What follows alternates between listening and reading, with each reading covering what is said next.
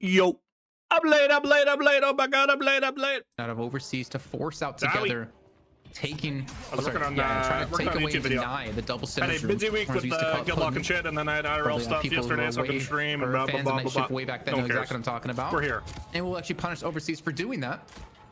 We made it. So good job by Abraham to actually flex out in a very important moment to keep those sinners alive. I'll go back and look at the draft quite in a a few bit. games in these Just last gotta upload the weeks YouTube video real quick. the goal and Might fuck up my statue buffs stream. were just the difference between teams was outstanding. We shall see. Outstanding, that's not even the right word. It was devastating. It depends, I guess, on which way you're looking at it. So good, at least stop by Abraham's there to prevent that. Baba booey, baba booey, baba booey, baba booey, baba booey. Load. Night shift on the DS. Outstanding. Outstanding, that's not even the right word. It was devastating. Pretty even first 10 minutes so far. Which way you're looking at it.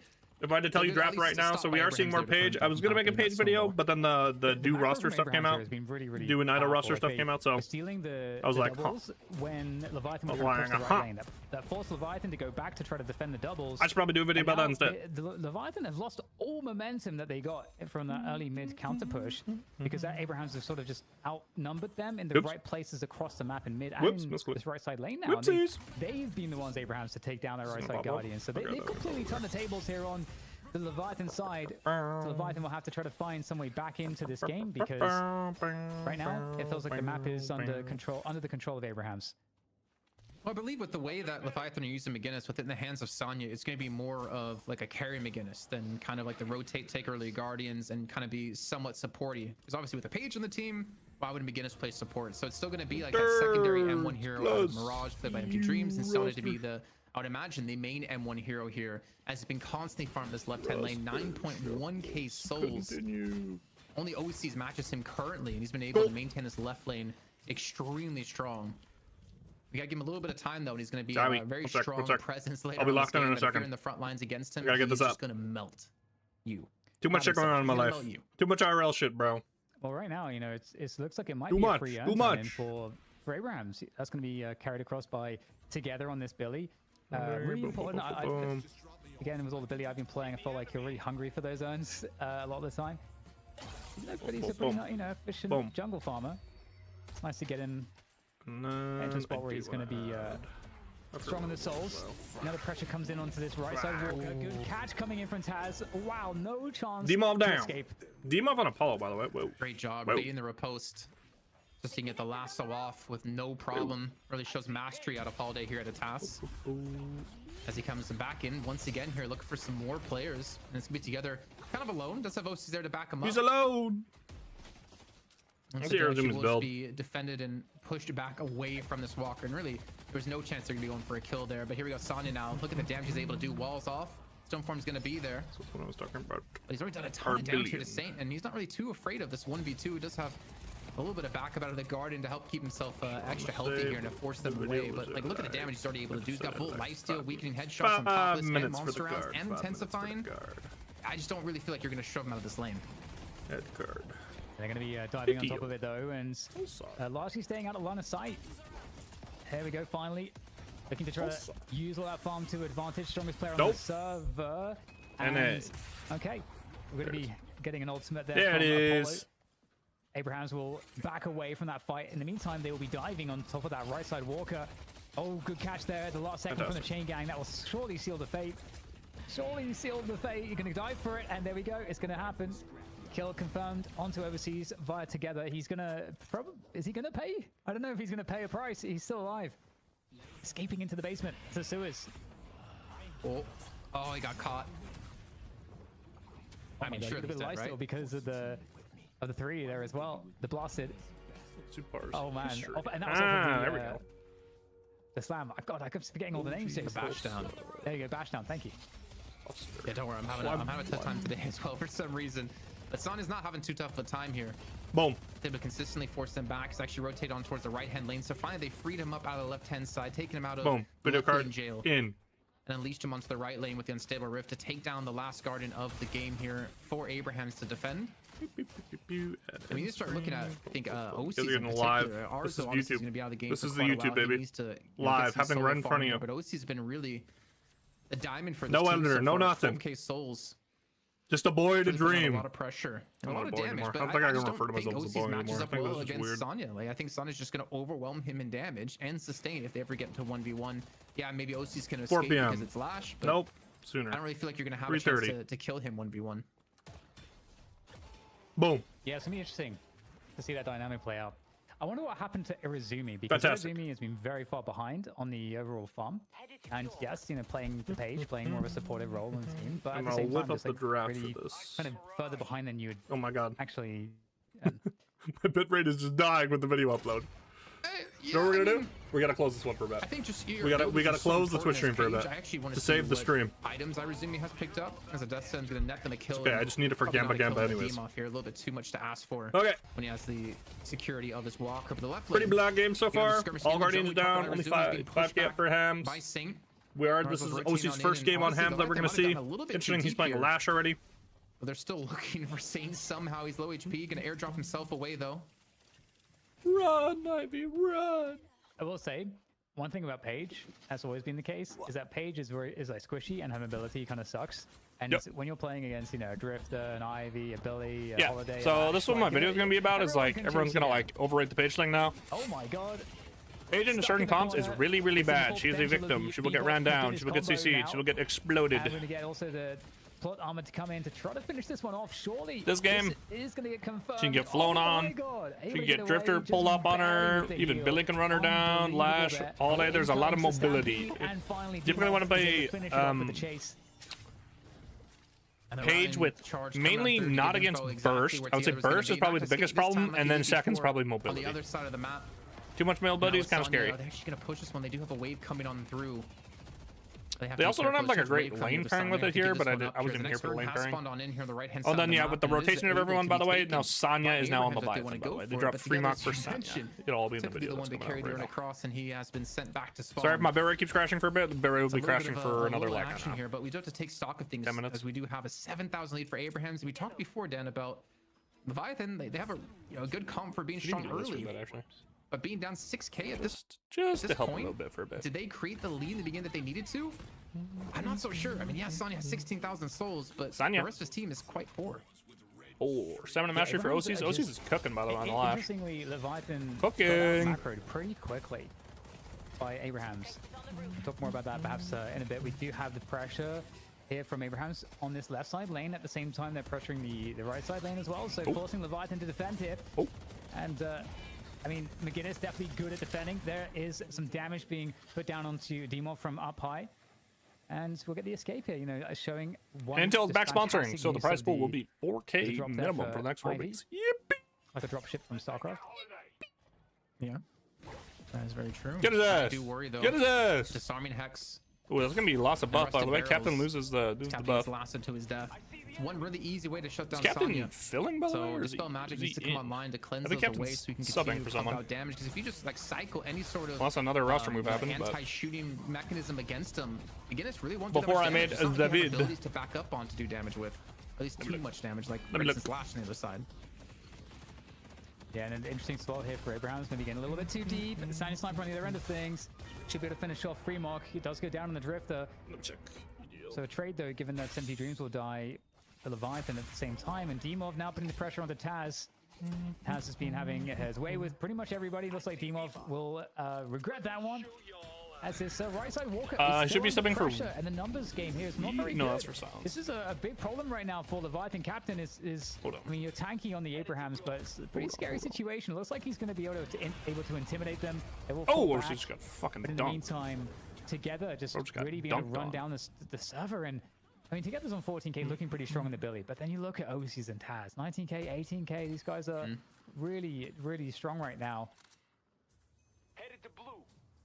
So you traded a winning lane for Leviathan left side, and you gave he's their ABL sub to OCs on the right hand side, and it comes down to what that makes sense. That makes sense. From that. Can we actually maybe get a look at our damage per souls, or per 1k souls? I'm curious to see the breakdown here. I would imagine together is going to be quite high. The last time we looked at player damage, it was pretty equal here.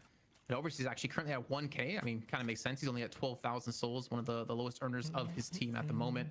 Saint quite surprisingly at 300. I feel like he's been mostly playing, you know, babysitting duty for ours. The biggest thing is like building into McGinnis is real nice. McGinnis does not like building Dispel Magic. 3-4 together, and then it's pretty good. It does Merc back McGinnis, which I'm assuming it is. Being one of the richest players on the it should be. Really goes to show how impactful Taz has been. And speak of the devil, he shall appear. He shall appear. Empty Dreams, and it's just there's no way to get out of that one. That's not good. You can't escape it. Holiday, I feel like very, very strong. Maybe undervalued a little bit here and there over the last few weeks, but still being proven by Taz here to be just a premium pick, a top 3 pick actually in the draft for Abrahams. Yeah, that Veil Walker's putting in some work too. Didn't even see that coming for Empty Dreams. He gets caught out. And now they're just trying to run away. It's, I mean, 2 players running away pretty much to bear for the drifter. Sonya alone. I don't hate it because Bebop is his like arch nemesis, and there's a page in this game. The gang gets airdropped away as well, and yeah, this is just a lot of CC actually. It's probably just a good react game in general. If you're not drifter. He's just babysitting everyone on the team. Rock on the Billy. Finally, someone with the new Billy build. Holy shit! I'll give you the Watcher's Covenant. Like, finally, connection. Like I'll support you in you're living up to. The warp sense is a little goofy to me, but that's fine. And speaking of which, and then the same Lash build every time ever. Once again. This is just Lash now. Now is that upload complete. The soul differential's not too high. Right. It's like the bit rate should be good now. That allows this pressure the bit rate should be healed. Good. Speaking of which, Sonya Sniper applies the pressure to those life drain here. Oh, this could really convert though, because you get the confidence after the ultimate from the Geist there, but now you're in trouble. Also, we'll look to escape here. Is there a way to catch this kill? That'd be really, really nice. Counterplay coming on top of Irizumi there, trying to be able to escape off of this page. Irizumi actually goes knockdown. Have not seen a lot of people going to knockdown. Really valuable this game though. Lash, Holiday, Ivy. Yeah. But even with that in Deadlock, people were not going it, which was kind of insane to me. More here. Just enables this character so much more. The swap. It wasn't low gives you enough, and it like a lot more pick potential, especially in a comp like this. Again, I feel like losing one player and escaping. Even just like following up on Bebop cooks. Oh yeah, we can go back to the anyways. Now, by the way. So they have that to use. We live. We back. That to use. Still only sitting on a 9k lead, but again, I still feel like that's a favorable lead at the moment, considering I feel like Leviathan in the next maybe even less than 5 minutes are going to start to fall off, because most of the fight that's been happening here, Dan, has just been grouping out of Abrahams. They're not really allowing themselves to get picked. If anything, it's actually Leviathan are the ones getting picked. Yeah, totally. I mean, the tools here for Abrahams really, really good, and so Billy just gets free earn, and they get pressure on the right side. Part of it is just the cross map pressure. You have McGinnis here. I just don't think you're getting anything done here, bro. There's already 3 here. They got Geist Bomb, Ivy Wave clear. This drifter might just grief though. Onto that left side Walker. This is being answered though by several players here for the Phantom Strike doesn't get the value. For Abrahams on the defense though, looks like this is an early Phantom Strike. Finally, typically don't see this onto this Walker, and in fact, the punch build though, I think early Phantom Strike but makes at the more same sense. time, they may lose Leviathan. Their Walker on the right right side, out. Because there are a couple players there. They're chasing down Empty Dreams at the moment. Obviously the big potential. Oh, they grief. So Leviathan throwing another game. Classic. Invested for Leviathan, and they are losing them here, Jason. Macro decision throwing the whole game from Leviathan. Pepela. You ask, can Abrahams new player, same story. The push comes in. The Eternal Knight out of free mock into the airdrop to just shove him straight into Sonya Sniper's face. Okay, that was really bad. Just got ran down. And that opens up a mid boss take here for Abrahams. Yeah, they were trying to 4v3 this Walker. Down, or at least just prevent this from happening. They got the push power to do that, bro. Not to mention, there's just enough wave clear too. Here. And just the flick of a switch. It was just that one fight that happened here on the left-hand side that gave him complete control of this game. Guys, we have to punch it, guys. Yeah, and you can see, I mean, this game, I mean, the standouts to me have certainly been Taz, number 1. It is. It does it fucking matter. From Abrahams, just doing an incredible job with these high mobility heroes. And now with the rejuice in tow as well, you don't. It's hard to imagine how Leviathan can kind of turn this game around. I think you said in the draft that you liked Abrahams for the late game, so they just have to make it there. Stalker Hunter. Well, this is an interesting build. You could maybe argue this is like debuff build, ahead in the early game, but like non-traditional items. They certainly came out ahead in the mid game here, looking like dominant Abrahams. Kind of like it. Yeah, we're in the end game now. I feel like with the way Abrahams are playing. Just constantly getting catches, even potential another one here with a nice use of the rescue. Also, is Freemox subbing? To pull Empty Dreams away, but it doesn't seem to matter. Task goes in deep, gets Phantom Struck and charged into the wall. It seems like he hit a parry here to turn things around on the Captain, but they continue to go for the chase. There's still 3 reaches left, so taking crystals would be huge, but the right hand side is being pushed. They're gonna lose another Walker for this, and if they can't chase anyone Abrahams down, it's a net negative for them. So I think Freemox subbing for Shark. Yeah, there's been such an imbalance. Unless Shark is the one who got dropped. And all the reporting has just been wrong this week. Have been much more efficient in the numbers that they use around the map. So if Who fucking knows? Pressure a lane, I'll look at the beginning of the response show has after. to be greater than what is invested by Abrahams for the pressure. So it's just a fundamentally efficient trade on map pressure constantly the entire game from Abrahams. And I think that's been what's been so impressive, I think, because now obviously that's going to be the case because they're so far ahead. But they were doing this when you know, again, they'd come out of Holy green Billy behind in the early game. They were making those trades happen, and that's how they got to this position.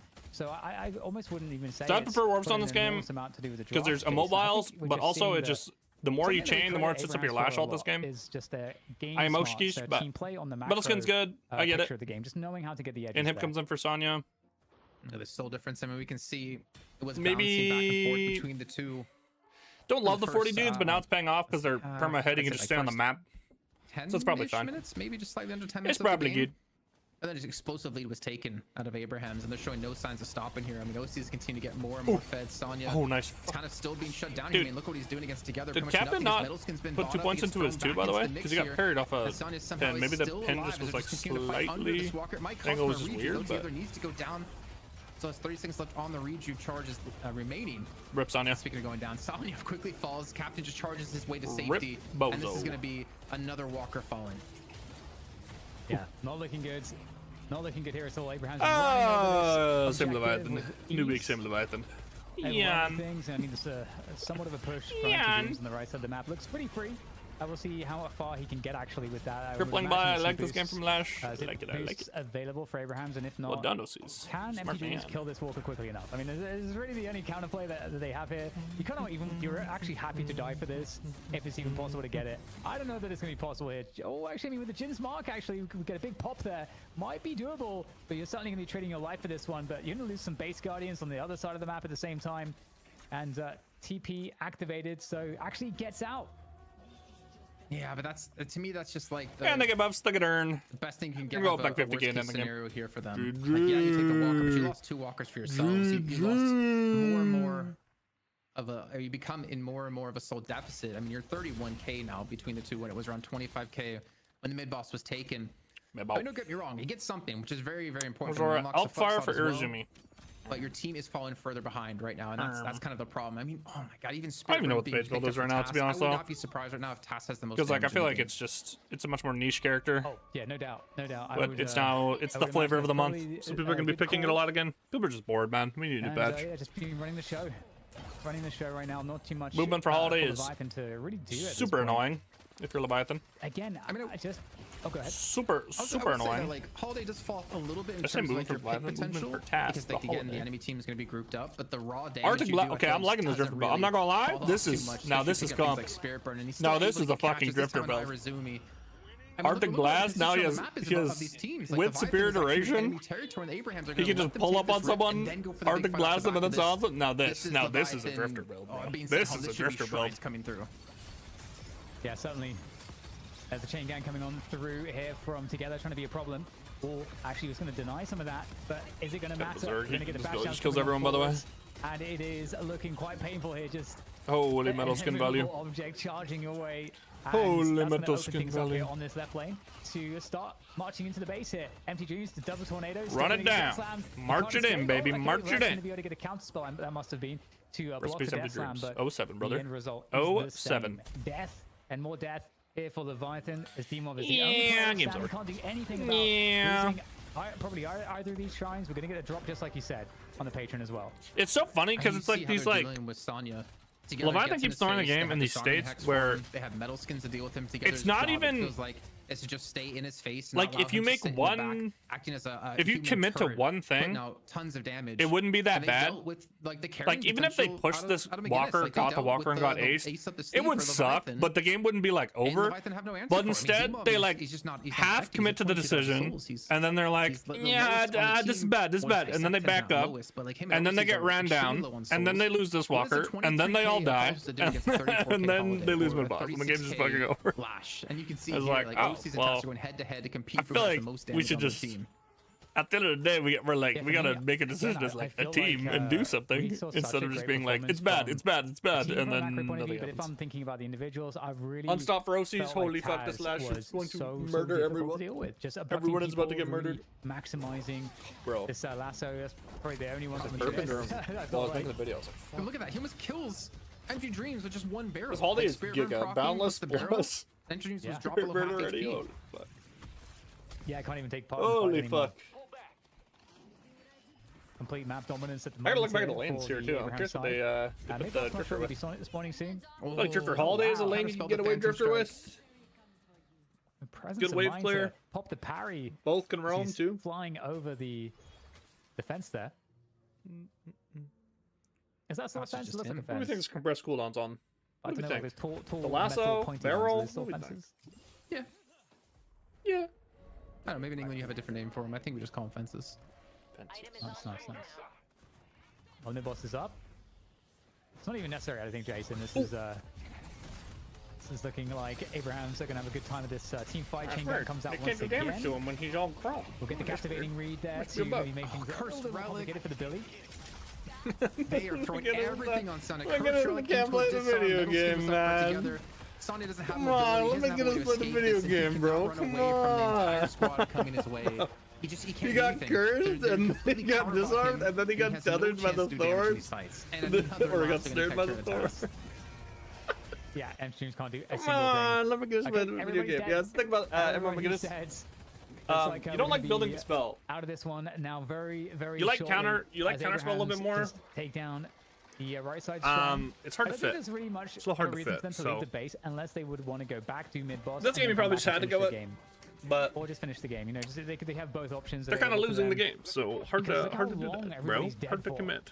Okay, so they're gonna do both, I think. Here they're gonna get the drop and the regis at the same time here, Jason. Yeah, at the end of the day, it's a best of one, right? You don't want to throw this away. You don't want to throw your chance to play against Buff Enjoyers to win your chunk of the $4,000 prize pool brought to us by Intel Gamer Days. Billion. And of course, Curry's here. Been great to have them along so far, and they get the drop, and they get mid boss, and they get all the buffs, and they get the urn. Yeah.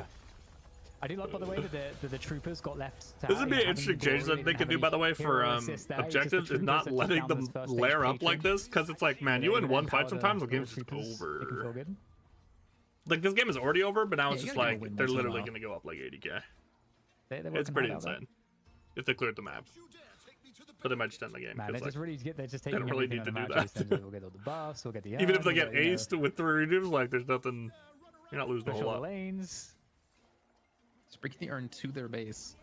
Yeah. Just to taunt them. Oh my god, they found. Oh, counter. Okay, special start here. Gets a catch on the Sonya. Wait, no, he's knocked down. There's Chad up. Knockdown being thrown in, but again, he's not too worried. Goes back, and once again, OC's takes down Sonya again. Their biggest carry for the team. Has no chance to survive these fights, and Death Slam's coming up in just 10 seconds of time. Well, the Archmother has just one phase left. Like, this is going to be the game done, and Abrahams will get their birth once again. They will lose one reju. It's Fremont. He's allowed.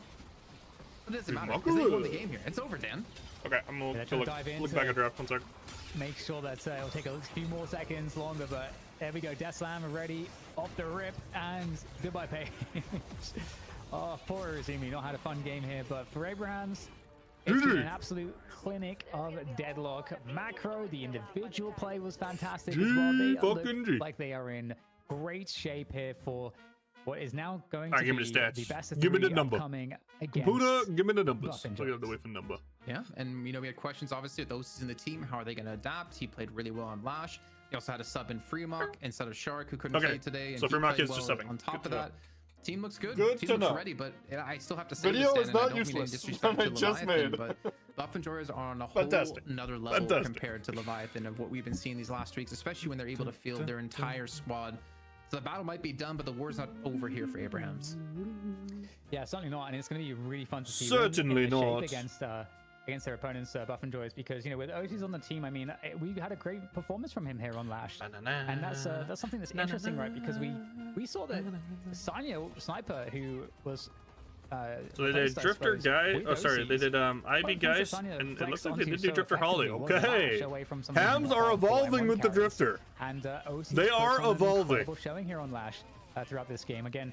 such a man. Senko disarming is really early. I think both doing similar jobs, being really mobile across the map and finding amazing picks, great pressure, and just enabling the initiations for their team to get ahead.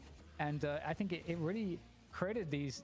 There's too many problems across the map. Too many problems for Leviathan to deal with, and I think that's some of that mobility diff that was so effectively applied by the likes of OCs and Taz especially, and Sane. I think Sane, you know, honorary mention there with all of the drops that he was using, because that fast repositioning makes a big difference. Playing that babysitter role. I mean, yeah, it worked out. As you're saying, flying in the Hunter's aura, relatively early. Fly it in. I think that's maybe the difference when it comes into later stages of the game. That a Lash, I feel like we'll just kind of outperform. Like they put Mirage over here. Like to get away. We should just TV Mirage aside and commit to this Walker, bro. This Walker's gone. Mirage is not defending this Walker on the right side his alone. Death Line is set up fights. So just gotta commit, bro. Times for Sonya. Holy Omega Giga! Even with the knockdown. Starming Hex or Curse Relic or whatever it might be. He was being shut down by just the overwhelming presence of Abraham's getting in his face. He had no escape. He has no protection. He has nowhere to run, nowhere to hide, and has a chain gang to just pull him out of position every time. Chain gang. Yeah, what a phenomenal sequence here from I will never stop saying that, by the way. I will always do that stem. I think, like, just as you were saying, you know, I will forever stem out. The McGinnis comparison, I think it just really with the chain gang. Lash has been so difficult to deal with, just the consistent damage output and the presence of sort of this like gun hybrid Lash that's been really effective. Again, OCs is really embodying that and showing us why it's so good. And I'm really curious, like, how will that affect the drafting phase going into our final matchup? But here we can take a look now at the statistics. Sometimes the game doesn't give us. I love this. Data, this is so much better than every other drifter. So, you know, this is so much better, bro. Anything oh my god, free thinker. Well, I think the API is just busy looking at the great deals for the Intel Gamer Days. That's probably why they haven't given us the data that we need to formulate our own graphic here. But I mean, 45,000 damage for Taz. That's ridiculous. He had 0 deaths. So yeah, I think this is correct. Opening rounds plus a 3,200 gun item. I don't love Elfire, but and across the board there were constant threats. If it wasn't a Lasso to worry about, I can like see the reason for this game. And even together, it's not like the unsung hero, I'd say, for the team, because he went 5-2 and 22, but he was just always there. Like, he was always assisting. He was being the front line and itemizing the way they needed to shut down. It's just, again, like look at all the greens and just like Saint had disarming hex. You need move speed so you don't get ran down. You need counter spells so you don't get fucking lash vaulted. You need both life deals to like help with your sustain. Yeah, you just can't fit the dispel, bro. Like you need all these items. I mean, it definitely did not look like a fun game, but it seems like such a truly miserable She's game. She's a non-traditional M1, so the build is not as flexible. Is insane when you consider. Okay, I guess I'm screenshotting this. I guess I get the shitty one. Getting. I mean, they were the two most active players in terms of finding these picks and initiations for the most part. So, phenomenal performance indeed. I don't know that there's anything necessarily else to talk about. We did mention that we wanted. I don't know. There's anything to talk about. They got gapped. It just kind of looks like the Jason, why'd they get gapped so hard? Support build overall. So nothing. I don't think there's anything that really a standout there at all. Yeah, I agree. And looking over at Sonya as well, because we've seen a couple of different McGinnises being built over the course of the last weeks. When August 12th. I cleared from my surgeon yesterday to go full weight on my knee, by the way. Resilience as well is really good against his team, so you can kind of have lasting power in the fights. Even inhibitor being thrown in for some extra survivability. But as we saw, survivability was nothing Sonya I feel like could itemize for when Abrahams were specifically countering him with everything they picked up and a lot of the heroes that they had too. OC's pop off though. 10 on 22. Yeah, really good performance here. I do wonder how this is going to impact drops, like I said. Look at the tempo hero. Look at him go. Look at him go. Look at him go. Looking like a problem as well. So that's going to make things really interesting. But yeah, I don't think there's too much else to say in terms of this stat sheet. We have our MVP next. We picked. Yeah, I see who our MVP is going to be. I made my selection. I know you didn't make your selection, but I also don't think you're going to disagree with me at any point when it comes to that selection. Intel product? And maybe we can throw it up on the screen here. Production's ready because there's a lot of clips to choose from for this person. Or maybe I'll just wait and let people wonder who it's going to be. we just go on pause. Anticipation. Yeah, I would imagine that you probably picked. If I had to I'm guess, waiting. I would imagine Taz. Fill I think me that's in. like the obvious pick. I mean, even the game gave him the MVP. But there we go.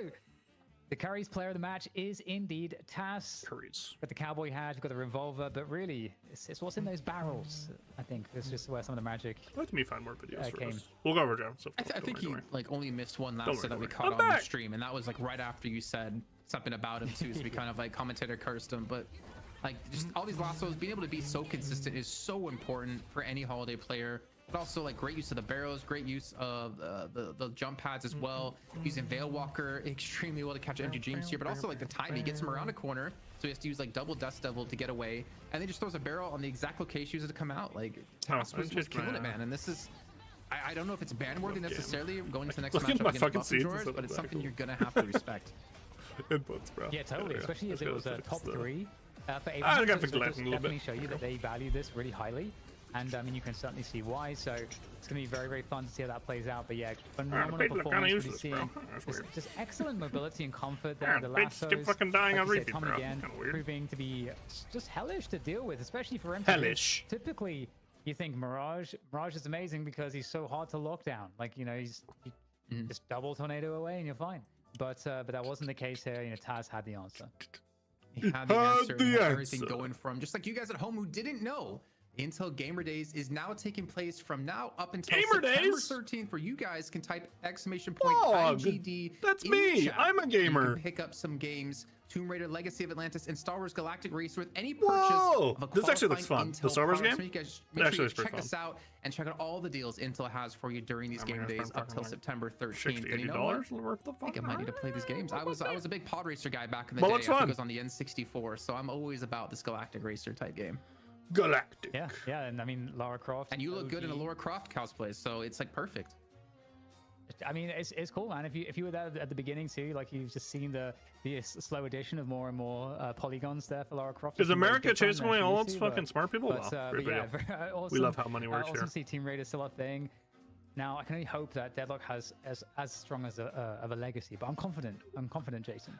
If you were to if we were to do a skin in Deadlock from Tomb Raider, it's gotta be Holiday. What right? hero would get it? Yeah, I would say Holiday, right? Not Haze. Maybe you dual wield guns. I don't know. Yeah, actually, that'd be such an interesting question for the community. We'll have to make some kind of a poll. You know what?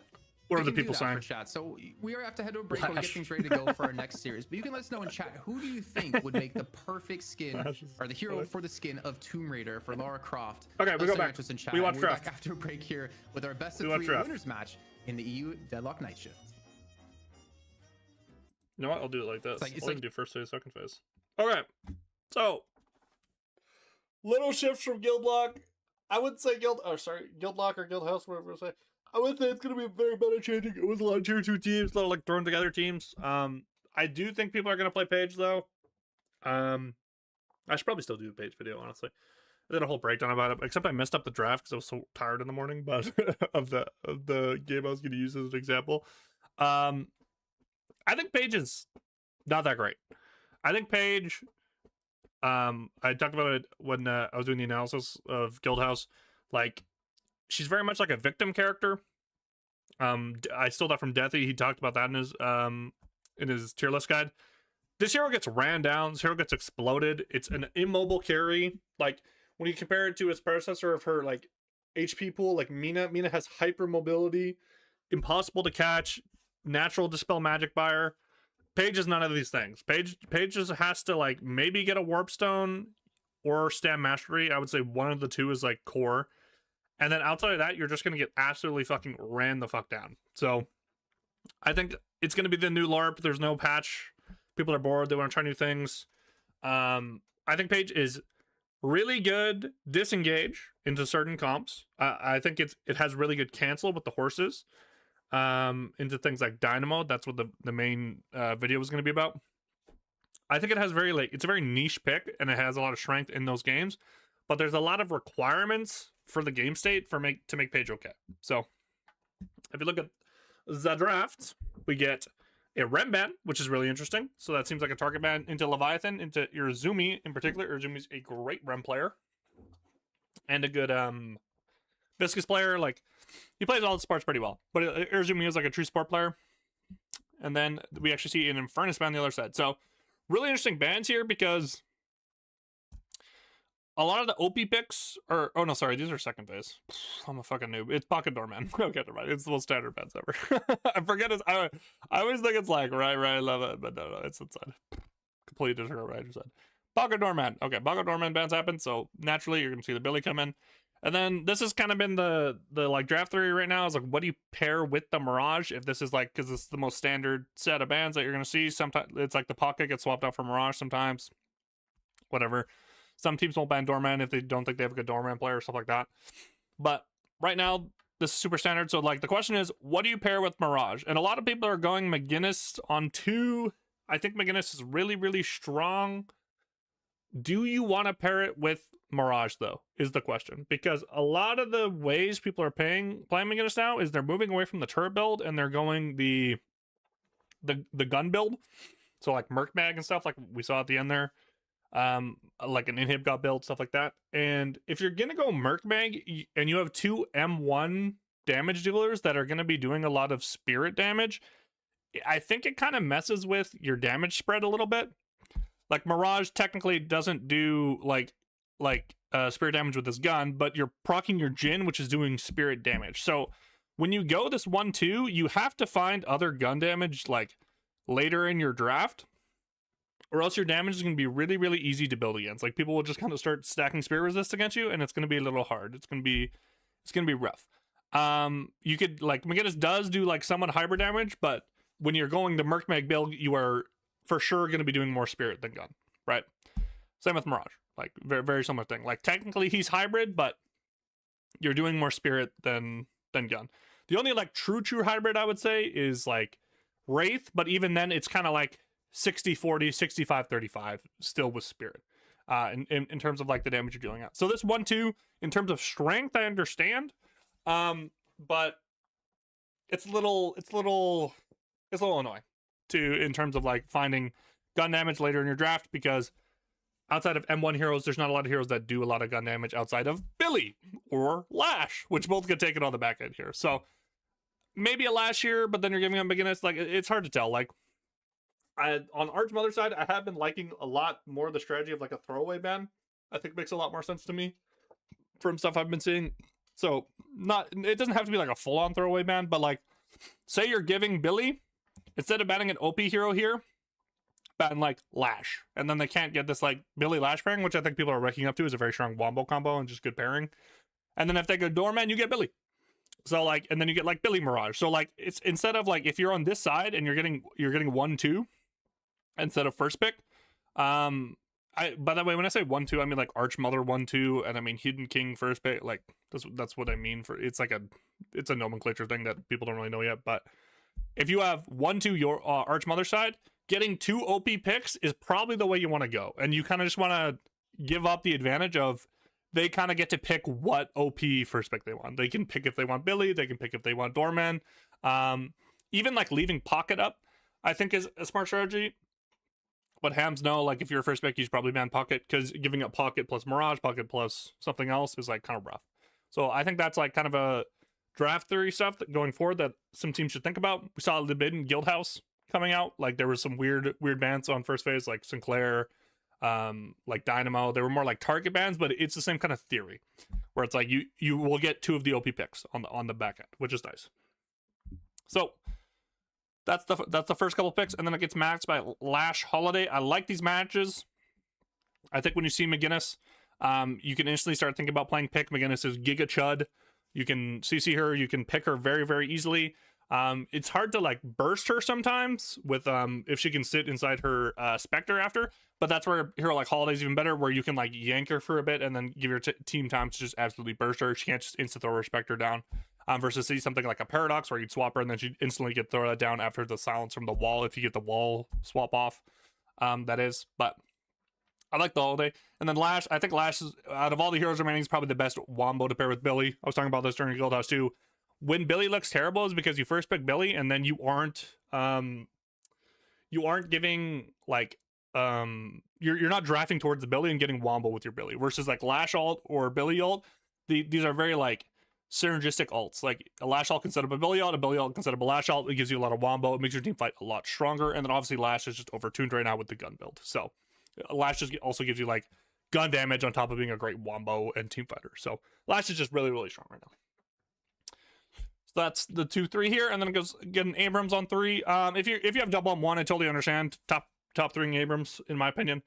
When you're going double M1, you need like beef, you need front line so you can actually like get your like consistent DPS off. If fights go really, really long, you can in theory win the fight because you have like 2 like huge your damage per second is gonna be a little bit better than the other team because you can just sit there and hold your M1 and so forth, right? So I don't mind Abrams on 3 here. And then Man comes in. Rem makes a ton of sense anytime you see an Abrams or like double frontline showing. Rem is really, really strong into like big HP pool targets that are going to connect to targets, HP targets where like say like they go like silver on 4 or something like that, or even if they still win Apollo, Rem's really annoying, or they would have to go Apollo later because you'd want to pick the Rem on 4. Actually, you wouldn't have to because this isn't necessarily a Rem comp, but when you have frontliners like Silver, like Abrams, like Billy, that want to run at one target and be clumped together, it's really easy for Rem to bounce between those targets and just keep them super healthy, and then he just gets bounced to the back line like M1s that are following up later and just stay safe. So it's a good Rem ban when there's big HP pools. McGinnis has a big HP pool. It's a good ban. Rem's probably, I wouldn't say the strongest support. It's kind of weird with the viscous bans. I think the support priority's falling a lot. Like some people aren't even playing support. I think that's why you're seeing things like Page. I think people think the supports are like weak right now. I think Viscous is still really good. It's just he takes a longer time to ramp up now. So, and then some people are just going the damage build with Viscous. So they're like, it's like a support, but it's more like late game damage guarantee with the splatter. Once you go, some people go reverb now instead of spirit burn, stuff like that. So that's something to keep in mind with Rem ban. Is Rem priority after Viscous got nerfed is up. So Rem and Viscous are probably like even level for in terms of like best supports right now. And then with the comp showing, that's why you're gonna ban. And then they ban Infernus, which makes a lot of sense here. If you're gonna go anything with sustain or like just healing, McGinnis Spectre, even Jin Mark healing or Scarab healing. And then Abrams, Infernus builds Healbane and can naturally be super, super annoying to play against. It. Natural Toxic Bolt buyers, some people build it, some people don't. Can just apply the burn and really fuck up your healing. We were seeing Infernus bans before a lot into things like Geist, when Geist was super high power in P1, in the P1 position. So Abrams, McGinnis, similar thing. And then they go Apollo on 4. I like the Apollo on 4 because it actually denies the Lash wombo. So this could have been a Giga wombo comp where we saw Poppers Peoples pulled out one time the full combo. It's like Billy Chain into Lash ult into Apollo ult. It's like an insane amount of wombo. It's very hard to negate because you counterspell one of the initial engages, and then you're probably still gonna get caught up in the second one because you're gonna like clutter. You're gonna like clutter into the fight. So it's a good pick on 4, and it gets matched by Drifter Geist. Okay, so I like the Geist here. You need a little more beef here. You needed a P1. Solid pick there. Some people don't like playing Geist P1 as much anymore. I think it's probably still fine. Arzo's a huge component of it. You can see 10 games played. Like Arzo loves playing this hero. So I would not be surprised if he still thinks it's good in the M1 like P1 position. And then Drifter. I like the Drifter build this game. I'm usually a huge Drifter hater. I like the Drifter build I saw this game with like debuffs. He's going like Hunter's Aura. He goes Arctic Blast later in the game, so you can get like an Arctic Blast snare, and he builds Superior Duration as well.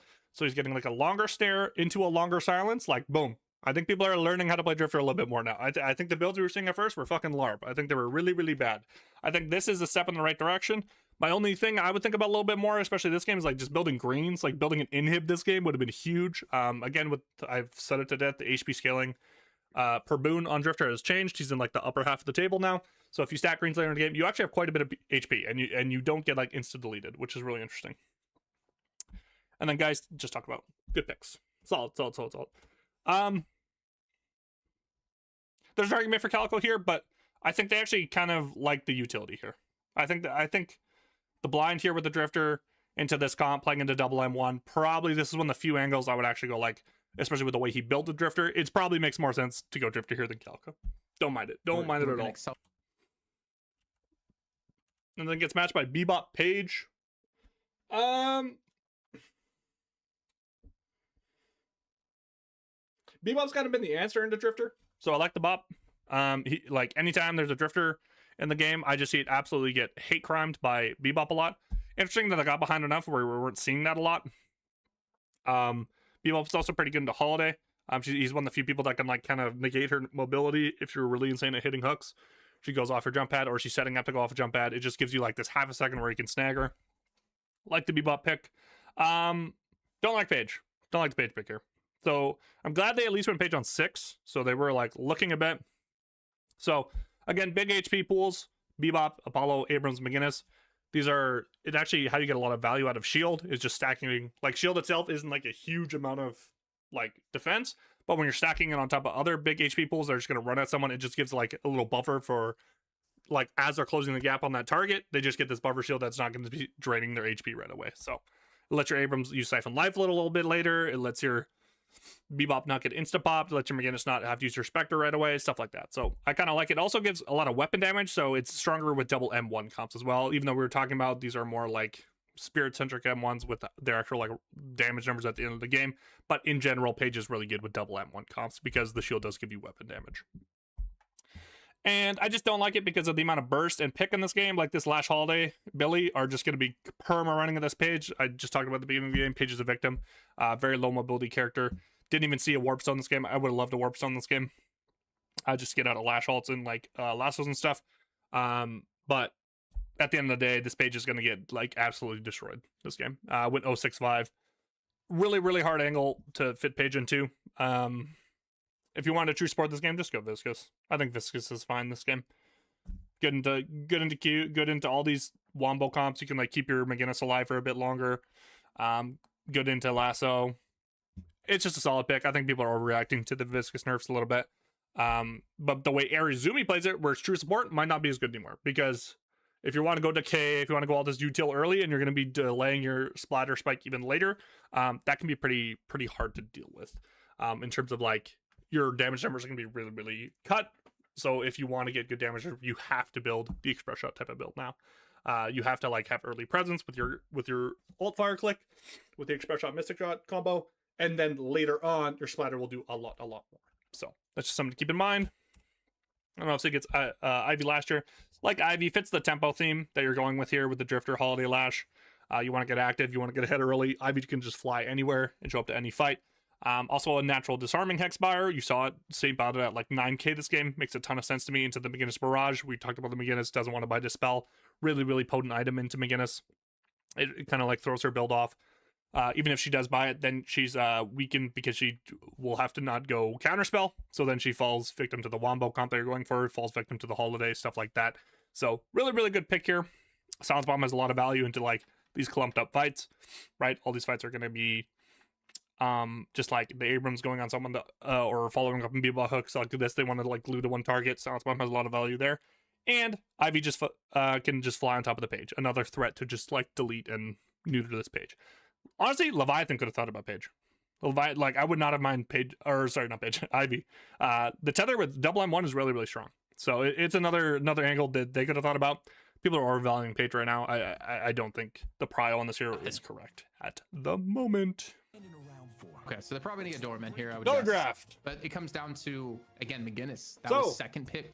I literally just said this. Buff Enjoyers, they do a quote-unquote throwaway ban, right? Leviathan. So their second pick. So now they get two OB picks. They can go Mirage Pocket. They can go Mirage Doorman. Abraham's play. Exactly what we were just talking about. The Calico is just so Buff Enjoyers are thinking. Next year, Jason, what about you? So they go McGinnis. Doorman Mo. And then Doorman. Doorman Mo. Oh, Doorman Mo would be really fun to watch. They go Rem.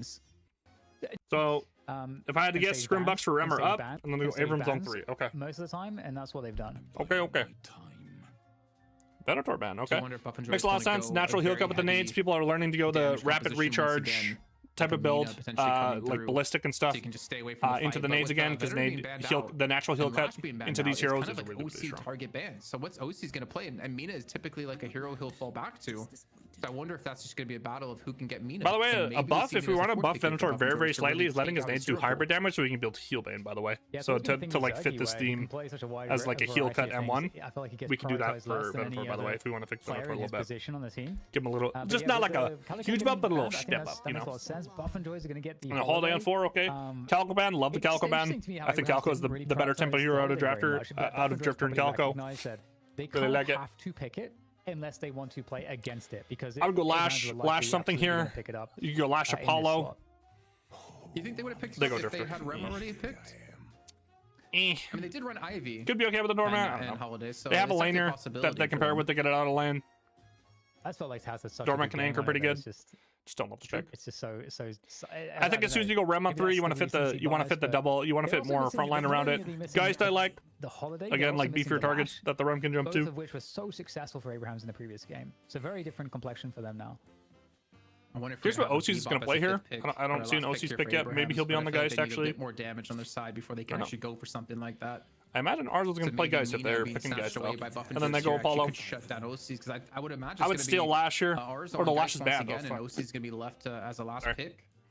Went from one draft into another one. Yeah, it definitely feels like Abraham's draft is not quite as ideal, but again, we'll have to see how they end up playing it. It's interesting that we're going to see Hams play, or we're going to see Leviathan play Mirage McGinnis, and now we're going to see Buff and George play Mirage McGinnis. So I'm interested to see the difference. Very spirit-heavy comp on this side, I will say. Unless Buff and George are going to go the turret build with McGinnis. Because then she'll be somewhat spirit damage, but she's going to be more like Buff, but like in top 3 and not secure OC as a hero. And then we get Wraith. That Rem better put in work. I was going to say farm-heavy comp, but they have the Drifter Rem, so actually not as farm-heavy as you would think. I can't remember last time we saw Wraith actually being played here at Night Shift. It's been so long ago, to be honest. They go Rem for support, so I would say if you're gonna pick the Wraith, you'd probably want to think more about here he's gonna play.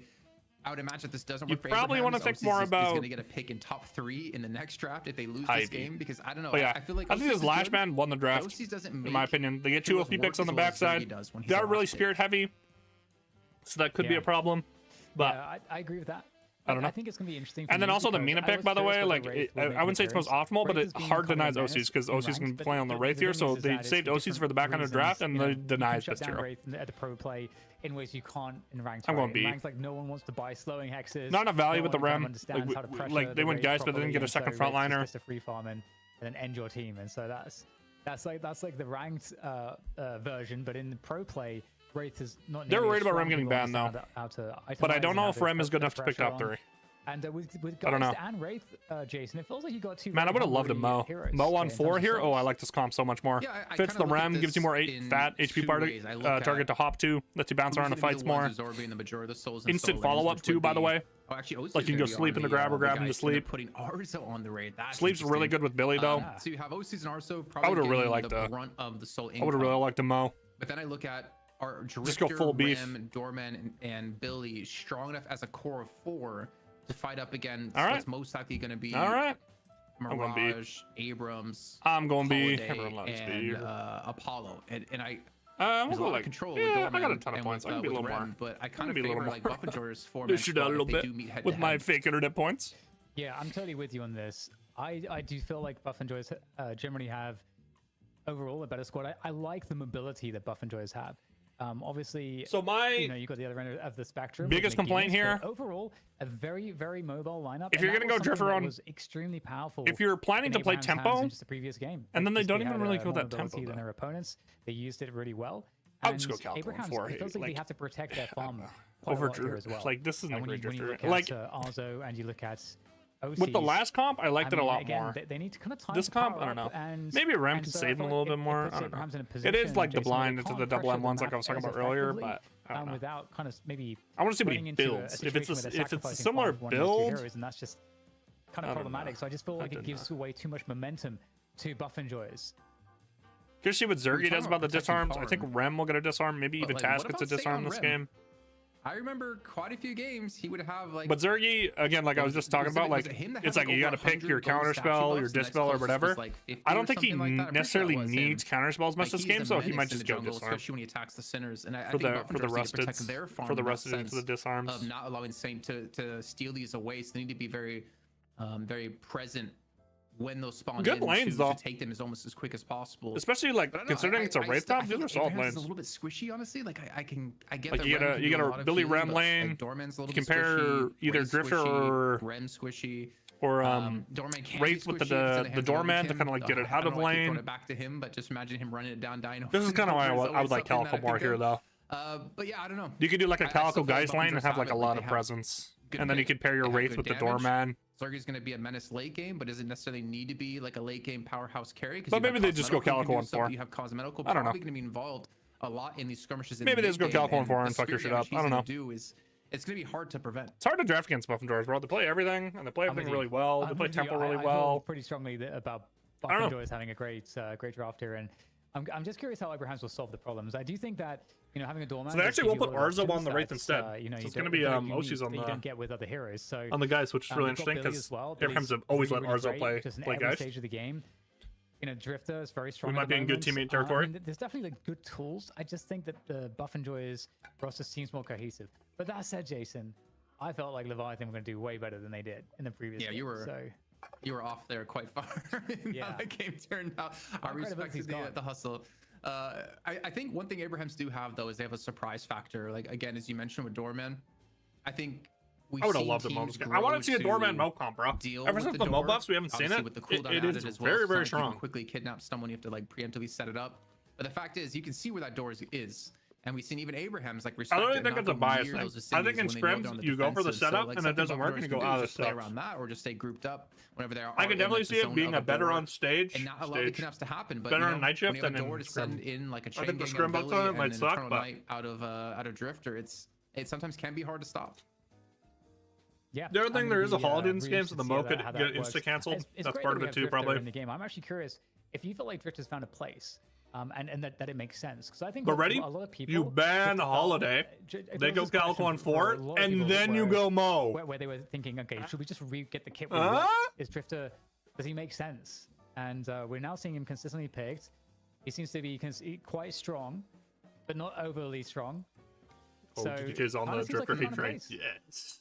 I feel like his place has become DDK. It's someone you can kind of feed with a little bit. It's okay if you're playing against him. It's like it's a threat you're always gonna have to think about later in the game. I think at this level of play, it's really hard to completely shut down a Drifter. That they'll get the stacks they need to still be a threat later on and still have the power to not necessarily 1v1, but to like provide some really good burst and assistance later in the game. So I don't think it's necessarily a carry hero, but it's a hero that you have to be respectful of. I heard burst. I heard one good thing about Drifter like him. Endlessly stack on that hero. And the silence. I get it. Well, bro, I get it. I get the case. I really do. Excited to see how this actually I don't want to sound like a broken out. record, though. I think, you know, we didn't talk about if we have any great favorite one way or the other for the early laning phase. Are you with McGinnis? Are you with Buff and Joyers for the early laning phase? Buff and Joyers definitely have lane advantage. Do you think Abrahams have a stronger everything that went down? I think Hams figured out some solid plays. Let me think. Mo also would have helped their laning, by the way. Just non-existent early game. Like at least McGinnis can be a powerhouse and pushing down objectives. Wraith, I don't feel like you can do that. And obviously McGinnis has more staying power, so that kind of already gives me a lean towards Buff and Joyer's side. Obviously Rem and Billy, like that's a really strong lane if we have that happen because of the amount of. They go Rem Geist over the Billy. Okay, so they're gonna try to get Wraith ahead, so they pair with Billy together. I want to say early game Buff and Joyers, honestly, still looking Billy at this. Wraith into Apollo Mina though, so Wraith could still get really fucked up in this lane. In this game. And then they go Drifter Doorman to let Drifter roam and have push with the Doorman, but it could be hard into a Holiday Mirage here. Do you like it more than Bebop? And then we're gonna get Abrams and McGinnis into Abrams. Do you like it more the than aforementioned Geist Rem? I feel like Bebop McGinnis is nice. I don't know.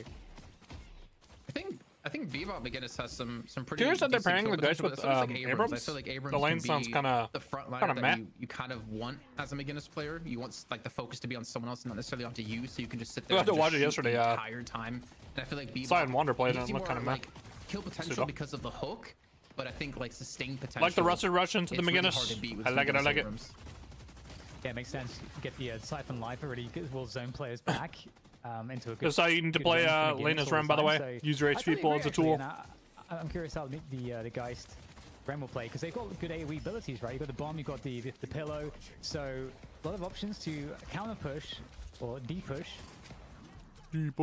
against the McGinnis and the Abrams. I actually like quarters back from Lissa because like the light meals on Rem hurt, bro. Early in the game, they fucking hurt, bro. Are we liking that, Jason? They're technically weaker. It's one of the weaker light punches in the game, but you can just spam them. in mobility as well, allowing him to like get the stalker's mark through some of these doorways, or just peek in and peek out, get some shield up. Curry's. What is Curry's? I'm looking it up. I don't know what Curry's is. I also think I like the lane on the right hand side for Buffenjoyers with Obi Kim on Apollo. That's the video we're gonna watch. And Cosmetical on Mina. Like that has so much burst potential and so much power. Washing machines, laptops, TVs, consoles. Okay, they're just like an appliance company. Decent lane opponent. But like Wraith, who's just really they like provide too much for they're like a seller. I feel like you should have a winning lane here for Buffenjoyers. That they're like I think you're just gonna be lucky to survive it. They're like a marketplace. Okay, I see. I've heard of them. Okay. Mina. Thanks for sponsoring. Much appreciated. Honestly, gruesome to be up against. The level of poke on this lane, Jason, is horrendous. I feel like horrendous. Always bad enough. Ooh, getting two there with the force. Oh, the parry! Parry, that's ridiculous. Oof. Oh my god, the sigil to finish it off. That's just disgusting. So good, not great. If they for your ability to get behind early, it's your first pick. I feel like hard times. I get pairing it with the Wraith. You want to pair with something where it has a little more presence, but I think when Billy doesn't get enabled in lane, it's actually a little weaker than people think. I think specifically like with the Wraith, like you could have had a really strong lane with this Billy ramp, but we'll see how it goes. Looking for in the lane up against them when they do decide to go in. That's not a good start here for Abrahams, to be honest. That's something that can snowball a player like Cosmetical quite quickly. They also didn't draft a lot of Wombo with the Billy again. Well, they do have the Rem though, so a little bit more than usual.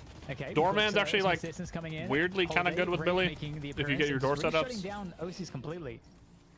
So not necessarily Wombo outside the sleep with it, but very scary at the moment here. I got to not say, the worst seeing the sequences build around I've seen with the Billy. Listening to action, locking down free mock break in to try to give a helping hand. Heal coming in for the tag along. That's going to keep free mock up. So it looks like both sides will be somewhat happy with how that finished, I think. It's actually cold in my room. I mean, Buffenjoyers, remember last week we had like a record-breaking prize pool. More importantly, with a huge donation from Tetsuya that came through, and a lot of support from the community as well.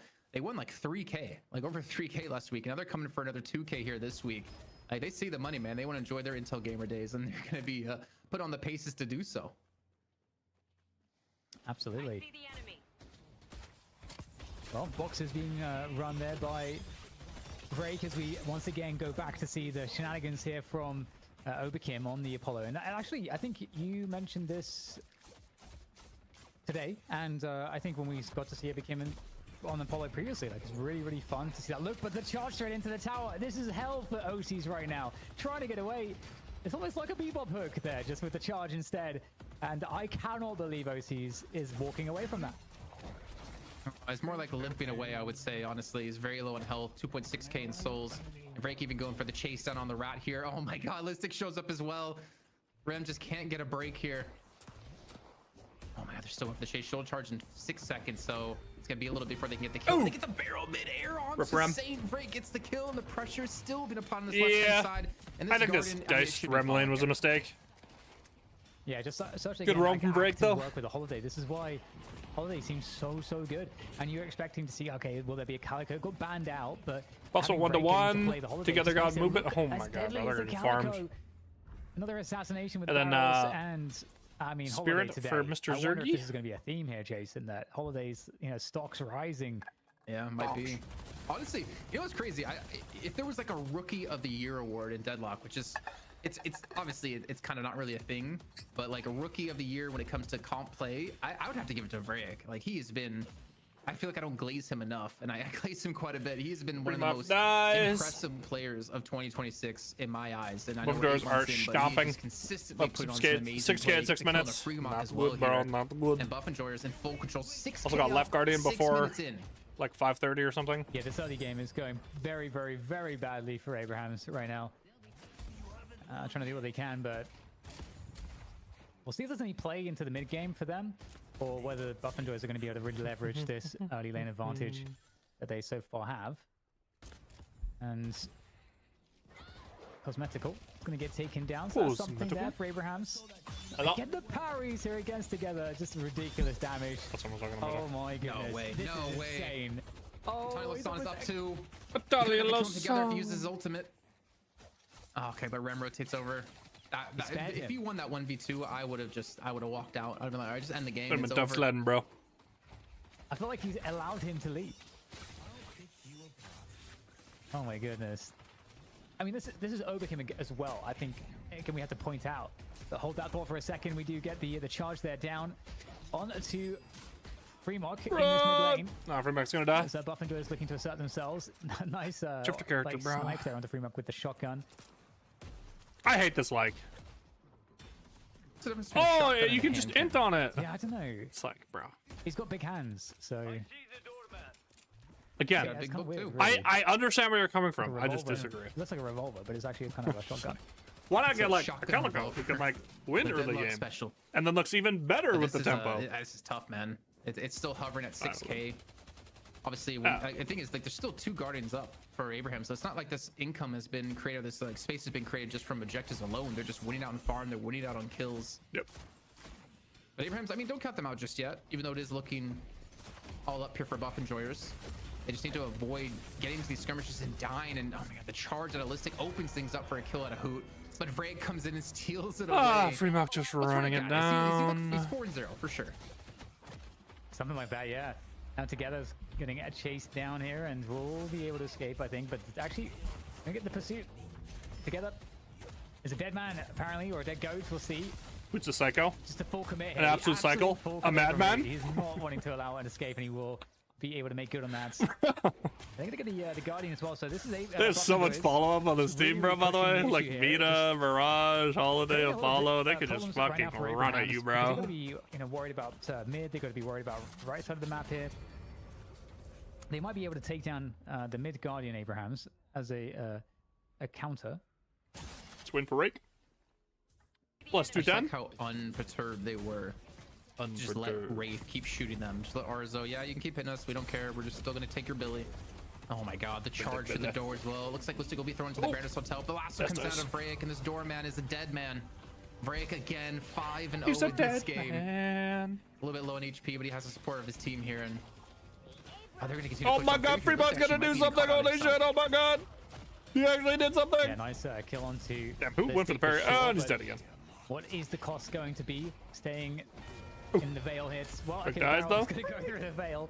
Vraic finally gets taken out though. Break a ride or die, doesn't give a All of fuck, that, just goes and in. Looks like it's in a lot of trouble here for Buff Enjoyers. Unable to escape surely. Quick parry there. Good timing with the melees to avoid. I think his parry was on cooldown. Parry together. We'll be able to escape that situation. Ooh, Fleetfoot on the beginners. I like the Fleetfoot. I like it. Nostra to zone away the players of Abraham. But they'll try to get something back here, and they have closed the gap ever so slightly, Jason. And with this counter pressure from Zergy as well in mid, it's, I don't know if the gap is going to start increasing again in favor of Buff Enjoyers. And there's a good bounce back out of Abraham. It's interesting to see some people go Titanic mag, and then most people are moving back to that intensifying mag on the McGinnis. I think intensifying is probably just better for these large main characters. When Cosmetical ran it, I didn't even see that happen. They pick up another kill. Don't tell me they get a walker. A 10-minute walker? No. That's not allowed. Oh my god. I think it's allowed, bro. Oh no, it's devious. I think it's allowed. Absolutely I devious. think This they're making the McGinnis look real OP. I guess like the what people fear, I suppose. Oh But my the god, entire bro. team This just is running like... it down, and this is that mobility, Jason. I was mentioning. It's so devastating. Apollo, disgusting. Mina, just like all these heroes and Holiday This is running at you disgusting, here, bro. which was it's just insane amounts of speed and dive potential. They're down 13K and you can't do anything. Abraham's at again 10:30. caught off. This is caught off disgusting. continually by that. Oh my god. It's a 12K difference. 10.5 minutes in. It's not very often you see a bigger lead than there are minutes in the game. Yeah. And while this is happening, That's, Lily's just been running it that's not good, bro. across, You don't want to see looking that. for the dunk, That's not good. just so they can body block and get every single one of these souls that they possibly can. They think lose on 2 of the orbs, but it doesn't matter. It's 10K lead, continuing to hover at 11. So he's at 12,000 souls. Get his ass. 10K. Unless they're pretty much trying to go in for a fight here. Bah. Might get a catch. Bah. Oh no, Obi Kim. He's Bah. actually low on HP as they have 3 players here, but the chase down is just not happening. He goes back to the mobility you mentioned before, but the Spirit doorman comes on strike. through. He actually gets the Melee doorman set life up, steal. and they might get the kill here on Obi Stalker, Kim. rest on locket. There we go. Yeah. Fantastic, bro. He killed Obi Kim. well Good done. job, man. Back through Good the job, door bro. they go. Abraham should also be able to get the mid guardian. There we go. They will pick it up, so it's going to help a little bit. Only an 8K difference now, but still that's sizable for this time in the game. But the question is, will the momentum shift in any meaningful fashion for Abrahams? They proved how good their macro Dude, losing, in the previous losing your blue walker I will say or that mid walker is just so like having the holiday and it having feels the so lash. fucking bad, I bro. think that did It feels so fucking bad. Like I don't even know what they're supposed to do now. You can just perma get ran down on blue opponents in the mid when you're playing it to Holiday Mina. I'm curious, you know, what that's going to look like Apollo, for them here, because OCs and also I feel like these are two players we've got to look at. Is it like Wraith ever going to be online? She did get a gun buff here, so Jason, they're in a decent you see the other buff got cleansed and someone dying. Yeah, I think 11k is like for OCs in particular is definitely decent. I think Arzo at 10. I mean, obviously he's kind of keeping up, but he's not really going to have a power spike until it feels like, you know, 30,000 souls. So he's still extremely far away. For OCs in particular, though, he's just not going to have the same damage as Cosmetical and Hoot will have at this stage of the game for a decent amount as well. Like the burst damage that those two are going to do with Jin's Mark and the Wraith and the Love Bites is just... I mean, he's got his Spirit Spike. I keep forgetting about I think this is where he turns the... Oh, he's too much Spirit damage coming away. Give over 600 back. I just don't know if OCs and Arzo are going to come online in time. Absolutely. Yeah, it's certainly problematic. Fuck, man. Mid boss. Oh, are they seriously doing a 13-minute mid boss? Bro, this is a spanking. I mean, you have McGinnis. That's like you mentioned before. It's part of the just how dangerous this is to deal with. Don't worry, take out the Super Chen gang. Don't worry. Don't worry. Oh, he's dead. Mid boss still firing away at the Don't worry, Doorman's here. Doorman's in the pit. Oh, he got the door down. Okay, this door can actually matter. No more memeing. Door can actually matter. Might have to wait for a moment as Buff and Joyce look to clean up the players on the periphery. Now going back into the action, looking for the steal here. You've got the shenanigans looking to be run by Taz. Oh my god. So be careful, it goes the turrets are still hitting. The value of McGinnis here as well. I mean, the door is there, but still, no one's... Yeah, minute mid-boss. In comes the nap time, though, here from Abrahams to try to take disruption. But the parry's coming on through, but it's just going to be the death of Saint. 13-minute mid-boss 3-0. Holy fuck, bro. Why is this team so good? As they walk away from this one, it's just not fair, bro. And OC did make them pay, though, with the unstable rip. They took on the left-hand side. They almost take down a walk on the left-hand lane as well. And then there's a bunch of subs. You did get one of the rejues taken off of Cosmetical, but the chases continue to come on through, and the mobilities you're mentioning. These go straight past, guys. Even once Doorman here, the Rake gonna come on through, and they get the finish onto Task, and then the Singwan retreat to escape. Stop, they're already dead. Kim is being left behind. They're already dead. Fremont, can you win this one? Oh my god, the Drifter's going in. Holy, look at the burst, look at the value. Oh my god, and that's a big kill coming on through onto someone who can't res again. Jersey can do the most damage on his team. Did you know? And now there's another Did you know? Jersey can do the most damage on his team. It must be OP, bro. It must be so fucking good. Their Stalker's Mark to close the gap a little bit. Oh! We're gonna try to ult my god, they're throwing! They threw the rejuves! They're running it down! Here for Obikim. 142 HP, 80 HP. Oh, hello. Oh. Okay, he's getting some heals. He's actually healing up a little bit. There's the rejuves, though. Good cleanse from Abrams. And Obikim might be able to time to fight around, but only down 4k now. Quick life swap, and dude, now comeback mechanics are just for Obikim. Slowing Hex as well, so he can't have any escape options. Can't use that sigil. There's the sigil coming on through finally, but Obikim does go down, but the friends have come to support and punish Abrahams, who have been pursuing all of these kills. Bro. I have to correct myself. OC is able to turn a lot of this damage around, man. In the last few minutes, nice. Yes, Buffenders were able to get the mid-boss, but that lead's been cut down to 4k together. It's still committed into this fight. Freyek trying to buy some time here for Cosmetical to get away, but he's still going to fall. Dude, these kills are actually, like, they're actually favoring Freyek. They're going to lose the fight, like... Off to his side. There's no way Together survives this. 3-1. Like, kills-wise, that went 3-1, I think. Now, Dan. Yeah, insane that, I mean, I don't know how can die already get out after the regions. Dude, comp mechanics are so big.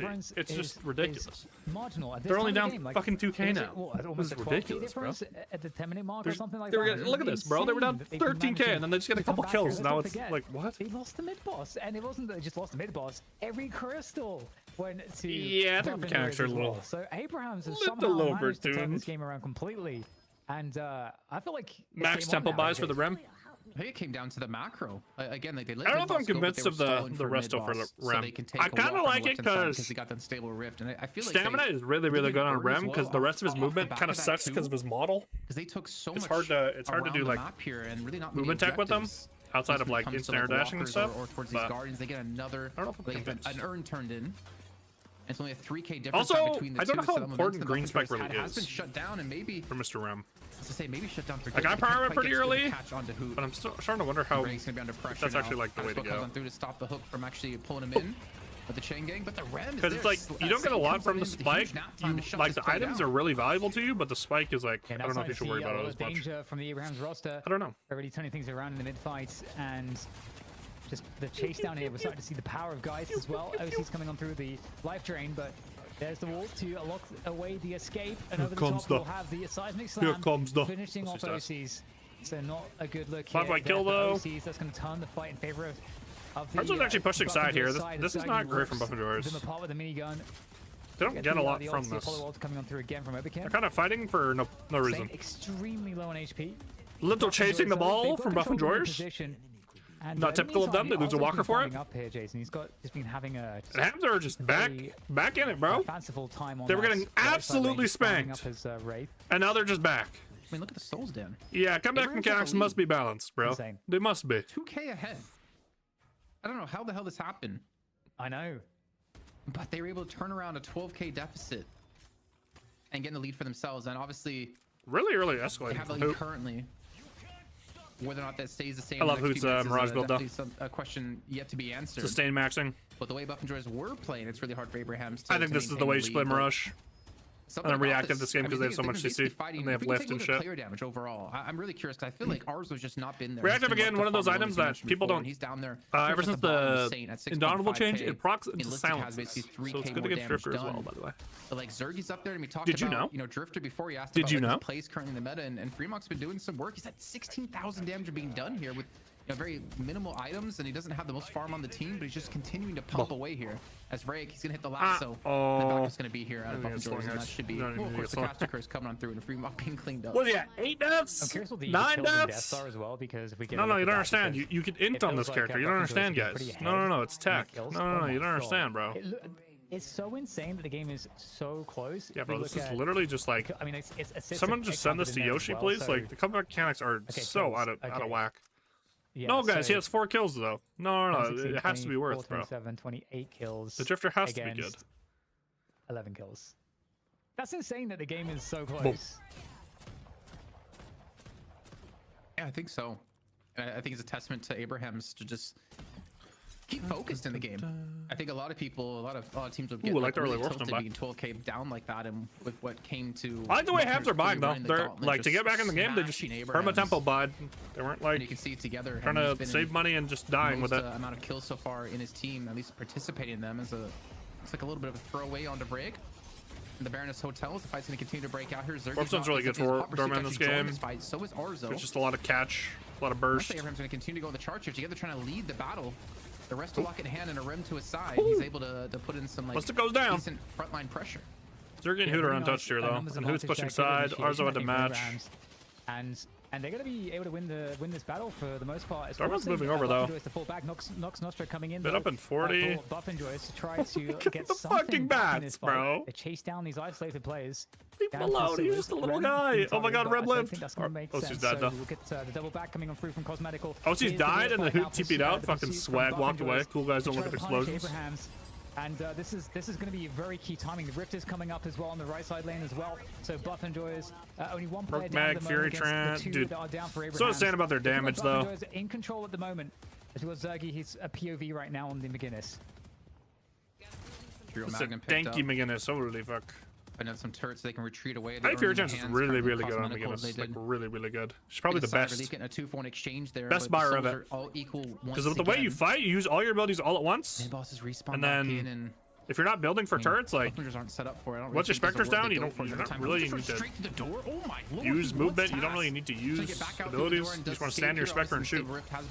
The BC's exploding. The Spectre BC exploding. All right, we're back. And a kill. Oh, Fremok dies again. That's can we see Fremok deaths? Can an observer bring this up? Fremok has died 10 fucking times, I think. There's really no world that Buff and Joyers can take a walker off of this kill. I could be wrong. It feels like 10 million billion deaths, but who knows, man. Made the game so close, and we're going down for a mid boss right now. It's actually Buff and Joyers who are going to be doing it again here, and it's going to force a reaction from Abrahams.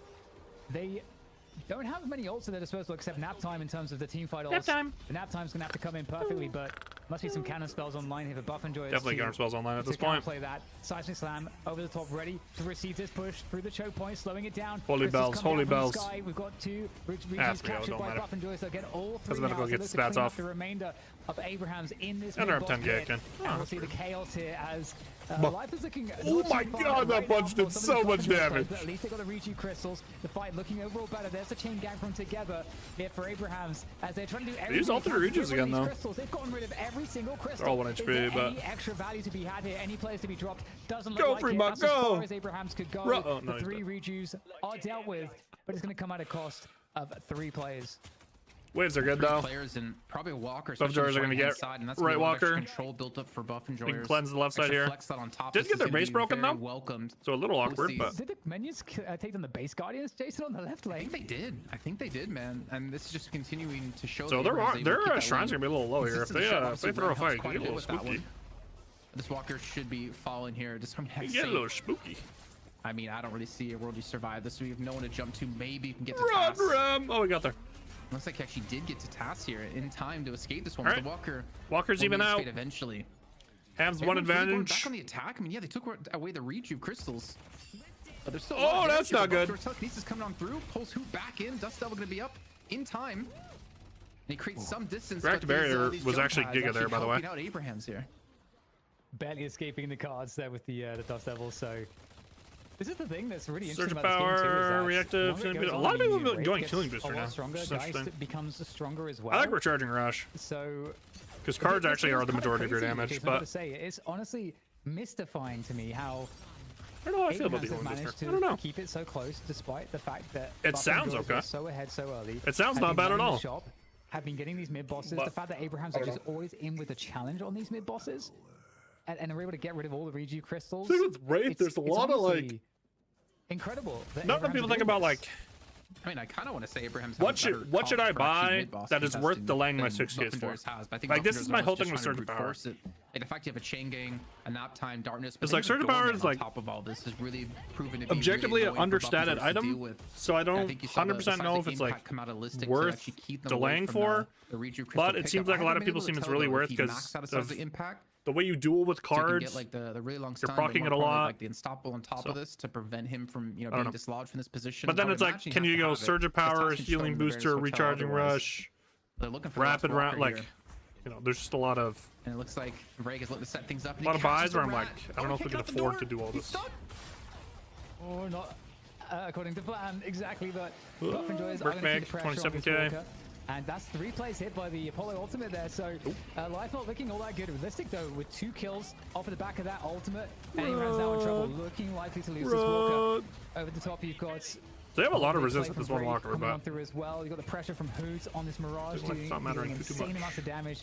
Able to have his way with the entire team. They're a little ahead. There's nothing they can do to stop this Walker. Bro, it's crazy. But the game went. He's been fighting this one. Come back again and spunked them. The game went equal, and they still just like bounced ahead again. Help him out, but Obikim had met his fate, unfortunately. And Zergi's still aggressive. Like, He's basically 30k after in the mid lane right now, trying to run away from this one. He has run, Chuck McGinney. Yeah, so he does go to spell this game. He doesn't need counter spell. Like we talked about in draft. Into a fight, he's gonna do a lot of sustain here, a lot of damage. Run, McGinney, run. They find they'll retreat away, but they took 2 walkers off of this. I really like the fleet buy. Lead now, and I can do that math. I like it. That's leading during. That's easy math. You're getting movement speed capped a little bit there. Pick up the buffs and the urn, and maybe she's very chutty. Rift. I mean, maybe you have to give this one up because you like a warp stone online, but. Like Zergi's damage. If we can take maybe a look at the damage done as well here, as you can see the soul difference. I don't mind. It's been probably really nutty. Yeah, Zergi and Hoot still up the top. And Arzo really depends how much slow resist you want. And there's quite a bit slow. You're bow slow. 16k damage, but still in the same place. I'm pretty sure Gas Bomb still slows you. Second from last. So. Yeah, and the gap probably getting good value from the actual stats of the items outside of movement. Comes online a bit more and stays competitive. I think Fleet's just like really good. There could be I can't believe they buffed Fleet like a patch or 2 ago. I was kind of blown away by that. Fleet was always like pretty good. Not a lot of people bought it, but to be able to shut down, it's a good item. A Wraith, but Walkerless chuds, Abraham. Just over a minute, and it's gonna be very interesting to see if Abrahams wants to make that their next stand. Because if that's the case, then they're going to be looking to avoid getting picked at all, and instead of trying to ambush the mid boss. But sometimes teams like to try to find I thought you had warp stone through the belly of this game. So they can try to convert. I didn't see if you had one or not. I wasn't looking. Let's see what they're up to do. I feel like warp stone is like core. Honestly, every time I put front ladder, I'm like, why would I have warp stone? Not line buff. It just seems like the best buy. More comfortability in the enemy jungle. Or OC 0-6 this game. But this game, he opted into resist over warp stone. Well done. Like bull resist, which is probably fine. Out the of double M1. You see listed with the Juggernaut and the Phantom Strike to again make it so you're disarmed. They also had a Cursed Relic out of Rake picked up. I think we had another disarming hex. At least it was the Rusty Barrel. Get his ass. I don't know if I saw it there yet again. Hey, good find. Oh my god, actual Dormant Valley. We didn't get to see Dormant Valley in the entire fucking guild house. Guild lock. Oh my god, people actually using the door. Listic said, fuck it, we ball, and I was gonna die for doing that. I don't know why the fuck he went through the door like that. That was really grief. That was one of the worst slams I've ever seen. Here for Abraham, so they can maybe pick up one he just more tried to slam like 6 people. Set up on the mid boss. Buffers, they have to be careful. They have to run. What are Buffers doing, bro? They're just chain hitting. Falling after that first kill. I think this guy's dead. It's all coming into place here now for Abrahams. We hear the roar of the mid boss that awaits Abrahams after they go for these following kills. They might just wipe out everybody. Why are we fighting? For Buff Enjoyers, what are we doing? Trying to escape here right now. They've been completely routed. Everyone getting caught off in man, the only one who can defeat Buff Enjoyers is themselves. Like, what the fuck are they doing? Very shortly here to fully capitalize. Break's gonna be up soon. So Break dies, and then Listic runs it down. Oh, Hoot. And okay. Escalating. And up in a 1v1 against Fremont here, just trying to give him some oversight and try to do some pokes and get them a little bit lower before they transition into a fight. You know, another way to nerf Mirage makes reload time way fucking longer. I feel like his reload time is. Do they have anything to stop this one? Zergy's off to the side. I think they actually might be letting this one go, but One, jumps on in. 2, comes on through. Cosmetical is able to get a guardian. Holy! Buff Enjoyers right at the fuck down. And try to take down a shrine themselves to alleviate pressure on so they're gonna try to go on the back end. This just spawn a wave. This is worth doing. That's obviously big. Get the mega creeps and the rest of that. The good thing will be is if they can get out. Looks like they will. Good back door there. That's definitely a good trade. You knew you were gonna lose the mid boss. Get really interesting. Sounds good macro at least. 3 Regie crystals. Okay. With Wraith and guys coming more and more online as time uncharacteristic mistake there. Is now suddenly just so extremely chain hinting and almost feeling like it's going to be favorable for Abrahams, especially with that kind of level of doorman play that completely caught Buff Enjoyers off guard. That pick was mega value for Abrahams. Mega value. This gets very interesting because what did Buff Enjoyers I'm gonna wait till end do? Because they're going to get weaker as time goes on in terms of the scaling. I wonder if that was a miscomms. Bombs. So Listic goes to the door by himself, and it seemed like it was a scramble for Buff Enjoyers to like reinforce to help him out. Like you saw Cosmetical overextend to try to help him. I think you saw like Hoot do that as well. Like they tried to like back him up, and he did lure a lot of ultimates on towards him. Like nap time was even used to lock him down, which is one of the big factors Abrahams uses to secure mid boss. Same drifter build from Fremont here. I like this drifter a lot. Build a lot more from the other builds. This is solid. I like this. No, it's gonna, I think, start to rise. So he's at 36,000 souls. So he's ahead of OC. It's kind of like a Calico build. He's still gonna do a lot of damage here, and I think people are building it more. They're like, huh? I wonder if this Calico hero has infinite more value than our drifters. Huh. Still unkilled. Let's try the Calico build on drifter. Of course. And then it begs the question, why not just play Calico? But this draft we're gonna get the initiation nets together, and with the rising ram, I'm just as well committed. Wolf to break him off from the rest of the team here. That's a great wall. People are actually like going crushing fist. Extra angles here for everyone to get on top of the fight. Seismic slam from Listic to try to find too. Some oh, that was a really nice pin into the wall. The Dust Devil as well to really lock him down, but somehow Together's alive because of Rem. Really good work there coming in from Sane to keep Together alive. That's not good for Rams. Dude, pushing West Walker is just so fucking hard. It's so fucking hard. Completely blown up by Buff Enjoyers. It's even harder too because well done here to keep things because Buff Enjoyers got this shrine to get the quick zip. So they have infinite push on this left side. I'm not quite sure how Ray got caught out there. It's always going to be something Ham's got to worry about here. Able to put, actually, I mean, it wasn't really good size of impact. It was more of the charge, the show charge right after that to pull Together as he came through the door out of position, so he couldn't be saved. The fights continue when you heard the soul change come on out of OCs. Zergy having gun buff here is really trying to run away from this one. They run weighted shots, unstoppable. The doorman himself, and Tass is gonna fall. The doors are no longer gonna be a threat. Zergy, he's just playing with Zergy throwing lights in there. 171 bullets. This guy is fucking massive. And that's gonna give the Buff Enjoyers. They're gonna be pressuring every lane, getting the own behind this as well. And with Taz down, it does limit some of the defensive capabilities. Nice remove there, just reading the map, being like, you gotta find only one. I'll TP in if it gets sketchy. They need to finish this game soon. Ooh, that was scary. Go after the Wraith there as well, but yeah, they have to finish this game soon right now because, again, they can play for Shrine. I think the Guys, longer this game goes on, the worse Buff Enjoyers position might end up being. Left side? Good shot. And so he's there's dead for 35. a lot of pressure here on them as they look to take the fight, try to take down more objectives. More base guardians have been dealt with. It is mid and 128, so they really don't want to grief. That But left-hand shrine, it really alleviates a lot of pressure on their left-hand lane because their shrines on the left-hand side is just you bulk up your Lee here before mid boss too. To be taken here. Steal some farm. Mid boss steal the centers. Time. Steal. I mean, Task's gonna be up before then, so Buffingers is probably just gonna take as much farm as possible as they can away. I think Hoop was sitting on over like 6. I don't mind ballooning your lead a little bit here instead of like going for a shrine. That's fine. He's at 41k. Zergy at 43k. It's probably Zergy has not died in this game.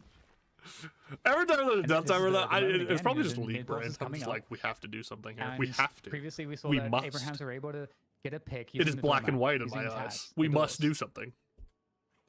There's interesting who goes crippling here over Inhib previously. Pretty interesting. And then the House of Cards kind of fell down. Will Buffenjoys allow that to happen again? I just feel like it's probably the correct buy. Honestly, like I was talking about draft, like they are pretty spirit heavy, so a little more shred with the crippling over the Inhib probably makes sense. Actually, the more I think about it, it's probably the correct buy. Going to be grouped up. Like these lassos haven't really done anything. Even if there's like a wraith in this game, then Inhib would be really nice to be proccing on. Same with the guys. His entire team is gathered around the door, looking to jump anybody on the other side. Door time. Especially with mid boss in 10 seconds. Yeah, they're gonna flip the whole game with this, by the way. This is like a giga fucking flip. And Buffingers knows all too well. Zergy in particular. Cosmetica's gonna float up to the left-hand side. I think. Okay, when they're doing this again, they're gonna give up this left brow because of the quick zip minions. So they are gonna give up such a long time. Left side pressure here. So and mid boss is spawning. They need this play to really work. Behind enemy lines through the door, everybody's gonna burst out trying to find the pick that they're looking for. And then they end up on Obikim, so Obikim does die. Obikim does go down, so Buffenjoys will it be enough though? They sent McGinnis to the Baroness. Again, put themselves in position here to potentially be good for the mid boss fight. OC's though getting critically low. Didn't get anyone else though. Oh, I love the fucking swap spam on the other side of the door. That's so fucking ratty. Holy shit! I actually love that though. Still sitting on the live swap. Oh, Sleep comes in. Looking for a target. And you get the pressure coming in from Abrahams to make sure that they're in a good position to take this mid boss, but it still feels somewhat dangerous here. Yeah, it's still not quite sold just yet. OCC needs to have a swap to feel more comfortable. As now Buffenjoy's going on the attack. Man, how many times is this door trick gonna work? You saw Buffenjoy's expected it this time. They're still gonna be down a player. They have to be so careful here. The door gets opened up once again. They're looking for Taz, trying to chase him down. They actually get into enemy territories. Cosmetical Ballistic side by side, fighting against 4 players on the side of Abrahams. And they're on the chase here. Arzo, he needs to get some big value here at 41,000 souls. Some kills would be perfect time for them considering mid boss is up and Cosmetical is just trying to survive. 600 HP. That boy moving. Where can he go? It looks like they actually ignored him. I love that he still looks to turn 2. Gets the proc off on us. It was just held swap this whole time though. Oh, the drifter ran it down. That's massive, is it? We'll get Lissa killed though. Gets OC's killed though. Still though, Zergy fighting strong here in the heels, doing so much damage. Right, this great thing. Oh shit! Abrahams will take him down. They've lost OC. Oh, that's a huge fucking parry from Hoot. 2 players, 3 players low for Buffenjoys right now. Buffenjoys struggling to survive, and in fact, they will lose multiple players. And Abrahams comes in with alt hits literally no one to take down this mid boss. Great cat to reset. Troopers running into the base as well. Wraith is raiding. Love the luxury battles game. Obikim comes back into the fight. He's gonna be blown up before he has a chance to do anything. Through. Dude, that was such a long fucking fight. Frank died. Obikim died at the beginning and came back in. That fight lasted forever. It caught Listic when he was already at low HP, so OC's dies from this. I think he misclicks trying to go for Zergy. They're gonna be able to do the neutral objective. Be a completely different fight. Is Vrake the lasso slide? The door. Door is full bugged with the lasso. Can't get him out. It's just, I mean, are they going to really try to? So they're going to be able to get all 3 here. I think we've got 2 players alive. I don't know that there's too much they can do, but they are going to be trying though. You can bat parry though. Cosmetical is going to get cursed there. He's going to look for Medical just dry punches it actually. Dude, the back Medical got one there is insane, by the way. But actually, Vrake, he's going to be resurrected and Vrake will live too. It's all day. Very mobile though on the holiday. Is Vrake able to make the escape? So they do lose a regen for that, so good from the 2 to actually do that. It does desync their spawn, so it could get a little sketch. But they're gonna get rift. They're gonna get Urn. Someone above Buffenjoy just pinged Urn. They should try to snag it. If they can snag it, that'd be ginormous. Like 10 minutes in, there's a 12 Drifter's already on the way. And that first mid boss that they won, Hams are gonna. Was it necessary? Did it cost them to lose? We're gonna get back here. Curse for Doorman now. Indomitable comes in for the Wraith. The Wraith is online, ladies and gentlemen. Wraith is online. I mean, it's not too difficult, right? You have a door you know you can escape from, but the whole game plan of using that door to surprise Buffenjoyers. Refresher, dude. People do this refresher fucking guy stuff. I don't know, shame on you.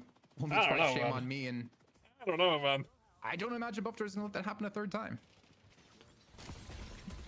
Well, it's gonna be the pressure now from Abrahams using those 2 rejuve crystals to finally deal with this mid walker. There's Listic though, the challenge against Together, and looks like Together's gonna win the battle, forcing them back. That's really bad for Hoot. He has nados though. Triple blind comes out. Hoot's blinded now while he's sitting at a gate. That's gonna keep Together in a good spot here to continue. They catch up with him again in this fight. And now the walker's gone, and the pressure Look continues. how fucking big this rank is. Rico, Overflow, Indom, Merkman, Blood Tribute, and a Dispel. Oh for I think the first time in the game now that we hit the 37-minute mark, and the base for Buff and Joy. I've been thinking about Surge of Power first on right. I've been thinking about that more and more recently. Abraham's in a position to siege. Skip Surge of Power. I mean, they should get your fire rate with your Overflow. Then again, yeah, they do have 2 rejuve crystals. I'm gonna say first. I mean, like your first 6 get together out of position, but again, just retreats through the doorway, and that shrine has fallen. I've been tossing that idea around in my head. This maybe Abrahams are just going to be satisfied with the 1 shrine. False. You know what? It does make sense, Jason, because again, the late game scaling is just better for Abrahams. So it's true. If they can be more conservative and make the game go longer, especially in this particular position, as long as they don't make a mistake and somehow they're not balancing their lanes correctly, their ways, they should be able to. Oh, we can watch this too. There's a making of the gargoyle head on the souls, and then just be able to run over Buff and Joyce. We can watch that. In theory. Well, they're theories for a reason. Oh, Arzo's coming back. He don't give a fuck. He's back. That boy back. And then you become disproven. Then you're, I don't know. I'm not a scientist. He is no scientist. You can bring him in and whenever he's around to help with that one as he's casting NA today. But Abrahams, they're in the base. And they're looking for the fight. They're not even looking for necessarily the second shrine just yet. They want to catch out the swamp. The soul change comes on through. And he has a refresher. Relatively healthy. Not too worried if this one is retreat back to the base. They're trying to get through the door and get out of this one. Eventually able to make the hop, skip, and jump away. So no one dies off the swamp though. I mean, he's put on pressure now. Oh my god, the drifter character is griefing again. It's griefing again. Yeah, this is kind of what we're talking about. Not like this, bro. Not like this. Very well defended from Buff and Joyce. Oh my god. Now, Buff and Joyce, of course, they've got to really push all these lanes. They've got to get lane control against Abrahams. They're going to jump off of the zip here onto the right side lane. 2 players onto OCs, but another big push coming in on the other side as well. This pressure is going to be huge here for Abrahams. The counter push could really ruin Buff and Joyce. Yes, please. Yes, finally a dry ult. Okay, hits one. Sun comes through just to disrupt this one and try to keep Cosmetical alive.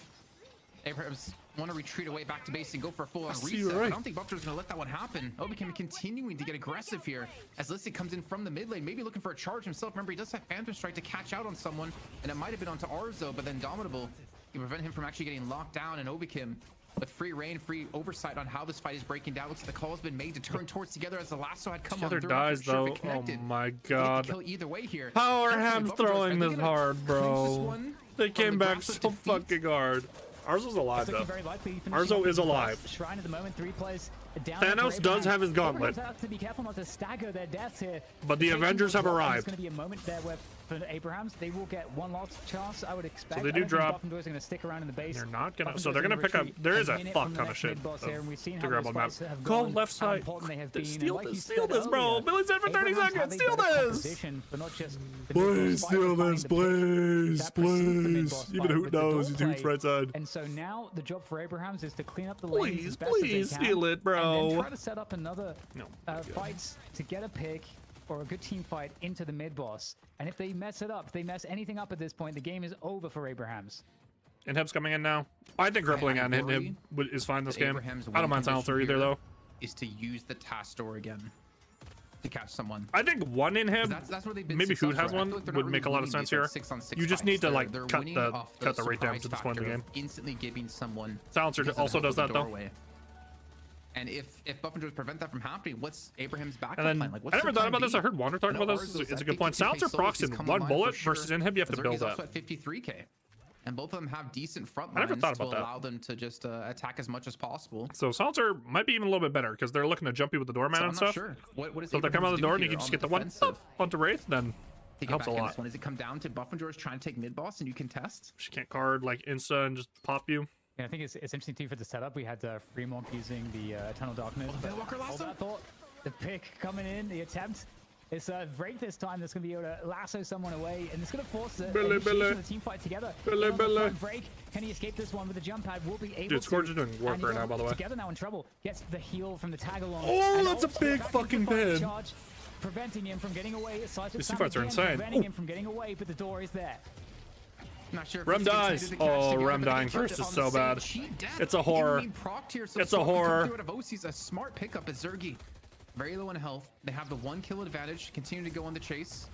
And actually able to turn this one around, looking for Cosmetical. And they're going to get the catch onto him. Cosmetical's going to fall to keep things equal. Except Ballistic was able to take down OCs. So still man advantage for Oh my god, all the turrets are set up now. Oh, the parry of the century. The Fury turrets is keeping him alive. Zergy's unkillable. Finally dies. Massive call.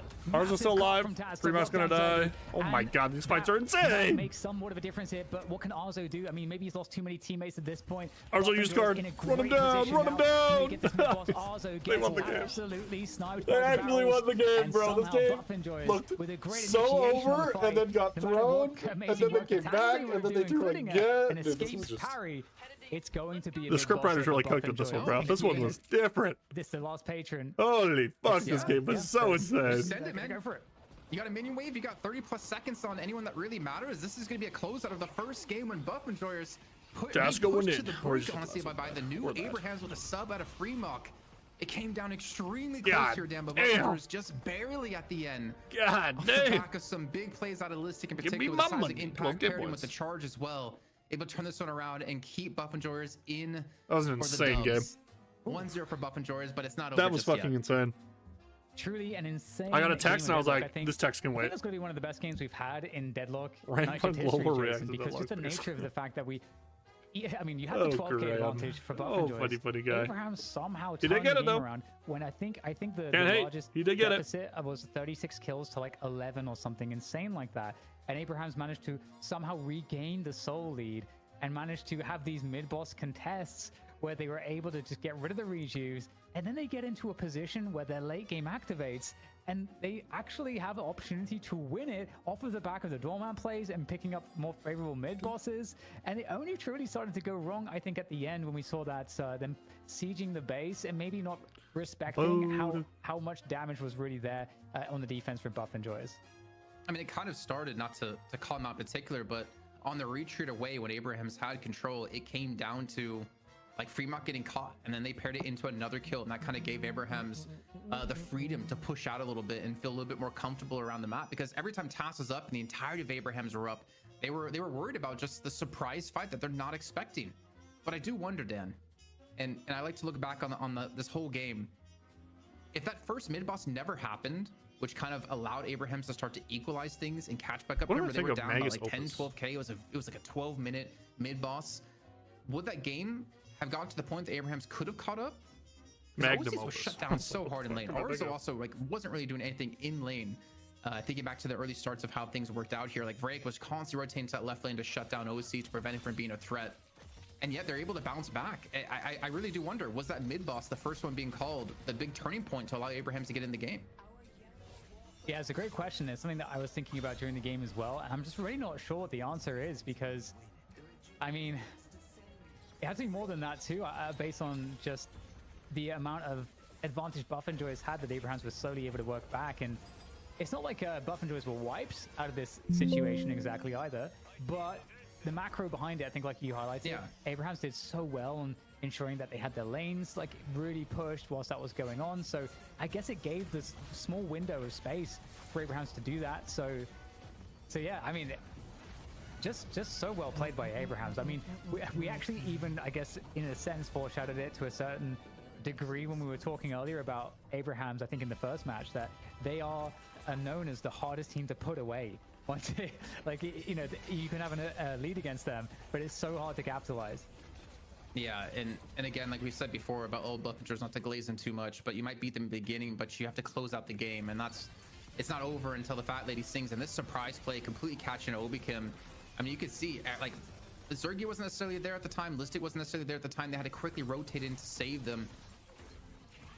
But that gave like Abraham's control. And that was a swap coming on through. It catches Listic, and it actually allows Zergy to keep fighting. He gets to a 7 kill streak here. Eventually, he does fall in that fight, but it allowed them to like keep things a little bit more equal. If that exchange happened onto Zergy, I do wonder, would Buffingers have lost that fight even harder?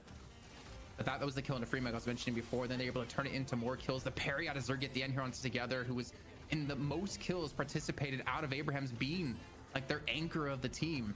Eventually it cost Zergy his life in that fight, but man, the damage was done. Break was able to come in and clean. This is important text. Yeah, really incredible game, and it's very hard as well to kind of like pinpoint the most valuable player. I feel like I'm like wondering what that even looks like, given the twists and turns that we saw in this game and the role that everybody played in it. I mean, what about you, Jason? Do you feel like there is an obvious answer for that question? Can you ask me the question again? I'm just like completely entranced by these highlights. Oh, He's MVP entranced. of that game. Oh my god, it's working. Bro, I don't even know, man. Man, what do you do if you're together, bro? If you're talking what do you do? It has to be together. What do you do if you're together? He was constantly like, I wish we had like a damage taken number in there as well, because I guarantee. What do you do, bro? Together had a great game. But just to be what do you do, man? The support out of Saint to keep him alive. Ours all got online. 16 death drifter, bro. Burst damage that Buffingers has had. 16 fucking deaths. He deserved it. On Buffingers' side, I still at 41k damage. Okay, man. Come on, like Vrake opened up the game, that game for sure. Cool, man. Yeah, look at Zergy though. The king. 74k, most objective damage, 38k healing. Yeah, this beginning hero is about to get gutted, by the way. Of all the McGinnises we've seen, I mean, pretty insane. And look at the damage output there. It's what you, I suppose, understand the potential to be of a good McGinnis. But Zergy, I feel like Zergy, doesn't matter what you put him on, you never see a bad performance really. And so I could see him being in the argument too. But yeah, Vrake, I think, especially in the early to mid game, I think Vrake was absolutely the architect of the lead that Buff and Joy has got, and created so many opportunities. So I could definitely get on board with Vrake too. Bro, it's crazy to look at the soul difference graph and just see the majority of the time, let's just say like a good 70+% was Buff and Joy's with the lead, and yet Abraham's were so close to winning that game at the end, able to just like drag things back. I mean, obviously we had a big lead around the 10-minute mark, which was about 12k, and then it eventually dwindled because of the mid-boss play that happened. But to kind of pull things back there, but pull things back like multiple times, I think is not easy to do. And you know, if it was any other team out there when Buff and Joy's had that 10k lead or 12k lead 10 minutes in, I feel like they would have just mentally given up. But Abraham's didn't, and I think that's a good sign for them. Oh yeah, I totally agree. I think it's just one of those things that who had a good game. Love is low death on Mirage is always in terms of their my metric I like to use. They're just so good in these particular moments. Like we've talked about it for so long. There's something about the DNA of the team. Even when a lot of the players have changed, they have this amazing resiliency. And what's insane too is that was just the first map, and there's the potential for 2 more. So we'll have to that was see a great first game. You know what happens, because I think we've got to take a quick break here, Jason. You know, catch a breather, Dormant did fine. With the second I like the Dormant items. Out, like, you want a bunch of tempo items because they fell behind early. Like, look at the fucking graph this game, bro. This was cheese though. I'm gonna be honest. This was like comeback mechanic, like BS. This like first throw, like they weren't even. Like I was kind of blown away with what was going on with that. I feel like this needs to be fixed because it's very rare to see people go up like 13k that early. So you got to see the bounce back mechanics, which were just I think that's a little overtuned in my opinion, but it's fine.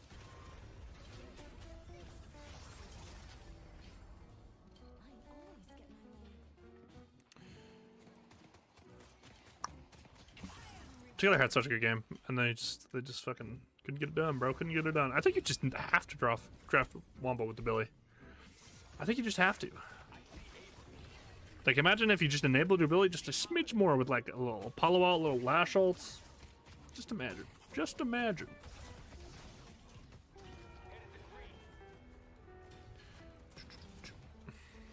Yeah, videos for us to watch. 1 sec.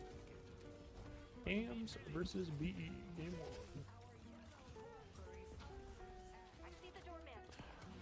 Boom,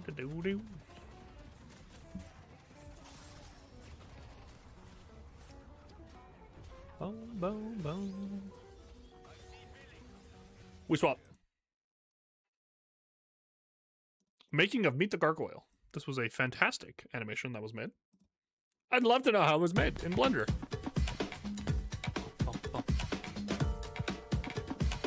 Deadlock received a major visual overhaul, 6-0 update. Half of the old heroes that were present in the NDA lift got their models updated. Ivy was one of them. I'm gonna turn it down just a little bit. Old Ivy? Fucking cursed. Totally fucking cursed. And then they did this. Yeah, it was like so that actually, it was never official, yeah, but I've seen the screenshots. I like much more what they did. This is more gargoyle-y to me. This was like the rat face. I don't think was a good direction. B3 model can be extracted with Source 2 Viewer, then imported into Blender with the Source IO plugin with the mesh textures, raw skeleton, and weight paint data. Start of the most ambitious project in my career. Cool. Unlike the quick doodles I do for Mimi Century Shore, this time I did the more extensive explorations with 2D paintovers around September 2025 using Kinsirix Ivy Rig as a base. Okay. None of the versions that were available had a face rig, including the current V3. Interesting. Unlike the quick doodles I did for Mimi Century Short, this time I did a more extensive explanation. Oh no, they're just showing more screenshots.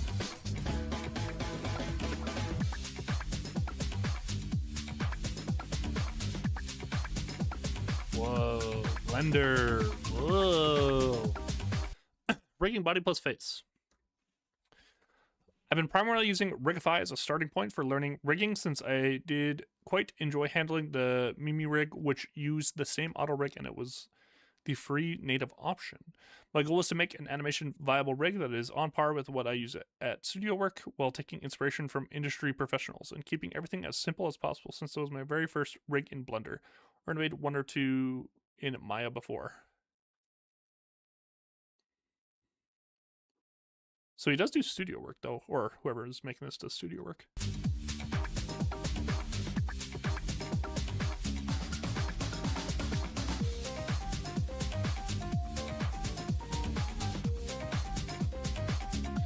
I utilize a lot of different techniques, lattice distortions, concentration chains involving MCH bones, bendy bones, armature bone constraints, drivers. Most of the body was semi-done already in-game, but facials had to be made from scratch, and some other parts like eyes had to be redone, since the original ones were unusable for a proper animation. Total time, 1 month, with weight paint fixes. Weight paint is such like a funny word.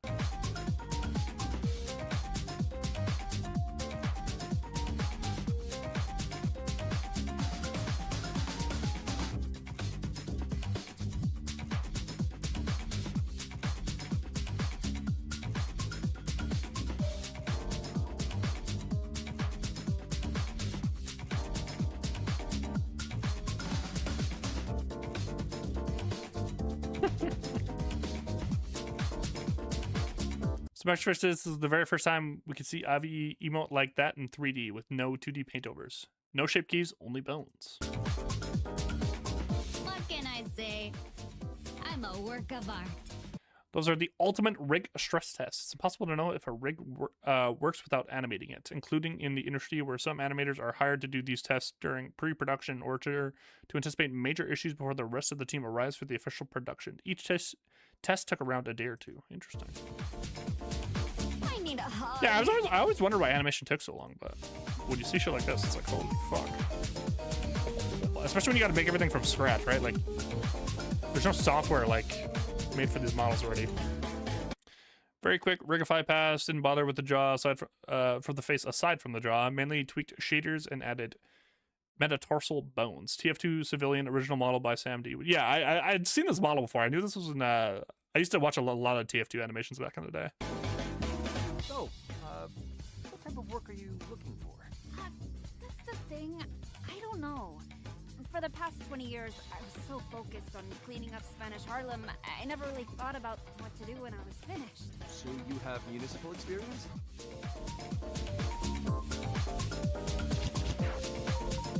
TF2, baby! Building tests. Primarily use CTF_terrain_winter as a base with changes to room, proportions, props, textures, and lighting. There's things that differ from the 2D animatic proportion wise, but that's the STH that can be fixed / adjusted in layout. Interesting. Props come from both TF2 and Deadlock. Their exact position differ between shots for better composition framing. Yeah, like you can tell some of them were Deadlock assets, like these guys. was a good like it felt like a unique world though. It didn't feel like one or the other. I just recognize it because I watch other animations, but It's a long story. so we started with shot 2 because it was a semi-easy shot with both the recruiter and Ivy being on screen. Okay. Thanks for meeting with me. Anything for Carlos. It's a long story. We're going to shot from layout to compo first in order to get the hang on the general production pipeline test, some render settings, and anticipate potential issues before splicing the whole project into separate animation files. Okay. Yeah, and I heard animation files are fucking ginormous. If you ever wonder why people who work on animation or they do like 3D modeling for like engineering and stuff need good PCs, because holy fuck, these like file sizes are fucking enormous, bro. For meeting with me. They're huge texture files. It's a long story. They're doing an after journal. Thanks for meeting with me. Anything for Carlos. With the layout files spliced and acting references recorded, the real work could finally begin. Starting with blocking 1 for sequence 01 all the way to SP line 1, while checking the edit for potential hookup issues and camera polish. There's also the opportunity to deep dive into using animation plugins like Animate Pro, Transformator, okay, space switching, and other custom ones in order to optimize my workflow, since I only had Sundays to work with on the project due to work and stuff. So yeah, he must be like a animator or something, because it's like, this is a lot of insider knowledge. Know how to do all this shit. Started with some easy shots first, hard ones in the middle, and finished with the remaining easy shots. This way I can get a fully comfortable, I'm going to say, with the workflow while preserving stamina in the long run. It's also a preferred order on featured films if the schedule allows it. It's not a sprint, it's a marathon. Yeah. Yeah, I've heard animation crunches are like, fuck, those are long days, bro.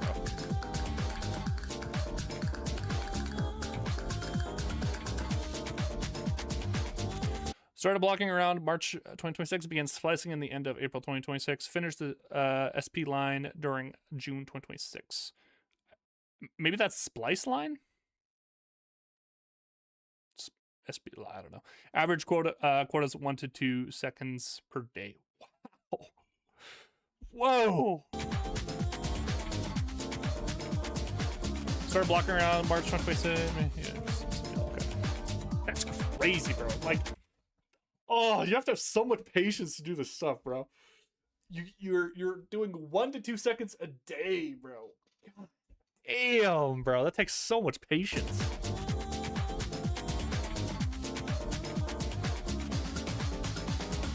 I guess like so, like when you watch this like walking animation, like that's probably a little bit faster. But when you're doing like close-ups like this probably takes so fucking long. Like the walk there probably doesn't take as long. Maybe the putting hat down takes longer. But on the shorter end for feature film productions, especially with Ivy being deceivingly tricky to animate due to the amount of different body parts. Arms, tails, wings, ears, long neck with sternal muscles, lungs, fingers, hair, ponytail, contacts, yeah. Handcuffs, suspenders, leaf on that. Yeah, a lot of detail in the model. Full walkthrough are available for my patrons.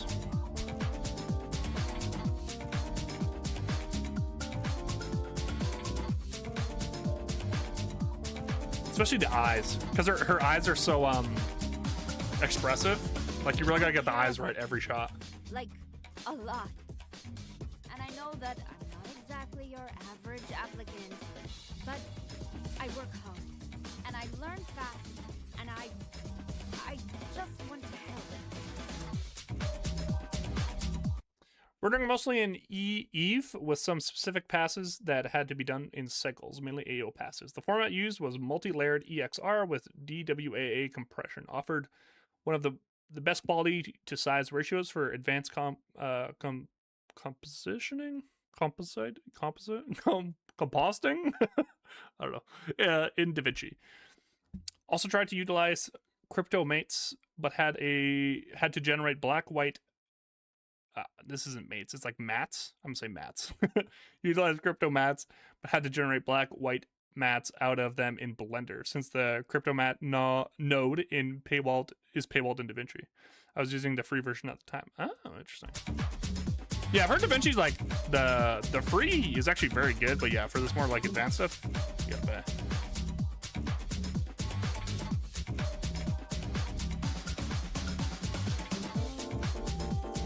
efficient in sequence 01. I could finally focus on sequence 02, which despite being much shorter, it would also be much more complex in terms of BG.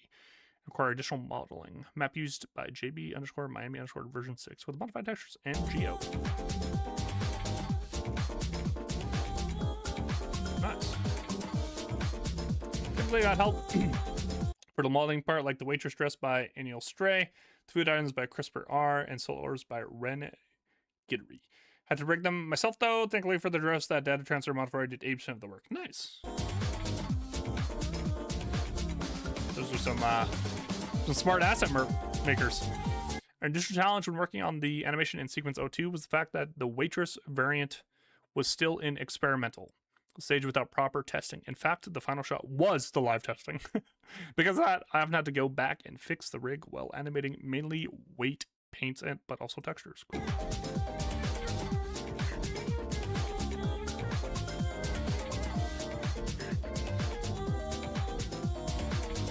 And we're in draft. I'll finish this in a sec now. This is cool. More something that they need to actually take away because it was very frustrating. But Abrams have actually deterred the first pick for themselves. Since they lost, they got the choice. And Buff and Drawers will actually get the choice of first pick here. I think they're going to copy the Buff and Drawers strat. Interesting, and there you go. The Doorman ban, so we're already going to mix up no Doorman in this game. Predictions following this as, I think, the first sort of like step in those decisions. So I don't think we really talked about what Abrahams might be looking to ban here, but what do they want to throw away ban? Throw away ban. Probably Pocket, right? No, Mirage. You just don't get that good shit on the back end. That was the first pick, right? Last game, so I think who ended up on it. We'll see. It was first maybe they're down for like Pocket. Abrahams took Billy. Pocket McGinnis. Buff and Drawers just take Billy. They don't really care about Pocket being played. Buff Drawers get Billy as much as other teams would. They go Lash. Wow. First pick. You're right. So you're getting over Billy. So if I'm Hamster, I would go Billy Pocket. I think Billy Pocket's the best pairing for 1-2. That's how big emphasis they want to punish out of the OP OCs. heroes. That's crazy. Bro, I feel like they complement each other really well. Again, like we've been saying with the Billy, it gives you Wombo with the Billy, but they go McGinnis. Is out of the world, out of this world right now. Yeah. So McGinnis Billy, right? I mean, McGinnis Billy, yeah. Probably not to get together on Billy. His performances have been immaculate on Billy. Like Pocket, you go Billy. What do you think? What do we think, Buff? What do we think? I mean, I'd see no reason to not pick him. I was gonna say Buff Drawers, but it's hands back. So I do wonder though. So you could go Pocket. Go Pocket. Pocket is really good into McGinnis. I mean, I feel like they have to get the Max Affliction makes sure Spectre very weak. I do think those are the two potential top picks. Or Calico. This could follow up into Billy too. People crowd around Billy when he's using Chain Gang. Go Abrams in top 3, and maybe get him after the second set of bans. But I think I feel like you got Pocket, bro. Are we just not going OP picks? I think they want Holiday because Lash is like half a step below though. I would say Lash is like top of 8 here, in my opinion. So then they care about Calico. They go Rem. Buff Drawers number 3. They're going off the wall here. I don't know what we're doing. Wait, okay, just to check. So they do have Rem Abrams, which is strong, but with what's available, are we 100% sure they're on the right side? Questioning production. How dare he? How dare he? Once, I think, was it last week? They go Pocket on 3. They give up McGinnis, Billy, Pocket. So. Wow. That's great. Okay. I mean, Pocket. Yeah, I mean, like at first the weird thing is they go like sustain Abrams and then Rem heal, but into a Pocket, which is like against Rem and heal King, and they ban Calico. Okay, what are they gonna ban? Jason. Drifter? I mean, prevent the healing, but only if you get the Hams have is the key thing here. Only if you get it. And I wish we had like the ability to dive into stats, but like average members hit with Affliction against Buff and Joyers any other team, and some weird stuff coming out here. You Buff and Joyers is way lower than every other team we see out there. So it's really hard against this team in particular, who just invests so heavily in counter spells to hit good ults against them. Holiday. So yeah, maybe this is just like them being like counterspells OP, so we're gonna show you how OP counterspell is, but this is weird. It's so crazy, Jason, when we have seen both games, Holiday be extraordinarily impactful. That's the priority hasn't been placed there as much, which I think says a lot about the what is perceived to be important as the core. They go Holiday on 4. So Buff and Joyers get it 4th. I think this is where they picked it up last draft too. Yeah.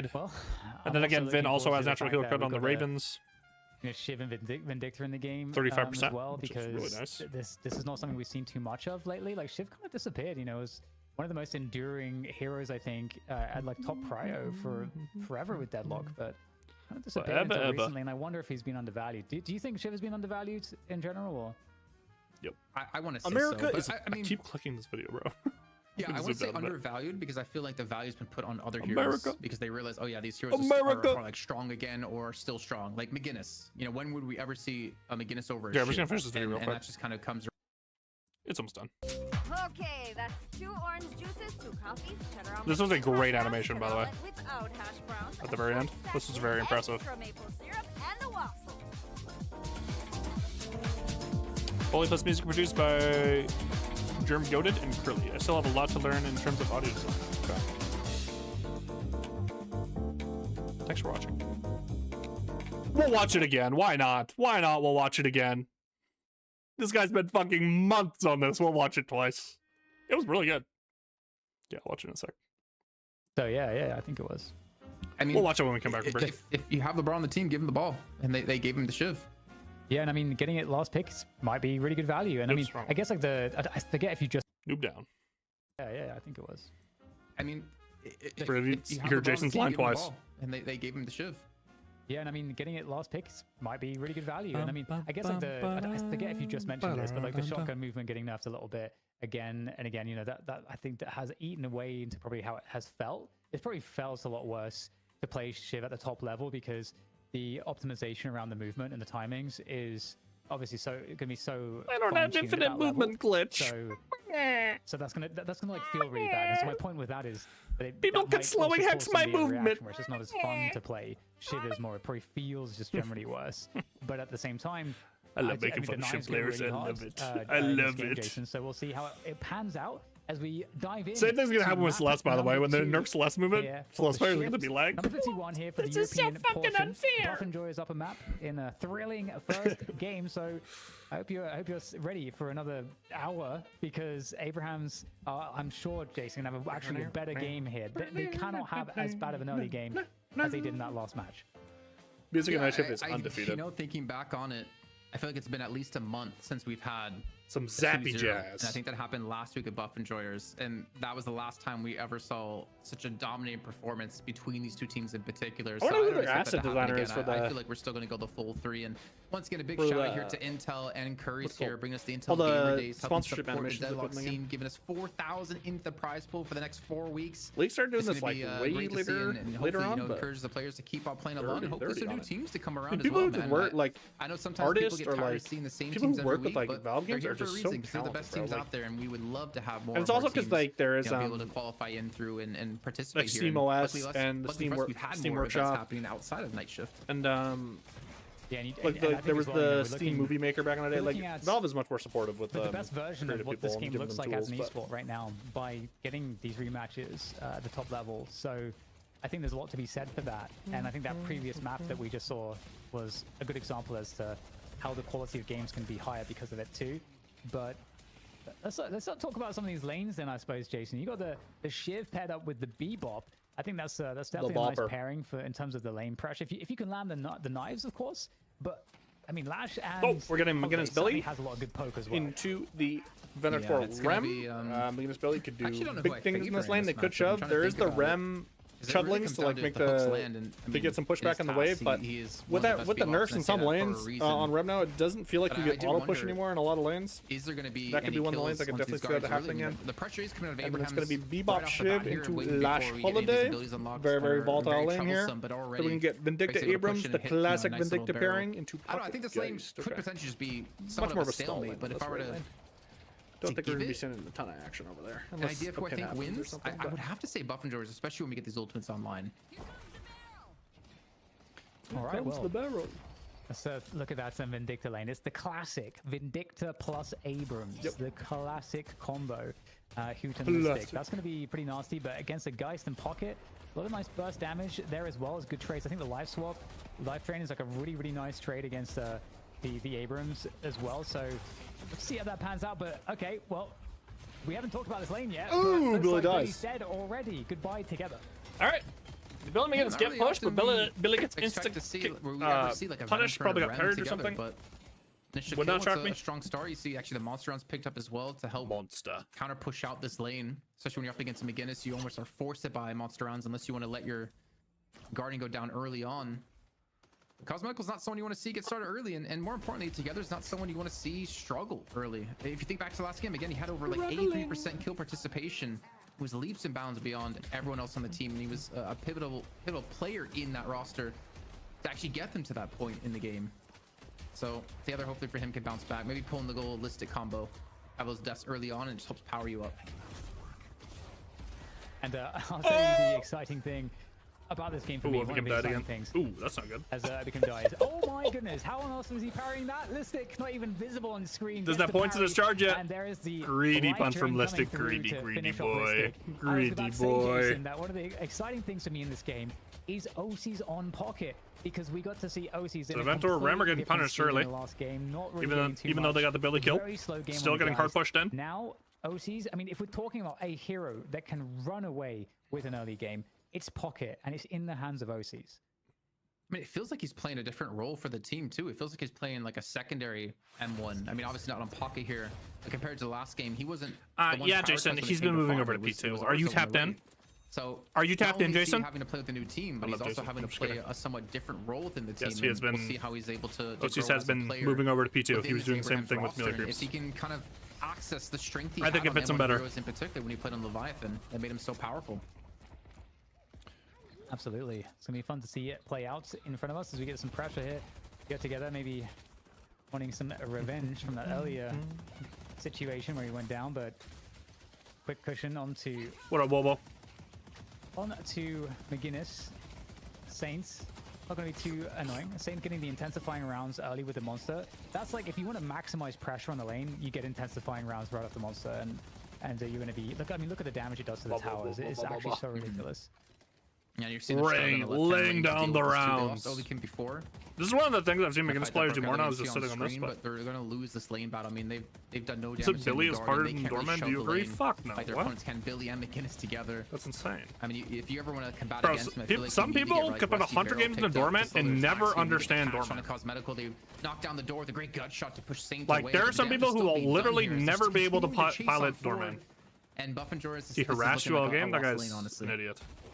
Yeah, and I think you know, taking down Cosmetical like this, it's you gotta think about the floor. Of course, mastery, like okay, like if you really want to, I could see some argument for Billy's ceiling, but in terms of floor, it's not even close. Like Dorman, you can solo lose a game on Dorman, and you can do that for the first like 20 Dorman games you play. Oh my God! Still converts. You won 5v6 barely, dude. Trooper with the cushion, able to get it done there, and actually looking to convert on Saint. That quick headbutt there as well as a Cosmetical comes. The thing about Dorman, Dorman's unique. Like learning to play frontline has a lot more transferable skills. So if you play frontline, you can learn Billy easier than like picking up a different type of style of hero versus like Dorman is unique. Cosmetical is respawning back on through, and they lose another guard. Yeah, win rate not looking good on him. But Hyperline comes in onto task. Yep. Barrel as well. And I guess I'm kind of like. Well, but you missed a Drifter build I actually liked. I was in on a Drifter build today. That was very sly. Does Fremont know where he is? Yes, bro. There was this Arctic Blast debuff Drifter build. I was like, this is how you play the character. Oh, the umbrella! I'm fucking into it. Oh, if that umbrella. No, it was like Arctic Blast. Blade, I actually. It was a bunch of, it was different. It was interesting. Actually doesn't have much spirit duration and stuff. Spirit duration's always been kind of standard, but I'll show you. After this game. Abraham's with a fantastic start here. I mean, Soul difference is not really that big. They've got a lot of map Arctic Blast into Ren Silence, and like boom. They've taken CC down King. every Guardian, Jason. Every gives them hard CC like a snare or two. I was like, this is good. Everyone, and not a single one of theirs has gone down. That's kind of remarkable. I mean, I don't think we ever really see that. Also, like, comeback mechanics were fucking insane that game. Buffington went up 13k at like 10 minutes and then died like 4 times, and then it was equal game. That's kind of crazy to see. Maybe we can actually get a look at objective damage in a second as well, as it looks like a lasso connected onto Task. You're tired? Followed by Zergy with the ground strike. Looks like they might not pick up this kill here, even with Saint rotating on through. And maybe we'll see a Guardian go down here on this right-hand side. Hoot looking for the snipes. Oh my god, Arzo on 1 HP. Oh, can't quite connect the follow-up shot here. No quick flick for him. Ben Abrams getting the push. Why the hell's making us here? Okay, they're swapping us to blue and not just taking the granite. With the Siphon Light, that's going to do the job. That's not good. Okay, who's getting punished? Ooh. Oh, finding a quick Well, heavy punch melee before he on the way dies. I out, respect it. making hurts. Saint gets And, run down. Okay, very interesting situation because Saint made the mistake of leaving lane as McGinnis, trying to walk into the jungle. Buff and Joyce have been getting a good situation on the kills, at least punishing the forward pressure from Abrahams, because this Early resto for really Mr. Rim. why the This is what I like resto differential more too. When you buy it like really early, like in lane and stuff, I think it's good. Look at that ejected damage. This I'm more into. Just punishing that lane. Because Rem's actually like good at trading lane. The monster rounds before you can just get 100-0'd. And only two He's players not on Buff and Joy's Not side bad have been at able all. to touch Guardians. And that was just in the right lane alone, as we mentioned before. So great stuff actually for Abrahams. And the thing is, even with all those Guardians taken, they still only have a 3k lead here 8 minutes in. And it's about if they can actually use the Guardians being down to their advantage to look for these kills in the jungle and get these catches. As you see, like Cosmetical trying to look for Sinners here on the left-hand side, and he's not safe to do so. And it's retreat back to the Walker. I mean, if you look at the jungle creeps that are accessible now by Abrahams, this should net them into a pretty substantial lead here. Yeah, I think so. I mean, what's interesting, as we see actually, Vareka Dude, Saint is 3 kill streaks. Again, I think, yeah, getting the kills here to really. They're not letting this McGinnis exist. I would expect to see. Again, he's like over in the jungle though. Like McGinnis, you gotta hug a structure, bro. You are a chud. You will get ran at. More utility version of McGinnis. 2-stam chud and your slow movement speed. From Zergy, which is like the damage carry. It's a hard knock life. I would expect. I wouldn't really hate like some siege, like Mystic slow, like for your turrets. I wouldn't hate the idea of that, and like maybe suppressor as well, because you kind of like. One thing Buff and Joyce did well that you mentioned in the last game was like their movement and the mobility it probably will be a turret build type of thing. So they're not wrong with those suggestions. Here with these turrets, because it's gonna be P1 guys and then P2 pocket. This is not gonna be the Merc Meg McGinnis we've been seeing. So I don't mind. Not gonna connect. Good suppressor game. Good movement. Actually gets. I don't know if Mystic Slow this game, but I like suppressor this game. And actually, a knife would have been enough to actually finish. Mystic Slow is good into chuds, but movement slow into characters that have movement and like by stamina mastery is kind of useless. Kind of fucking useless. Continues. He's dead. Wow. Okay. Alright, I'm believing ZP. I'm believing. Yo, okay. He can't escape. What a catch. The lassos today have been phenomenal. Phenomenal from Break. Just imagine if you didn't play Deadlock. So it's just they're targeting the Calico for Buff and Joyce, and then they just swap over to Pick, and they're looking just as good, bro. They're looking just as good. Wait, was it ever not a skill shot? I don't think it was. I think it was. I think it wasn't a skill shot ages ago, right? I think last time was always a skill shot. A big battle over the buffs here. Oh my god, that was an insane Guardian Ward. He still dies though. Whittles away, and he gets finished off. Good focus fire there, and Abraham's looking really good, dictating the action again. Poshy's died. Up into the finish here with the chain gang. Up for break.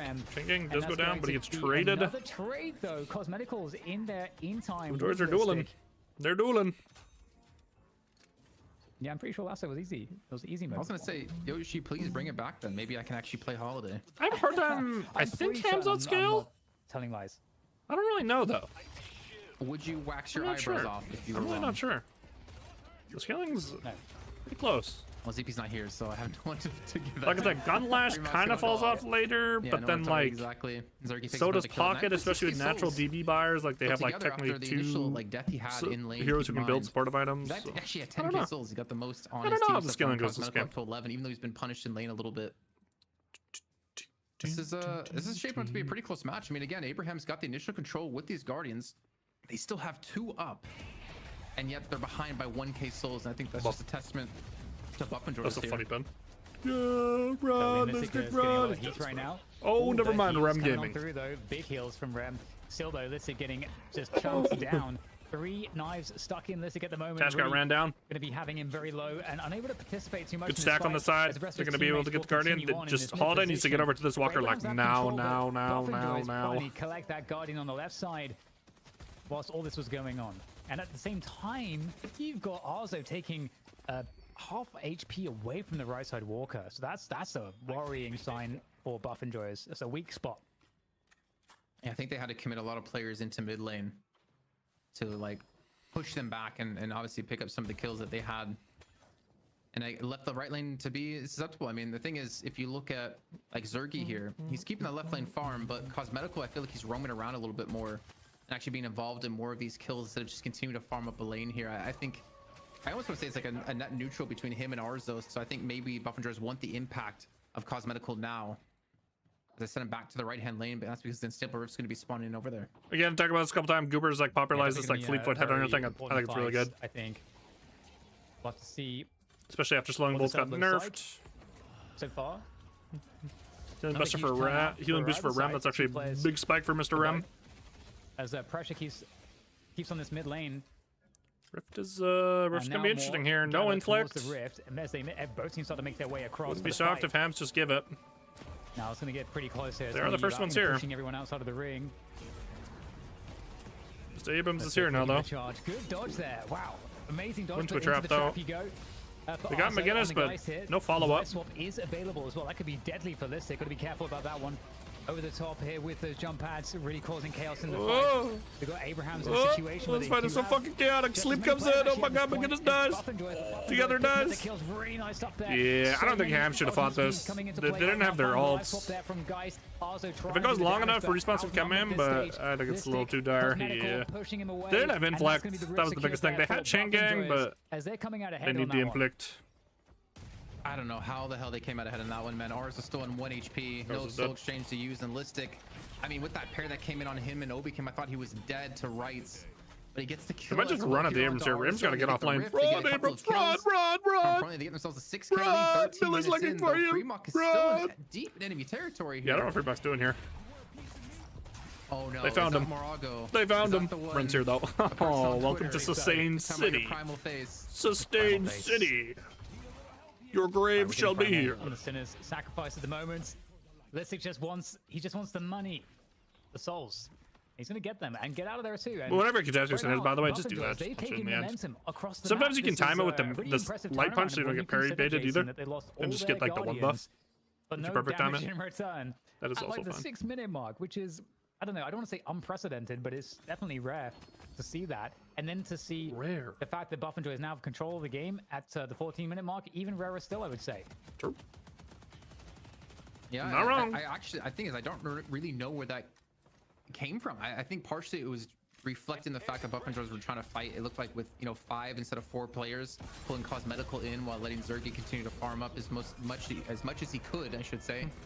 And they're able to pick up kills with man advantages. And they take down Fremont here, who's again like on Shiv. If you're not really having a stronger early to mid game, I mean, yeah, you can still be lethal in the late game with your killing blows, but I think that's just not the style Fremont plays. He likes to get like an early lead. So if I'm Hams, I'm finding ways to get this right push. Walker up on the right hand side, like I would even like bring this guy over, see if we can get Bumdrar's push, because Arzo did get a fat chunk out of this. OCs might be a little uncontested on this fish for a sec. They could jump him after the doubles here though. Also, yeah, no, it's fine. Like got stuck on the ceiling or something. Ooh, it's got quick zip. Doesn't matter. But still a pretty tight game. They're gonna try to jump him after the doubles anyways, but it's a bucket. You're not gonna overchase the bucket. No sense. And OCs I think are looking good and we have a nice little stable game. But it does definitely feel like the it doesn't feel like a lot happened in this game, but Buff Enjoy's up 7K. The Buff Enjoys as they micro getting couriered across the map by together, and looks like there is a catch. Zergy finding a very alone. ADing for most of those free tips. To try to lock down Zergy in position. Dodge a couple bullets. OC's in position, but just misses. We got the cloak out at least. There we go, protection with the wall. Love to see that. Over the top with the flying though from Addictor to try to steal. I don't think the Addictor knowledge. Like the decay by this game from Mr. Hoot. We talked about OCs. Just toss it on either one of these three, and you're feeling pretty good. Even Billy, you feel pretty good about it. I realized that if you're gonna put him on pocket the first time in comp play, this is probably like the worst team to do it against, and I really want to keep my eyes on him if he hits some big afflictions. As he's on the right-hand side right now with Affliction up and ready to go. We could have 2 potential players to catch up. Affliction goes and out, catches 2, Listic and Cosmetical. She wanted to, yeah. I like the swap hold there from Arzo though. Not swapping, I like that. That was clean. That was clean. He didn't just panic swap onto the rim. That was good. And now together, he's deep in enemy territory here. No chain gang up. Oh, rebuttal. A potential wrap. A huge timing there on that. I mean, like the double shield in this game. Swap, I mean, that just completely turned that fight around. Saved. I think it saved over Kim just for the moment. So the thing about Hanazor is, of course, it's always good into M1s, but it's also particularly good into like strong guns that don't build fire rate. So like with the new Bebop build, you're not going to be building fire rate. Pocket shotgun's really strong, not going to be building fire rate. Billy builds some fire rate. Advantage, despite the fact that I think I'm looking at the wrong side. have largely been going the way Oh my god. Zergy makes sense too. Who would have makes sense too? Knocked by Lash's gunfire there. Even Venator like really needs fire rate to pump out his damage, so cutting his fire rate's good. Abrams' gun is solid. All his guns solid. It's solid all 5 of these guys, honestly. It's like strong guns that you don't build a lot of gun with. The fire rate cut feels nice, and of course the shred. How is Together like still alive as well? I mean, Zergy came in to support. I don't know Do they how rip Rick mid? escapes that one. Odds? He's on a 5 kill streak. No. This man is The Wizards are bad. now. And somehow They gotta catch the side. a single player off of that. And that's gotta be insanely scary, but again shows like how good they are at teamwork. Zergy comes in at the right time at 19,000 Did they give Rick? Like they forced the back out of Rick, but he matching can come in OC's quick the pretty whole much day. point for point. It's scary to do. A little bit of a slower period of time So, now, because like good job from Hams though. They end up they do get the right side walker off the original Arzo chunk out of it. Towards Rick and Tass in particular. And do we have Playing the map well? actually picked up for these 2 players in particular? Sharpshooter for Vin's a pretty huge spike for who? Rick to open up some of these catches and kills. So forward position actually for Listic at the moment, and you can see Abrahams, they know that this is an opportunity for them to try to find this gank. Can they get the catch? The slowing hex is sent out there. Rising round to close distance, but that boy Listic moving. You ain't catching him. He moving. Time, and assistance has arrived for Buff and Joys. They might want to try to turn this fight onto Abrahams. Hook will miss, and I think that's going to kill this this invade attempt. And otherwise, not too much going on, like you said. It's somewhat of a lull. You're looking for Bale Walkers, but hang on, actually, where is Overkin? Look, he's underneath the action here in the mid boss. Uh-oh. Okay, and the exit's been denied temporarily. Run! He lives. So teasing these attacks right now. Oh my god, Saint's dying a lot. Got massively blown up. Saint is not respecting his shreddy nuts. That apparently, I didn't know this. OC's played pocket with melee creeps. Yep. Is what I'm being told. I didn't know that. Yes, Jason. I didn't catch all the NA games, so maybe not his first time playing pocket. I casted that, I think, so I should know that from last week. Damn. Siphon Bullets comes in. Yeah, it didn't feel like so not his first time. Yeah. First time in EU. First time up against Buff Enjoyers. And the Death Slam coming on through to Zergy. Not going to connect onto anyone as Hoot has already fallen. But still just a 1-for-1 trade at the end of the day at the moment. Listic somehow gets a parry here onto Together. Did he get parried twice? It almost felt like right there. But Obi-Kim has to tag on to get away from this one. The trap comes through and catches on to Together. I don't think he's going to kill. That's going to happen just yet, especially with the respawn coming on through. That must have been a react parry off of the rising, like hearing the rising ram. That's the only way I can imagine that he managed to pick that one up. But mid boss getting deleted here. Abraham's looking to do what was done to them, and Buff and Joyce looking to take the balls fight, up, charging on through, and we got those turrets now shooting away from Saint. Definitely providing some good early punch from Taz pays off. Goes 2-1 for Buff and Joyce. Buff and Joyce, they get 2 of these crystals, these key rejuve crystals. Now trying to back away from the fight. Now the question is, who is OC's good cape. Baited out the charge too. Still dies though. OCs. This is not looking good for the extended fight does not go Ham's way. Control here. Even though they got 1 rejuve. They got 3 kills now, a 4th. Waves are bad too, and then we will see the neutral objective. Cha-cha shuffle. You get earned, you get buffs. Save 1 crystal. You get the rift, and suddenly game is hard. Suddenly video game is hard to play. Suddenly the video game is very hard. Wait, like a really minor patch? Or a minor There's some hero changes. Oh, some minor balance stuff. Patch. I'm sure we'll get into at some point here on the show. Oh no. In our grand finals, Jason. How dare they? Must have just dropped. It's not even on this yet. That's fine. I would rather have active devs than inactive devs. It's the charm. It's expected, and it's the charm. Hold on. I don't know that the players would agree, but I'm saying it's the charm of Deadlock in its current state. It's to get us. It's one more patch that gets us closer to open beta. That's how you have to think about it. Okay. It's not in the changelog. Into the Deadlock International. Did Jason get baited? If we ever have that happen one day. Did Jason get baited? Because Medical gets hyperlined, and they're able to turn it around and kill on the free instead. And now Abrams are fighting with Tasta. 4v6 and with 1 rejuve left up. That's probably always takes away, and they're probably looking for a walk on this right hand lane. So they have to be careful. Again, OC's gonna have this affliction up.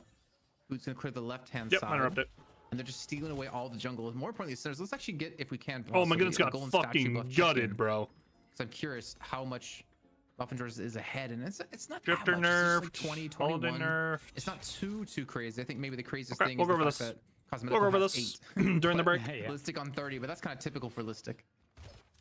I mean, I think the thing here as well is that, what's the comeback potential for Abraham? In the last game, we could look to the late game for them. The late game doesn't look nearly as threatening as it did in the previous Arzo game. failed his movement. Now that we've got about a 17k advantage. They're just still going Skullslinger and stuff, despite the changes. Interesting. What is the... Early spur resist as well, healing booster for the spike. Okay. I think I like this pairing a little bit. I feel like you just got to use with the healing boost change. Makes sense.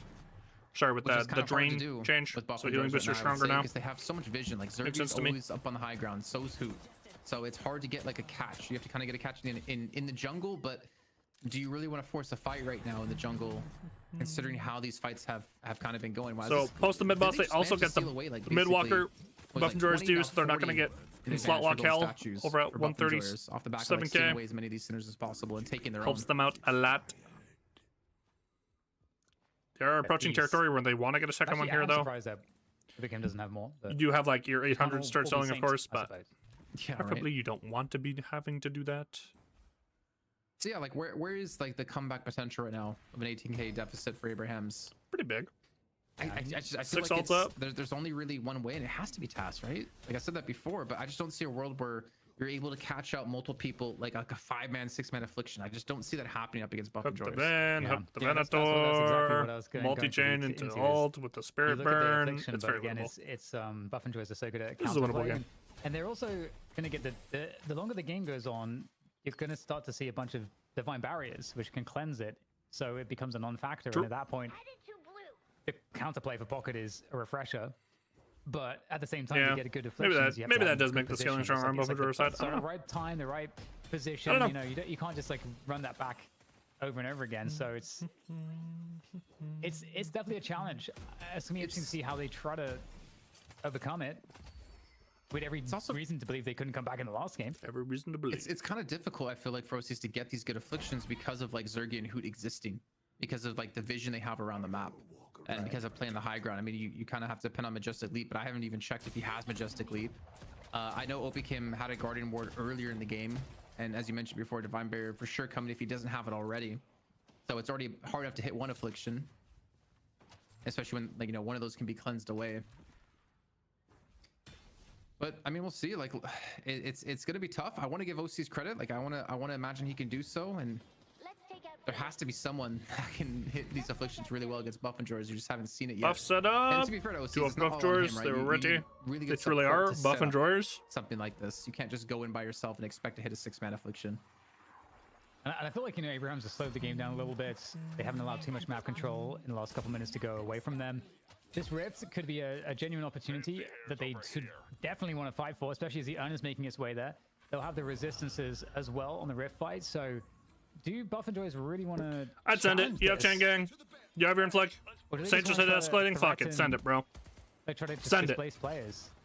Well, it's like the fact there's an unstable Rift there and the Urn. So I like playing backwards towards Walker here, like only put one person on the point, but then they match here with Buff and Drawers. You're waiting for them to take the Rift and then you come back in. So they do give it, so now they're trying to look to fight, but... Freemock doing a good job of trying to dislodge Hoot here on the high ground.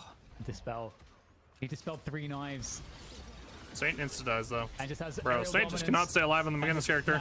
He's got hard flanked. As well to just pump the damage.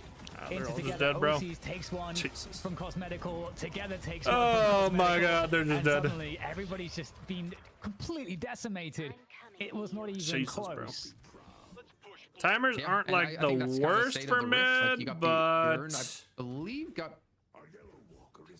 They are just gonna head over right side here. I think they could crack base, or they can go right Walker. Here's what they're gonna do. Off of Listic.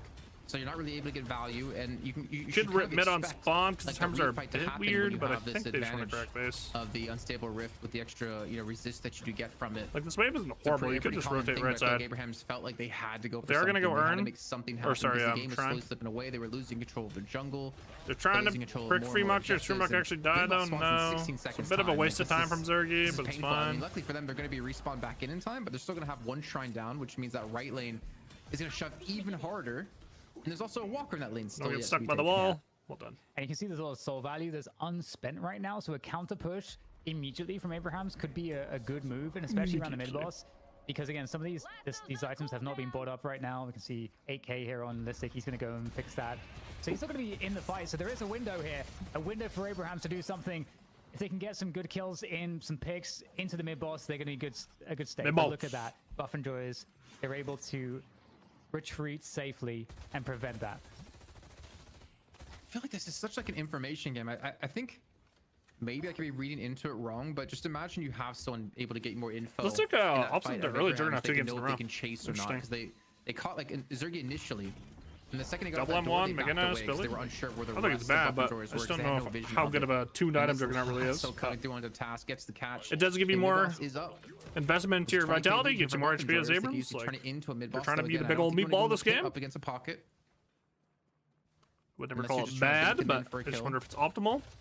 Yeah, some lanes to shove out. Right lane is just naturally shoving him. That Walker's going to take more and more damage over time here. They're going to get more, flex slots opened up here momentarily. Start running. Rapid recharge for the Lash as well. Yeah.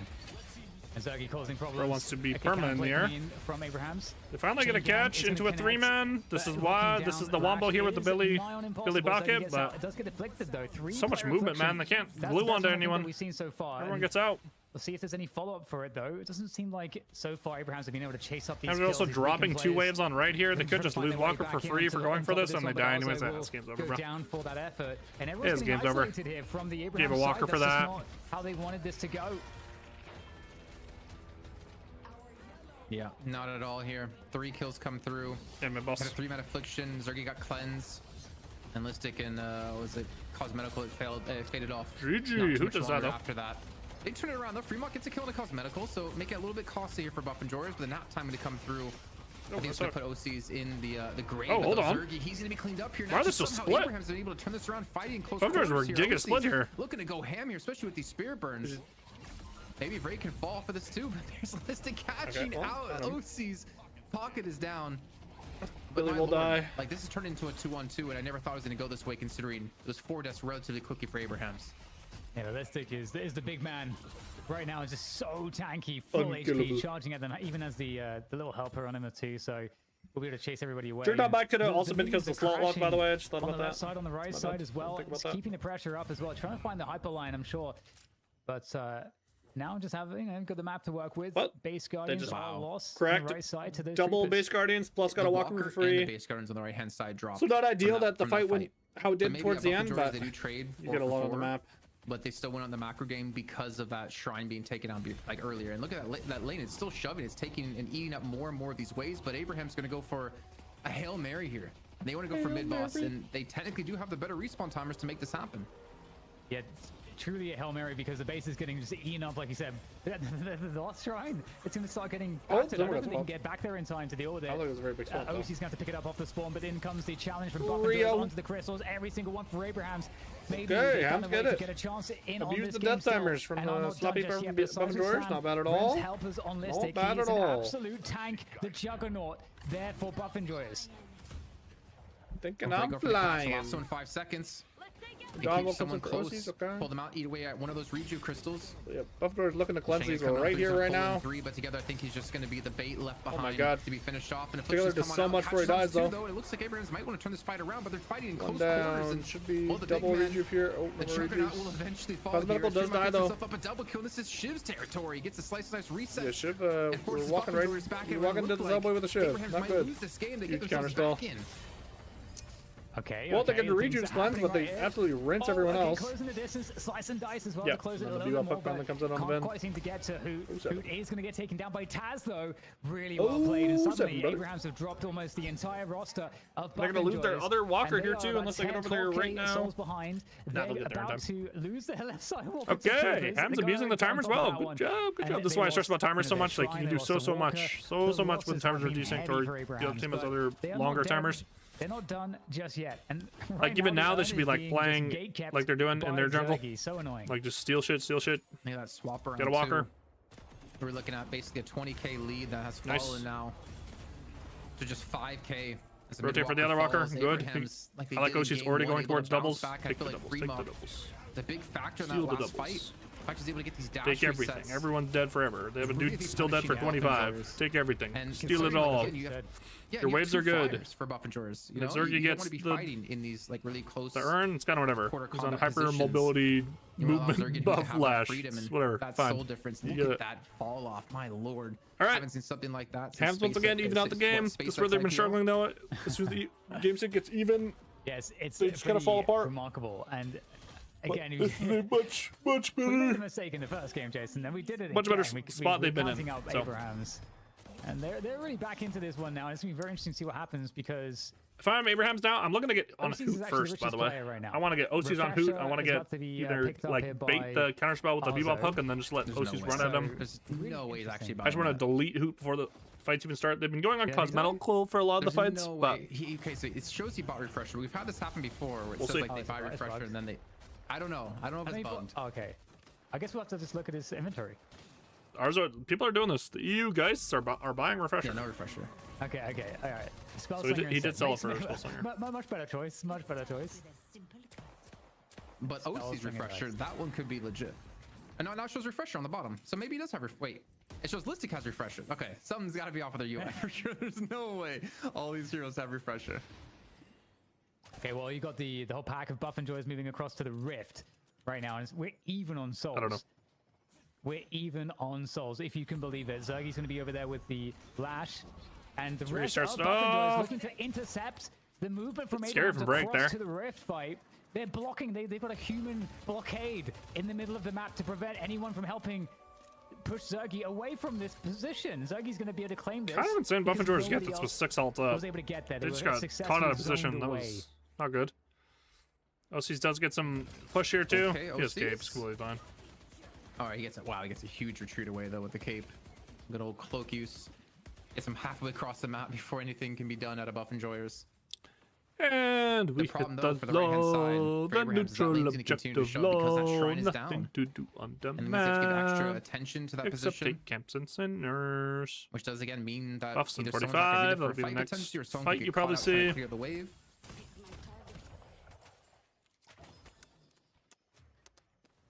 Unstop comes Buff in for Enjoyers are Hoots. ahead by 10k.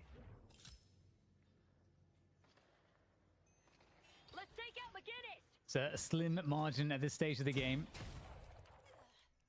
And you can kind of feel the tension right now. And of No course, gun spec for the holiday, by the way. Abrahams can't set a foot wrong. Their base is entirely almost destroyed. I heard Deathy talking about that too. I do think Holiday's They've got guns a Walker better than on his people last think. legs on the left lane. I think a And spike's that's at least gonna worth. be but OC's having to clean that up. These are very strong items to have for Holiday.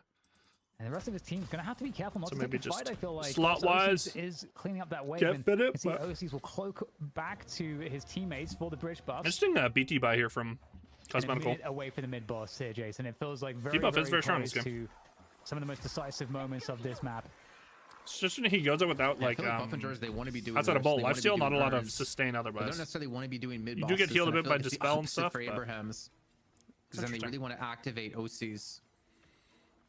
Oh, there's the entirety of Buff and Jors grouped up with this urn, looking to run it across the map. 40 seconds to go on mid boss.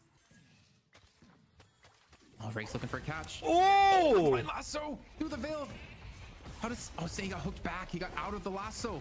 Got hooked by And now Together's gone Taz real backwards. deep. That was And the back insane is gonna be there interaction. off the back of the wall, but he's gonna fall either way. And look how Well, he does big die, this though. Juggernaut is here with the Colossus pushing on through Cosmetical as well with the Iridomini, looking for those connections.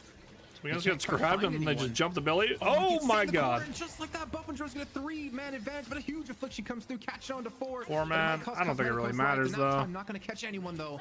And Buff and Jor's are going to catch themselves some Reju crystals. Yeah, 4-player affliction is great, but when half your team's already dead, it might not. There's no follow-up here for this one, as Buff and Joy is controlling the flow of the map here, and they are pushing this mid wave.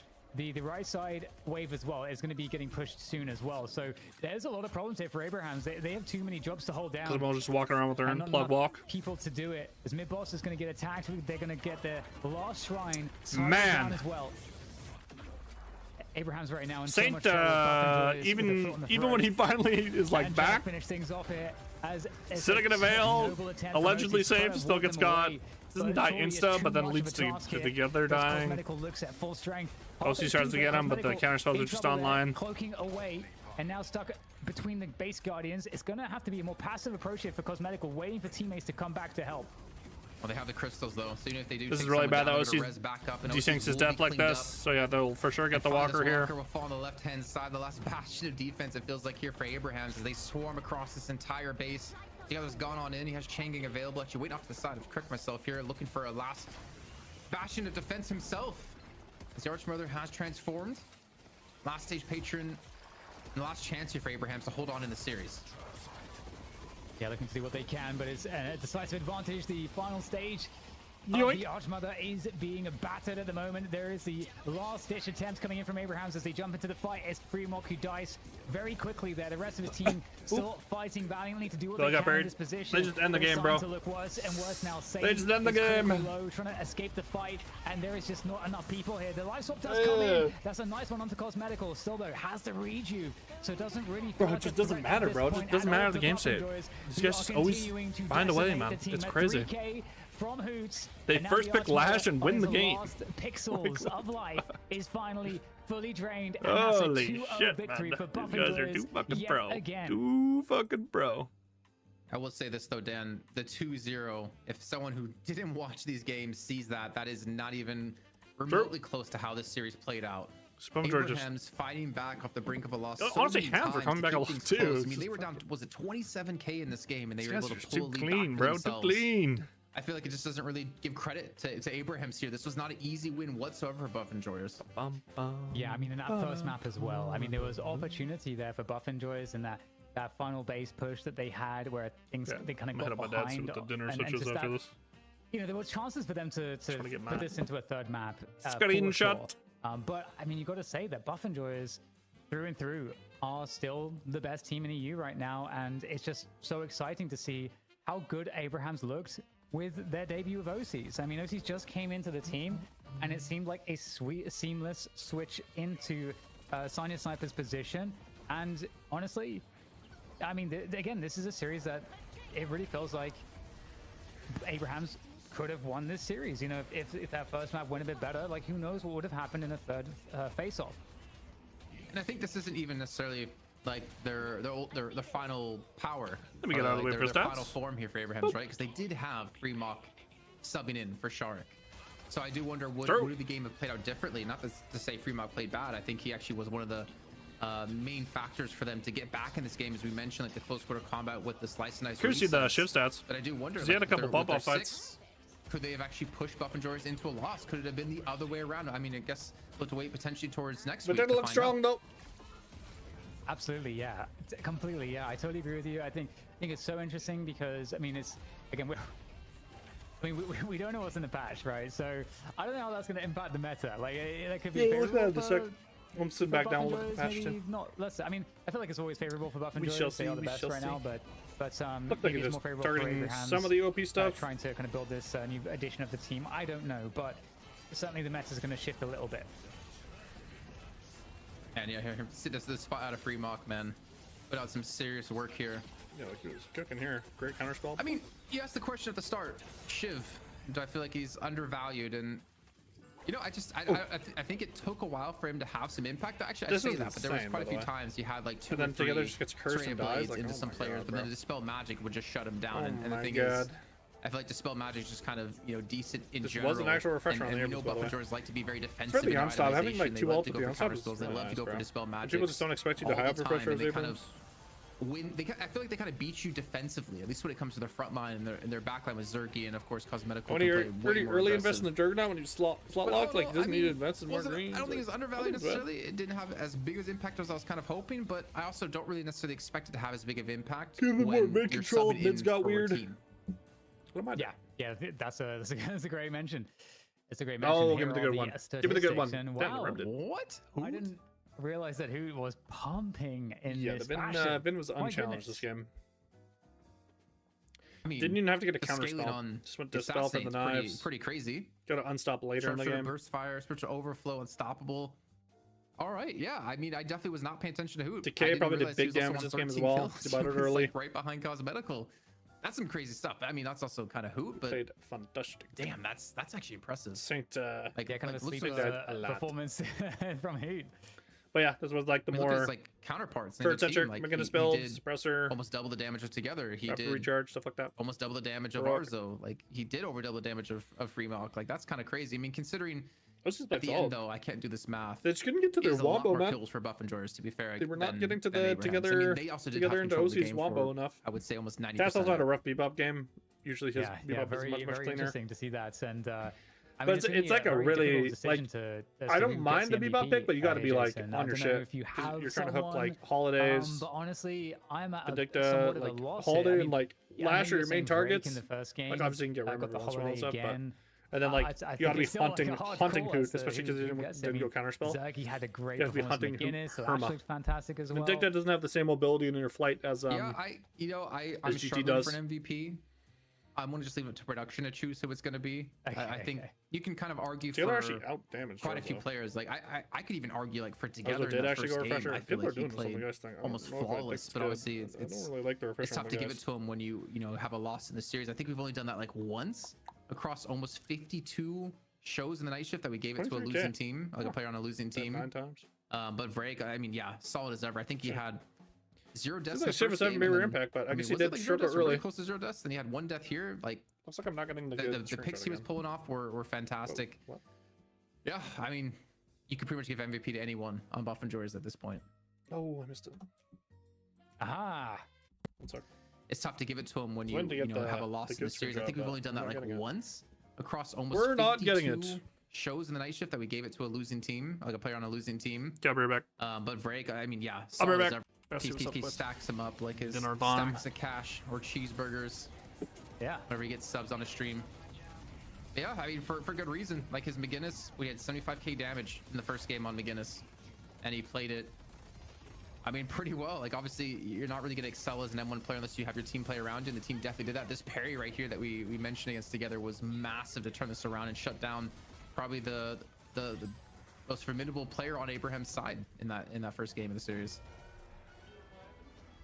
Yeah, it's really, I mean, I feel like, the Mirage performance from Zergy I saw was the best. The McGinnis was the best look I've seen. The Lash, I mean, it's kind of hard to top the OC's performance, I think, today that we had in the Challenger game, but still looked really, really, really good. And I think showing why Lash is getting the first pick, which we can't forget again. I think that in part, some of that is trying to put OC's in a bad position on the hero pool. Like, we saw that OC's had the Venator taken away, like you noted, and I think being forced to play Pocket, I think, again, you noted that getting good ults and afflictions against this lineup is very, very hard, and I gotta say, we know how good OC's is. He has played the Pocket, he understands how to play it at this level. The problem is, as you say, like Buff Enjoyers are very, very good at dealing with it, and I think we saw something uncharacteristic of Pocket play at this level, except against Buff Enjoyers, which is you just don't have that much damage at the end of the game. And that is reflective of the fact that these afflictions are not hitting.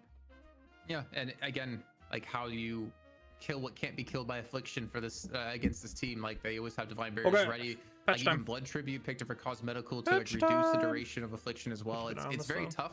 Also, as a side note, when it came to MVPs, I did say I wish we could give it to Lightbringer.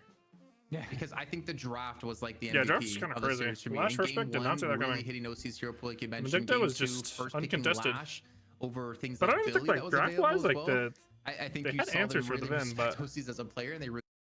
But no, okay. There's a batch. Apollo repost melee resist reduction increased from -22% to -25%. Post C2 changed from -30% melee resist to -25% melee resist and plus 0.4 seconds stun duration. So you are getting the stun back on the repost. Okay. Little bit though, only a little. 0.4. Okay. Post T3 increased from 6% lifesteal for 7 seconds to 75% lifesteal for 13 seconds. That is a long time to have lifesteal. Holy. And I forget what type of lifesteal this is. Is it both?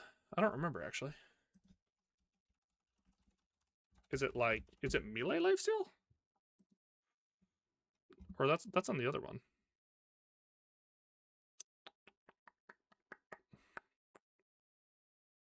Yeah, it's melee lifesteal. So 75% melee lifesteal for 13 seconds. Huh. That's a long fucking time. That's a long time, bro. There's a chance we see some like Punch Apollo. Like that is, because that can be increased with Spirit Duration as well. Like holy, that is a long time.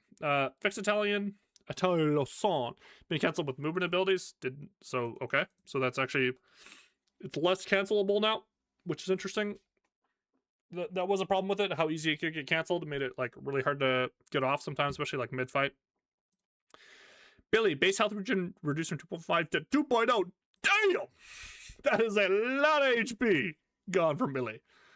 Okay, you're gonna be able to. We might be going back to Billy getting popped post 20-25 minutes now. That is a lot of HP to lose.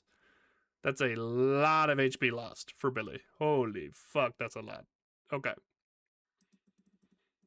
Oh, that's base health regen. I'm a noob. Anyways, so you can punch him more in lane though. I thought that was base health. Okay. Like I thought that was per Brune health. I read it wrong. Base health regen reduced from 2.5 to 2.0. So you can punch him in lane a bit more now. Rising Ram T3 changed from on impact deal 7% max health as spirit damage to on hero hit plus 10% base max HP for 16 seconds. So let me read that again. On impact deal 7% max health as spirit damage is now on hit plus 10% max HP for 16 seconds. For 16 seconds? What does this mean? So it's on hero hit, so it's not on impact. So it's only when you hit heroes. You get plus 10% max HP for 16 seconds. So you just get like an influx of health instead of dealing max percentage health. Ah. So that's for sure a nerf, but that's an interesting way to change it. Huh. That's interesting. I want to see how this goes now. This is interesting. Plus 10% max HP for 16 seconds is interesting. So you get like an influx. So what happens? Can you die from lethal? No, because I guess it's just increasing your max HP. Interesting. Huh. But do you get like an influx of... So you must get an influx of health once you hit it. Interesting. Okay. Interesting way. I'm glad they're moving away from percentage health damage on Rising Ram. I think that was like a really OP thing about Rising Ram. So this is an interesting change. It's definitely a nerf, but like it's interesting. And then Chain Gang Spirit Scaling reduced from 1 to 0.7. So your Chain Gang's gonna do a little less damage. Didn't do a ton of damage to begin with, but okay. Those are some pretty legit Billy changes. Probably still S tier, but definitely weaker. Like there's gonna be some like you probably should pick Mirage over him now because I don't see Mirage in here. No Mirage changes. Good changes. I don't think it's enough though. This is really interesting though. I kind of want to see how this goes down. This is really interesting. I think taking away his damage is good. I think that's an annoying thing about playing other frontliners into Billy is like he kind of just seems unpunishable. But yeah, good changes. Not enough though. Doorway range reduced from 70 meters to 65 meters. Okay, so another doorway range change. I don't mind these happening time and time again because at the end of the day, you can still build a greater expansion. It's just like good on Dorman in general. So just forcing him to buy it earlier if he wants door value, I think is like a fine way to nerf the character. Walker will no longer consider luggage cart dragged enemies as valid targets to trigger the stop until or soon after they are dropped off. Okay, that is a huge change. I think this is a great way to balance Doorman because this is actually what people hate about Doorman is the kidnapping. So kidnapping's still good, but it doesn't guarantee. It's not like a CC chain anymore where you get Walker stomped immediately unless you get thrown like perfectly in the middle of the Walker and you're immobile enough you don't have stam or something. But this is a good change. This is a smart change. Similar to Walker change above, the turrets in the healing area and base now also wait on considering valid target. Okay, so they targeted the super annoying stuff about Doorman. Okay. This is good. This is like the first one managed for comp a lot. You wouldn't see this happen a ton of comp, people getting thrown into base because people are a little more careful about it, but I think people will find Doorman a lot less annoying after these changes. This is good. This is good. So interesting, they don't touch his numbers at all, so he's still gonna be good in lane, still gonna do good damage. But yeah, I think this is good. I think people are going to complain about Dormant way less now. Way less. I know when the hotline bling. What if Eldris? They changed Doorman. Doorman can no longer hate crime. You still can do it, but it's just like you don't get punished as hard. This is interesting. Thank God, right? Okay, and then Drifter Ren Spirit scaling reduced from 1.7 to 1.4. Okay, so a little Drifter nerf. I was terrible at kidnapping. Yeah, it feels a little clunky to learn. Stalker's Mark cooldown increased from 24 seconds to 26 seconds. Okay, and the Stalker's Mark tier 2 reduced from minus 12 seconds to minus 10 seconds. So not crazy Drifter nerfs, I think is correct. I think people are overreacting to Drifter a little bit. So I think like mini nerfs for the character makes sense to me. Especially when you're only reducing Ren by 0.3. I think it just takes away from his like burst later in the game. So I think like making Drifter worse later in the game, I think kind of fits how he was already playing. And then you can't just Stalker spam as much. Because he lost 4 seconds total, right? 2 seconds here. Yeah. So you're losing 2 seconds longer on base, and then you're losing 2 seconds of cooldown once you put tier 2 into it. So that makes sense. Holiday Powder Keg now does half its damage immediately and half over 3 seconds of damage over burn time. So overall damage, multiple instant stacks. So this is an interesting way to nerf Holiday. So essentially, Spirit Burn is super core on Holiday. I hate Billy changes. I do too. It's not enough. It's not enough to change to Billy. I like the two. This is interesting though. This is really interesting. I think this is an interesting way to change Rising Ram. Like you get flat HP instead of doing max percent. I think taking max percent damage off the Rising Ram is good, but it's not enough. It's not enough. I thought this was boon changes, but this is just base health regen. So it's like he's just a little worse in Lion, but it's not enough. This is a great way to nerf Holiday because essentially like Spirit Burn is just like core on Holiday now. So you're taking a lot of burst out of Holiday in her upfront late game, and then it does more damage over 3 seconds, but that gives you time to dispel. So like you can dispel the Spirit Burn, and then you can dispel half the barrel's damage. So this is taking a lot of burst away from Holiday, which I actually think is a fine way to nerf Holiday. She still technically has all the poke damage, it's just like it's spread out over time. I hate Billy, yes. A lot of people hate Billy. Ivy Stone Farm tier 3 stun duration changed from +1 second to 0.175 seconds. It is hilarious. This is the only amount of Ivy changes. This makes me think they're going to do a bigger change to Ivy on the big content patch. Ivy is way too overtuned. This is like the most baby nerf ever. This means literally nothing. This just like slightly makes Echo Shard Stone Form a little worse, but most people, ever since the Echo Shard changes, weren't really building it on Ivy as much anyways. So very, very baby nerfs for Ivy. Ivy needs more nerfs. Lash fall off range reduced from 20 meters from 58 meters to 18 meters to 54 meters. So this is a slight nerf to gun lash. So essentially, to get your damage off, you need to be committing a little bit more. You can't just be like sitting in the sky, perma just shooting people with your gun. So you have to commit just a wee bit more. It probably should have, if you really wanted to kill gun lash or like make gun lash significantly worse, you should have reduced this more. But I think this is a fine change. This is like it's just like a little finicky. You kind of got to learn it a bit when you're on the lash, but yes, you can't just like be perma. Like, I think the biggest thing this will fix is being above people, because the most annoying thing about fighting gun lash is looking straight up and trying to shoot at them, and then that's going to be slightly worse now.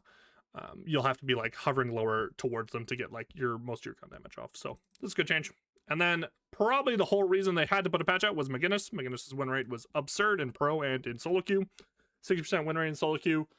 Was like undefeated until like Pulsar played the McGinnis like a week or two ago. When it was insane in comp, was insane in solo queue. So they're gonna get a big ol' slam here. So base damage, bullet damage base and growth values reduced by 5%. So that's more damage than you think. So it's because it's her scaling and her base damage are getting touched by 5%. I wish they would just give us a ratio, but it's fine. 5% is like, I don't know what her base is, so I don't actually know what the decimal value would be. But so makes sense. Just a flat like cut there. Spirit resist presumed reduced from +0.625% to +0.3.5%. Holy shit! Okay, that is a lot of spirit resist gone. So what people loved about McGinnis is you could get up to like an insane amount of spirit resist, so you would make you super tanky. That's why the Spectre builds were so strong. Even the Merc builds, because you could just sit on top of your Spectre, go something like Blood Tribute, or not Blood Tribute, Fury Trance, and you could just have an insane amount of resist.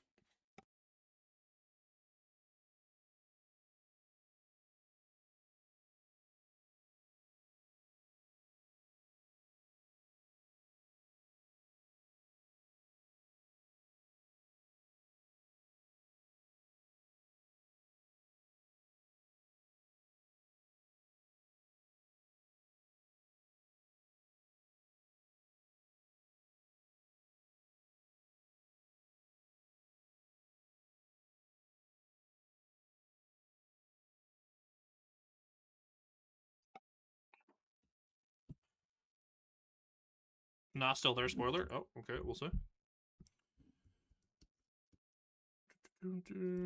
Okay, so yeah, so she's gonna have a less spirit resist, but apparently it's still there. Mini turrets no longer shoot heroes on zip lines. That's a great change. It made no sense that you would get hit off zip for that to begin with. Mini turrets no longer have 80% decaying resist for the first 6 seconds, so that means you can kill turrets right away now. So turrets are gonna be a lot squishier. Mini turrets health increased from 90 plus 7.8% boon to 100 plus 9 per boon. Mini turrets health increased from. So they're going to be a little bit tankier. That's not a lot though, like 10 HP. So later in the game, they'll be somewhat tanky, but they won't have resist still. So it's curious to see. And then medical's scatter change from provides 40% resist to plus 1.5 second duration. Okay. Metal Spectre T3 no longer increases duration by 1.5 seconds. Okay. And then T3 now also increases spear resist by 40%. Oh, okay. So, okay, this is interesting now. So, this makes McGinnis early to mid a lot weaker because you have to max the Spectre now. So, you can't wall max anymore, which is what people were doing. Okay. But, I'd have to crunch the numbers with this, but I think this is still overall less resist because this is per boon. So this ends up being like a lot.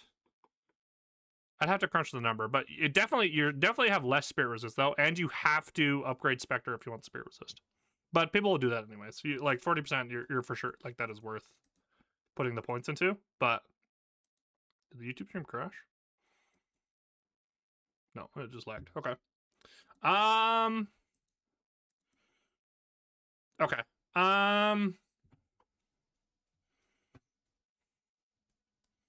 I think people will just go the Merc Mag build now, in my opinion. This is what it seems like to me. I think the turret build is worse. And yeah, it just seems like you go the Merc Mag build now. So honestly, all this has really done is like killed the build variety more than anything. Because the turrets are worse. The turrets can just get deleted now. They don't have resist. So you can just like insta-kill the turrets. So I think this is like... This feels, again, it feels like E6 player complaint. Kind of like dictating how this change went down, which is kind of weird to me. So you can punish McGinnis a lot harder earlier, which is good. Turret build now sucks, most likely. And her spirit resist is, I'm pretty sure, less overall. Yeah, it will be less overall because of how much this per boon has been decreased. And then you have to, if you want the resist, you have to put points into 2 now first. So, huh. And then I think, is it now innate spirit resist, by the way? Because this says spirit resist by 40%, but this says provides. This might just be like a wording error, but because the Spectre was giving you 40% resist, but now do you just get innate resist when you go to tier 3? That'd be insane. Yeah, so I think this just means you just play gun, you just play Merc Mag McGinnis now, and then Gun Page or Gun McGinnis or Turret McGinnis now sucks. Would be my read at first. Yeah. Yeah. Because you still get the duration. Yeah. I don't know. So, yeah, it just feels like people complained about the turret build, so now you have to go Merc Mag build. Okay. I'll be curious to see how much that changes the hero, because people are playing the Merc Mag build anyways, but... she is... You can punish her a lot more early, though. She is not as, like, beefy as before. You can jump her really hard now. And then... But then, like, if this is, like, innate resist, bro, that is, like, really, really strong. Instead of, base resist. But the turrets are so weak now, bro. The turrets will have more HP later, but they're so weak. Is the health decaying now, too, though? Because it says they got rid of the decaying resist, but, like, when you throw up a turret later in the game, Is it just gonna have like a fuck ton of flat HP with the +9 per boot? Not a fuck ton, but like it will have more HP. I think the turrets just kind of suck now though. Because you can just you can now, like, what you used to do in the beginning is you would buy monster rounds in lane and stuff and just insta kill our turrets, and you can do that again because it doesn't have decay and resist, so you can just insta kill the turrets in lane. So I don't know, we'll have to see. Yeah, but I think it's just you go gun now. Okay, anyways, they're going over the patch, so I'm gonna kind of go quicker. Plot armor, weapon damage, scaling increased from 0.2 to 0.3. I think this is good. Good change for Page. Not enough to bring Page back from the meta, but you can make this even more. I think you could get this up to like 0.5. I think pairing Page with like double M1 comps was something when Page was good, I would always think about back in the day. It'd be a good way to like make the shield have more value, because the shield, weirdly, it went from like the shield being one of the better parts of our kit, so they just nerfed it into the ground, and the shield is like one of the worst parts about our kit. Especially because to get the bounce, you have to put all the way to tier 3 to get the bouncing shield, where it sends out 3, or 1 to yourself and then 2 to other people. But yeah, this isn't enough. Page is still like a niche pick in my opinion. Just too much burst in the game right now. Too much mobility. Just gets ran down. Is a victim, as we've been saying all day. 7 lightning ball T3 increased from 1.5 meters to plus 0.175 meters. Don't care about this. 7 still sucks. Vindictus stake T1 reduced from plus 65 damage to plus 45. So taking down Vindictus early power a little bit, so she gets punished and land a little bit more. I still think Vindictus good. Has a ton of utility in the kit. You saw that last game. She can do a bunch of damage and bring a bunch of utility. Still a really good pick if there's not a lot of threat on her in the game. Similar to Page, but is more mobile than Page with the flight. You can do a lot of movement stuff with the flight to live a lot of like people just trying to jump you and stuff. And then Petrifying Bowler radius increased from 8 meters to 12 meters. That is huge, by the way. Petrifying Bowler can hit in a way bigger radius now. That's pretty insane. You can like somewhat miss it now and then still hit people. That's kind of crazy. Petrifying Bola duration increased from 2 seconds to 2.2 seconds. Don't think you'll notice that. You'll notice it a little bit, but not a whole lot. Pretty placebo buffs though. I still think Viper's better than people think. There's, again, she has a similar problem, funnily enough, that Paige has, where she can just get popped and blown up in games with a lot of burst. But she has hypermobility, but her hypermobility instantly gets negated with like CC, so you like feel very forced to buy unstop in items like this. So I think Viper is still going to be more of a niche pick. But when I see stuff like Drifter and stuff get played, bro, like Viper is a great tempo hero, like strong laner, especially into certain lanes that can't punish her with CC. Can trade really well. Lethal Venom does a ton of damage. She can push towers similar to like what McGinnis does. Especially if you pair it with things like Calico. I remember we played against a Viper Calico lane when we scrimmed Nebraska Esports. That was like one of the stronger lanes in terms of like push and just like damage output I've seen. I think it's a better pick than people think. You can definitely play it. Be curious to see if Fishkick plays it when the new Ida roster comes to be. And then Wraith Cartrick, Heart Heal Spirit Scaling reduced from 1 to 0.75. So this healing booster stuff, you were seeing the race go, like in the games where we were talking about, like Arzo win it in one of the games today. Probably not as good anymore. And then Wraith Full Auto Tier 3 Spirit Scaling reduced from 0.6 to 0.45. So a little bit of Wraith nerfs too. Don't think this does much to Wraith. Just again, make sure early game even more, probably more punishable. So a good change in that direction. But again, the scaling of cards, the fact that you can throw 4 cards like simultaneously in lane and just like 100 to 0 people is still a problem for her early game, because she's weak in early game, and then suddenly she gets cards and suddenly she can 100 to 0 to you, especially lower elo players. I think that's a big problem. No one ever sees that coming, type of thing. If you want to balance it for low elo, that is. But yeah, I think Wraith is still probably fine. I don't think this does a whole lot. So this just seems like a panic, like we got to do something about McGinnis patch. And then the Apollo changes didn't land how they wanted. And then the Billy changes seemed kind of whatever. I am Oshkis, but they're talking about it here, and I'm going to let them talk about what I eat. Like Saint compared to Zergy here, a little bit more viable, because now the turrets are also a lot tankier, right? They have 10 more base HP, and they also get 1.2 extra health per boon. I don't know how it's actually going to work out in a late stage of the game, but it sounds like the turrets are just going to be not too tanky, but like a lot more to deal with now if you ever want to take them down quickly in a fight. But then again, I don't really see most teams destroy these when they're set up like at a mid boss. You just kind of avoid them. Yeah, I do think it'll make the sort of like when you're preset your turrets at a specific position and you're like, we will fight this mid boss. I have 7 turrets up. That's arguably going to be better now because you weren't really relying on any of the decaying or the as you place resists. But it's not massive, and at some point in the game the damage from gun carries like so overwhelming that the turrets just died one second anyway. It's more about looking around to shoot them is the more annoying thing than actually doing the damage. This Medicinal Spectre though, losing the 40% resist on T1 that's been moved to T3, people will still max the resist. Like I can see McGinnis maybe still being good and getting to that tier 3 invest, but it's a lot less effective in the early game, and you need to get a little bit deeper into the late game for it. And those reduced gun scaling values, I think you're absolutely right. I think those do a lot of damage to like the hard carry McGinnis that we've been seeing more of, and maybe if you still want to pick the hero, it might end up being more supporty, debuff oriented. Disagree. Me and Jack 100% sure disagree on that. There's gonna make it work though for McGinnis. Let's be honest. And then moving on to Paige, though, plot armor. Okay, so I don't think those are enough, in my opinion. Comes to that. Maybe the whole drop will hurt more. Played for the first time, and honestly, I could not tell you how long it's been. I think the base bullet will probably hurt more than the growth. It was quite a surprise over in EU. Because you can't shove as I hard. really know if there's much more to say about that as we look at 7. Oh. 7 getting the lightning ball build. All right, the lightning ball build is actually too much fun, so I'm gonna have to try 7 again just to play this build because it's so much fun.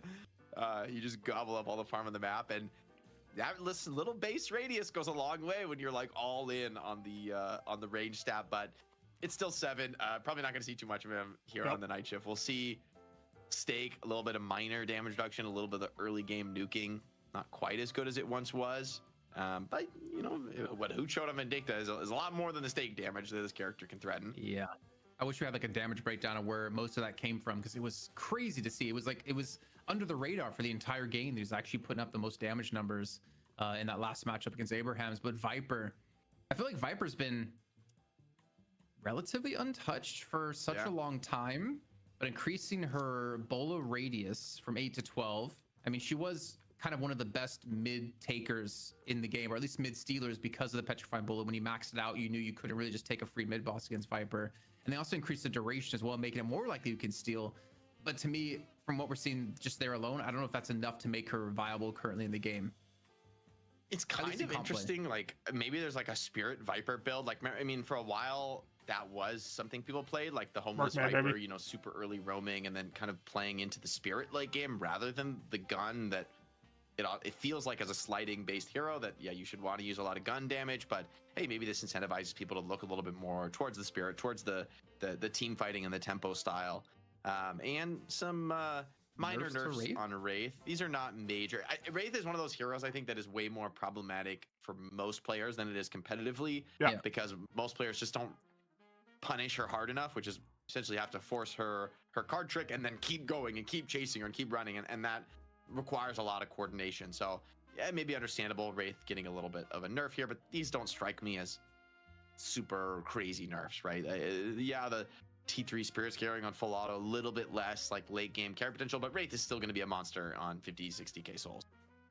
I think it's really hard as a dev team in general to balance the game around all aspects and all ranks, because as we've seen with like Shiv, exactly, you can nerf Shiv as much as you want, but he can still be really viable at the highest level, whereas the lowest level doesn't really know how to make it work. And same here with Wraith. I mean, she was already weak at the highest level, maybe strong at the lowest level, but you're kind of trying to put her, I guess, more in line across the board. But yeah, I don't know, it's really tough. I don't think there's anything that's, like you said before, too game changing. Though I do want to see how Billy's going to be played today, because I still see and imagine it's going to be like a first pick throughout North America. Yeah, it's a super interesting change, because it takes something away that honestly I would argue Billy didn't need, that crazy amount of Spirit Nuke on the Rising Ram, being an ability that has a shorter cooldown by successfully connecting it. It made it like tank busting so good to do with it. Now maybe you look more to like get on the back line and play you know, more of a gun damage focused style. I don't know, there's definitely going to be some opportunity for creativity, but still a lot of these heroes like McGinnis, I could still see McGinnis getting played. You know, maybe it's just some tweaks to how she is played. Losing some base Spirit resist from the boons though, that might hurt overall. Maybe that is enough to kind of like take her out of the running for the top tier play. But that's why we have the best teams here in North America to show us what they think their theory crafts are going to be quite a bit more reliable than ours. As we get into this first match, it's Melee Creeps taking on Bird with Clock. And let's just take a look at these rosters, Jason. A lot of familiar faces, of course, here on the Melee Creeps with Poshy Pop subbing in. Oh, she's gone. It's just back to you. Right in the world when you see Poshy Pop and Melee Creeps back together. It's been so long since he's departed from the team. I don't know. I'm so happy to see him come back on this roster as a sub. We don't know if it's an extended thing, but most likely just a sub for today while they try to figure out their sixth player because he is currently the coach for the team. Also for me, like I haven't cast in North America in a long time. That's Welcome back, Jason. EU, and it's like Italian 2 a.m. for me, and it's gonna be going till at least 6 a.m. But to get to cast Goober again, like the last time I cast him back was when he was a Sneaky Golem. Such a long time ago, and just to hear how much he's been improving and how much better he's been playing has been really cool to see his kind of glow up. But also Saya, I mean, what role can't Saya play within this team? I swear he's played almost everything at this point. Certainly a lot of flexibility across the board here. I also want to give a call out to Braden and Birdie, some of our relatively newer players here competing on the night shift, but who've looked impressive. And honestly, to have the trust of the rest of the squad, I think speaks volumes about their potential and the excitement surrounding them as players. Last week was a pretty tough one for Melee Creeps, but this is it's essentially a new team, despite how recognizable the brand is for longtime fans of competitive Deadlock and the night shift in particular. You're not going to be strangers to the Melee Creeps, but a lot of new players. Effectively, for me, this is a new team, so they're still in that early era of trying to figure things out. And hey, any level of early success in that phase of a team's life cycle, for me, is impressive. But of course, they're not in this one alone. Let's take a look at their opponents. Honestly, for Bird with Clock, I feel like it's been a struggle for them, but now DMB coming into the lineup, and DMB has been a huge impact pickup for many teams in the past, has really been a player who feels like not just his individual play, but having him on the team seems to elevate a lot of different rosters. And this Bird with Clock team seems like one that is ripe for that level of improvement. Yeah, I think we've been really looking towards Arctic for the most part of being like the carry for the team, thinking back to his was like 17-0 Shiv game he had like a month, 2 months ago. But I think DMB, as you pointed out, he definitely is always a strong addition to a roster. But I think maybe the one caveat I'll give to that is that you kind of have to play around DMB a little bit and like the style he likes to bring into a team, because he's such a good player when it came to individual farm and being like a threat on the map and just soaking up a lot of the souls as much as he possibly can, then come into the fights and start to carry. But one thing I will ask you, Jake, because I'm a little behind on North America, Erebus, I think one of the big talking points about him as a player was like hero pool, and Bebop obviously very good at, but the Thunder. When you play at this kind of level, if your hero pool hasn't really extended past 1, 2, maybe 3 heroes, then you start to struggle when teams are able to focus you out. Yeah, this will be an interesting one. I think Bebop is going to be an exceptionally contested pick in this series, right? With both Goober and Erebus kind of having it as their calling card. These are both players who have had their teams go for the first pick Bebop in the past. And so, yeah, I think that one's going to be top of mind in the drafting phase for both of these squads. But in the BO1, the draft is going to count for a lot, and there's no opportunity to test or experiment. This is just up to your read on the new patch. What do you think can work? How do you think you can put it together? You got to do it live here on the night shift. Just like the rest of us. So honestly, I'm really excited to see this one. Let's take a look though at, of course, the Mo and Krill 1v1, a tradition here on the night shift of the challenger match to determine who gets that draft priority, who gets to decide to whether to go first or second. Whoa. Into the subway, in the tunnels. Off map subway, I like it. Down we never fight here. In the subway. Okay, I'm down for it. You know, a little change of scenery here. I like it. Up against Scout. Close quarters, no backing down, no running away. The way moles should fight. I mean, yeah. Oh, okay. I was about to say Saya's had this one locked, but that was a good parry. Parry kind of brings him back in, but Saya's been a stalwart in the melee 1v1. Gonna get some extra damage in here. Scout super low, needs a parry. So brutal to come back into this. Saya doesn't bite, just finishes with the double quick. Well played. That's the worst feeling, man. When you parry when you're in low health and you just like, okay, I'm dead. Like you just know there's nothing you can do about it. It's over. It's over. Finish me. Maybe we should like up the ante and we give rebuttals. All right, let's give respect. Let's see if Bird with Clock have the arc mother read. Because you can the heal throwaway up the ban. parries. Maybe don't ban an S tier. Can level it up a bit there. That could be interesting. We could do lots of crazy stuff. We could have different heroes in the 1v1, but maybe that would be sacrilege. Maybe that would be too far. Seen 2 Rems beat each other up. I'm all for it. I know my God. would be for it. 2 Rem melee 1v1. Little doorman. Maybe you can use the pillow. All right, melee creeps with the first pick. They're gonna ban out doorman. I do think the thing about the doorman changes is that the nerfs are really marginal for the way doorman is being played competitively. Mirage man. Yeah. Will they first pick Billy? The kidnapping the strat is like insane. It's if you can know how to really pilot it, it's really powerful. But competitive players, they seem to be pretty good at punishing that kind of a play, and Doorman's passivity on the map if he builds that way. Here's where McGinnis goes here too. Still, I mean, the range nerfs really, I don't think it's enough to really change that. Doorman allows you to contest mid-boss and various objectives in ways that no other hero in the game MLC there takes probably the best. Again, like we're talking about Wombo away from the Billy. Go for the first pick Pocket. Okay, I mean, Pocket untouched completely, right, in that last patch, so maybe they think a little bit less Billy gameplay might make more room for Pocket to succeed. I'll go, man. Are you a Doorman player, by the way? No, I think I have 0 games in the hero. I've played a lot against him, though. I mean, it's very popular pick in high MMR.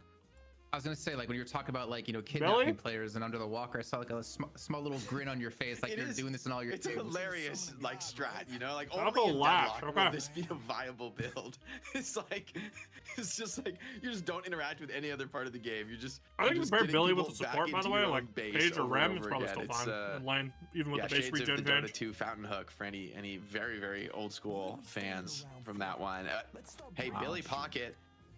I like this for melee creeps. Like, this one too. You gave up the Billy Pocket, so that's my one thing about it. Still a ridiculously potent team fight tool, and with Affliction to follow it up, I really, it's like the best setup in the game to get a huge Affliction, pull everyone together, and not just Affliction. You layer in the cape and the Ventor on 3 for John. A lot of damage there to get the Venator as well for a premium frontline carry here. Yeah, I'd agree. I think almost to some extent, even if the changes are kind of big, unless they're like just decimate the hero, you kind of have to send the Mentor for what's available left too. I feel like it's takes Bebop away from Goobs here though. Integrated into the composition you're trying to run, and so you like ban Holiday here as well. Trying to execute so you here. can put Goob on the silver or something. They do get Erebus on the Bebop or here. Paradox. I mean, he's a good Bebop player, but is he gonna be good enough here to help carry this through? Because like choosing a Calico and a Lash as your first two, but not Billy, it's so weird coming from EU to go into North America and see this play out like that when Billy would be like you ban M1 here right away. If you really creeps, on the other hand, I kind of think this is the sort of style that Buff and George have been so successful with, where they haven't necessarily drafted the most overwhelming team fight, and sometimes they've given the other team pretty terrifying team fight combos. They gave up Pocket Billy one of their games, and they really just play the movement game, play to outplay on the map, and just you know, create enough pressure where the enemy just doesn't get the real comfortable team fight they're looking for, with engagements to split up. And for now, with Apollo too, it kind of follows along that theme of like, hey, we're all just gonna individually, we're all gonna outplay and never let your Billy get a big chain gang. Sure, you're gonna chain gang our Bebop when he goes for a hook, and you'll get a good initiation, but if nobody else gets caught and all of us are pressuring you from different angles, you know, I can see how this kind of style Mina works. comes in. I love melee creeps responding with the Mina though, because it's a hero that can keep pace with that level of mobility and can maybe punish anybody who gets too big for their britches out on the flank. Yeah, and like who's going to be the one to really shut Mina down right now? Like Calico, you're not really going to be up in the air trying to deal with their Lash. They're not an ideal target either, and the fact that you have like a Bebop hit that hook when you have 3 Sing-1 retreats away, it's going to be really hard to shut down Mina in particular. Then also, MLC, so seeing the Goober being played, I'm hoping it's going to be Goober. You think Viscous, you think Goober for sure, though it's probably not going to be going his way. Or Birdie. Birdie can play it too. We'll see what they go on six. But Viscous also like I feel like a decent pickup Geist here, comes in. shut down like the burst so I like the Venator on 3 for what was available. Like a Furnace is up, Geist is up. There's much picks that Venator's just good into. Apollo, you can save someone, but you also get the extra like escapability, and also I guess like the shutdown for the whole W out of the enemy team if you can get some knockbacks with the puddle punches, because that's the way we've been seeing the changes go towards this system. And then Shiv on 6 again. We see the return of Shiv in EU and NA. And Berwithbach are going to Makes keep sense it up, to me. playing aggressive. I mean, it's really just the Geist to hold down like the late thing. game carry potential. Lash, though, maybe can also follow suit in that. He was so boring that I said my a lot of high mobility characters, less in the way of like team fight lockdown. They do go double support, so Birdie's going to be on Ivy. And then we will see the return of Goober Viscous. With the Ivy last pick as well, actually quite like this. Then I think maybe it is more likely that it's a Goober Viscus with Gamba. Who am I going for? Gamba. Birdie. I think Ivy is like a very much a comfort pick. I think Ventor just got Giga Valley picking on here on 3. Together. I think that's a really nice, I think it was smart. even underrated. They ended up combo. picking Geist Shiv into it. 2 heroes that do not like the nade. Nade's also really good into the damage mitigation of Shiv. Fucks it up. But also your follow up on the chain gang is not insane. just the heal cut. With, like the stone form stomp being just super potent, punishing everyone. They all I think grouped they're up, as going. well as just healing They have Billy, Lash putting though. They got your Kudzus on the ground, maybe an Alkfire as well. So Billy keeps looking good as fuck. Yeah, I think so. Nice draft here. I think their premium picks really good saves wombo together well. Cube to maybe deal with some of the tempo from Bird with Clock. For Bird with Clock, I think Are to we win with this on, kind of a draft, you really need Mina, to by the way? have just monstrous individual skill on the lanes here. You need to kind of come out ahead, be tempoing kills in the mid game with Apollo, Calico, and Shiv, so that Geist gets ahead of the game and is just no. Braden's gonna be on Pocket. Free farm for long enough that melee creeps are under too much pressure. Poshy or John are playing the other side. I think they have pretty decent lanes. Mina very scary team fight. I think they've kind of got everything they wanted in this draft. It's going to be up to Bird with Clock to just show that their MLC got to prove it to me. Holy fuck, the Gamma is so bad though. I gotta put like 12k points just to get a profit, bro. Jesus, everyone's in on MLC. I think that's come on, guys, Bird with Clock can do it. Come on, important factor. Come on, believe in them, bro. To me, that kind of worries me. We don't really see that be successful in a lot of these EU games. Like individualism doesn't really win you the games. It's about team play, and I think maybe that's just due to the way EU plays more around teams and more around working around each other than like individual standouts, because I think the skill level is maybe the skill gap is a lot closer. It's late night, but every once in a while when he's not looking after his kids, he'll go live in the day. First of all, we talked about a 17-0 run that he had on ship before. That's already going to be scary. DMB also getting a comfort hero when it comes to guys. He usually doesn't watch Night Shift. I mean, they have a lot of comfort heroes, I think, for them, as you said, with individualism. But can you make that work against such a strong team as melee creeps is going to be shown here. Yeah, McGinnis though, untouched. I think maybe both these teams feeling that, okay, the nerfs. And now that I think about it more, McGinnis having base spirit resist per boon, that was basically slashed in half. And that is a stat that is almost insane to have on any character, right? And McGinnis is so immobile, it kind of feels like it makes sense on her that she needs some way to resist just incoming nukes from burning her down. But losing a lot of that stat power for me is probably maybe the biggest nerf of all to the kid. She's just more vulnerable to, lashes and Apollos dancing over her head and just raining down nukes from above. Maybe both teams sensing they don't want to really get into that kind of a situation here, even with the value of the mid-boss contest and the wall looking pretty good in this meta. Are we gonna get Pocket Viscous? Never been a fan of this lane, but it is like a okay stall lane. I mean, this is a draft Calico have been surprised to Flash. Okay, I'm not a fan of that lane that much either, so interesting to see how this goes. And we're gonna get the Ivy Venator into Geist Bebop, and then we're gonna get Shiv Apollo into Mina Pocket. By the way, the predictions for this game are kind of ridiculous. It's 1.1 million. Let's look see who was on what, but I'm sure to see it. Okay. For BWC. So they're actually going to put Poshy on the Pocket, and then Brain's going to be playing because the return on value there. Everything else makes sense. Exactly. That's crazy value. Very interesting. Very interesting. Off of a Bird with Clock win. I will say with Bird with Clock, they've been so consistently the third place team in NA. Like, they have had so many appearances in this challenger match, and yet very few berths into the actual money match on Night Shift, and it's got to wear on you as a team, right? Where you're close, you are a solid team. Like, we don't invite just anybody. We're always looking for the team that has genuinely the best chance to compete, the best scrim results, and they have been hovering at that sort of just outside the top 2 level now for months, it feels like. So there's gonna be a volatile lane. Could be just the injection of fresh blood that and it is Goober on the Viscous, so maybe this Pocket Viscous lane will be better than usual. Like the NA Leviathan, man. Just waiting for their moment to finally break through. Leviathan Goob knows the stuff forever, but the crazy thing is like Bird bad slash, arguably the 3rd, 4th best doesn't team get punished in North America, but when you play against like the number 2 best team or the number 1 best team, like the Flash is getting bullied a bit though. Matt's getting bullied. The skill of the team or skill in the individual just really gets magnified in a team game like this, and you really get punished, and that's how big gaps can be created. Even though you might be the number 2, number 3 team playing against each other, it might not look like that sometimes. I should see the riposte. There's a mini stun on riposte again now. Parry comes on through, prevents the backup here out of Arctic. And then this is where you're gonna see this. I was talking about Billy's weaker late now. He doesn't have as much regen, so he's just gonna pull back. He doesn't get that parry. He is 100% dead. So maybe a little scary. I mean, if you get a clean reset on Saya, it is actually quite good for the lane. I mean, it's going to free a lot of solo souls to Braden, but he's not. I mean, he's going to reset, but Braden is taking a beat down in this lane. Beat down. Is there even a freeze going on? It seems seems like they're attempting a freeze here, so Braden may lose some souls in this lane, and then that's going to be pretty big for the eco, especially for a Shiv Apollo lane. And Mina's health pool, man, that is a pretty scary prospect to be on low HP. Like, the dive can come in fast and furious at any moment. Double frontliner lane. Shiv and one of them's Apollo. Easy dive for you. John said. Oh, hook on mid. Oh, but he's too good. He's punished. Okay, John's I lied. This guy's fucking pro. John got pretty pro. Braden dies, but he gets traded for Tanner. Buried under the Guardian, and Saya and Shiv are dueling right now. I don't think Saya wins that duel, though. Ivy's super healthy here. Birdie's going to be not really losing much of anything in the lane. Braden did die while he went away, so that lane's kind of going from bad to worse with Apollo and Shiv getting fed pretty efficiently. That's not good. Posh Pop gets super low, needs to get bailed out by Goober. Calico's still thinking about this fight, but this is getting scary. Poshy, Viscous is putting in a lot of damage. Looks like Pocket Poshy dies. is going to go down. Lash perfectly comfortable to hit that chase down.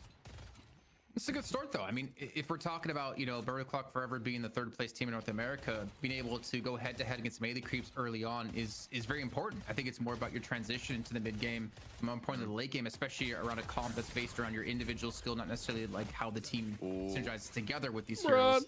That Mina just at level 3. He literally got the creep for this Sanguine during the fight. Oh, they fucked up their movement. Braden lived. To get up to the high ground, but that is scary. Ivy is here. From Birdie, though. I love Birdie has arrived. To disrupt Arctic and Tanner. Arctic's dead. Braden wants to even get in, do a little bit more damage, but he's so incredibly low. But with Arctic falling, Rome, pro Birdie shows up. DMB responding with a counter roam. And then DMB says, of all heroes, anything you can do, can do better. Absolutely no HP. DMB will get it. Ends up being a better, actually more viable kill too. Goes 2 ways instead of 3 ways. Efficient soul split. So good counter move from Bird Clock. Unconventional to see a Geist rotate that early, but I actually do really like funny it that the Geist instead of the Bebop roam too. Clean kill from Birdie. DB don't give a fuck. You don't give a fuck. That also means you left Erebus alone in the lane to actually soak up some farm at 2.8 currently. Oh, Sai actually might be getting dodged here. That's not good. The Stomp going to be coming on through, gets reposted away though, and able to back off. But took a lot of damage for that. That was a bad trade. And Arctic's still going to be there, and you can just see it. Come on, Tanner. Bird Clock really want to keep this pressure on and really want to look for some kills to create that advantage, especially for Arctic to have a strong game. But he's currently only at 2.3 at the moment. Oh no, and he gets stunned as well. Looks like Tanner did make it to the high ground, so he's still going to be having prio on that buff. Looks like it is going to be double buff for Bird with Clock. 2 kills potentially coming on the map. John on just about 1 HP here and takes the guy. Both die. DMB predicted that move toward the exit at just the right moment. Movement buff. Let's go 2-0 for Bird with Clock. Kind of the dream in the early game too. Like movement for Apollo is insane. Spirit for Lash is pretty nice. Get out and connect your cooldowns, but that is not going to be a problem with the movement buff online. Spirit buff for Matt. So certainly the Deadlock gods are on the side of Bird with Clock, at least here at the 5-minute mark. Holy wombo combo. Oh man, even the follow-up kill did not see that coming. Again, this was the lane swap that we had, I believe, if not mistaken, because it was great. So far, it's only John and Birdie kind of surviving the early game right now. Saya's actually dying a lot, but still doing fine in Soul Curve, actually. He's still 4K. On 1 HP, the airdrop and the Iridomini, the flying sentry gun coming on through. We know where you are, boy. Where is he? He's right. Okay, no, he's just juking, but good shot from Good juke there. John saw it, though. Good fly from Birdie. Finish. And I mean, you can see Birdie and John. So they just full swap the lanes here. So the Mina, I like this for better. Mina Billy to swap over to blue. One of the better games. And then John. Creep so far. Ivy gonna be chilling over here now. Pretty much on top of the soul graph. Venator. Another hook from Erebus. He's been lights out with it so far this game. Oh my god! Stick repulsed on the chain gang. Turns it around onto the Mina. Assists the laser. Fucks it up. Doesn't quite get the angle in time. He's holding. He's waiting. I love the Naruto pose. Steps up and gets absolutely you just sit there waiting for his troubles. And that tower is done and dusted in the mid lane. Like Espresso about this game. Lord, like Sai got murdered there. As Cooper's gonna fall here on this right hand side. The pressure is being lane is struggling here. For Stride. Just saying a name and then a hero. The Biscuits. Pocket lane is struggling. Here for Matt is a little bit frustrating. I feel like if you're on the other end of this spectrum. So that's gonna be first Guardian in the game. Pressureman, Bird Clock, got the Lash. Getting value. Another Guardian. Only 1 left to go on this left-hand side of the map, and I mean, so far it's looking pretty damn solid. But it comes down to again that teamwork. And Tanner is almost going to be blown up here by John looking to escape here with the help of the trap. Going down in just a few seconds. 3 knives.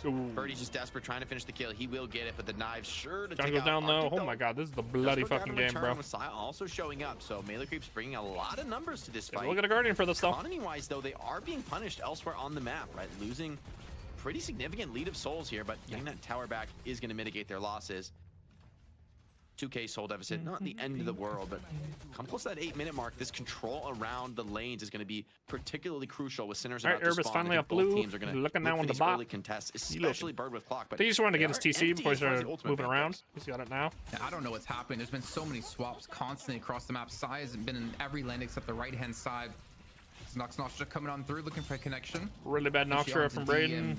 So already very low on HP, and the rate comes raked his head off though. Guard and stride now. Gotta be careful here. He has no bats. Brother. And a low HP Braden just on 80 brother. HP. Oh, the movement! Around the corner and can't be chased. Oh my gosh, the connection can't come in out of Tanner. Right. Flawless advance though, coming up in a few seconds.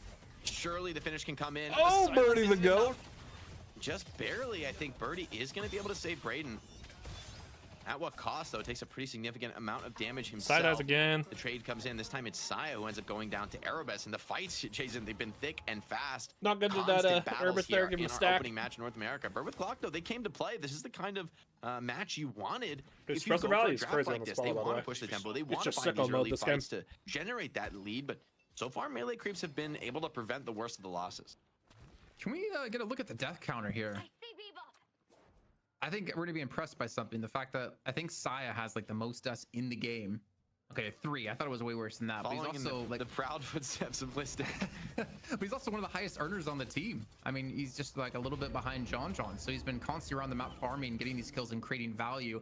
And there we go. Another kill comes on through. This time on a DMB. So Saya, credit to him, man. If he's getting a Listic power buff like you mentioned. Got no fear being shown. Both teams may look to clean up those doubles sooner rather than later, though. Lot of souls to be had in the Sinner sacrifices.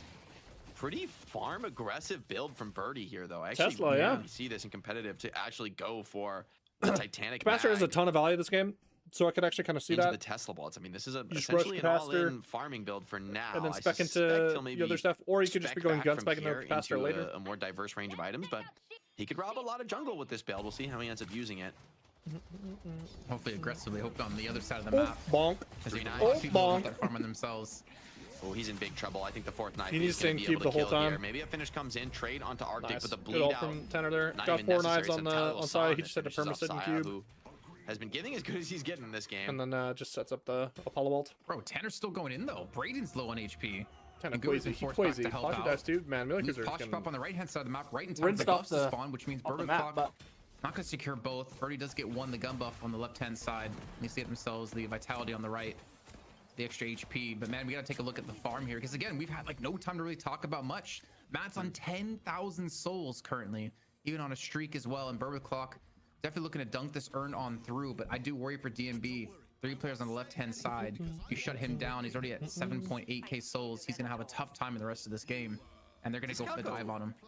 2 TCs bought up. From Bird with Clock trophy collectors. That is randomly dead. Even buying one, kind of surprising to see it. They're gonna push on the Slap Walker. Radius, though. It is only 10 minutes though.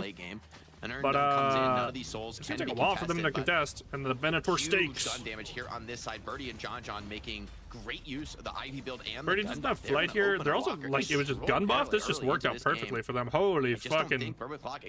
That's really bad. Bird with Clock are not gonna be able to match on this right side. They're wasting their time over here.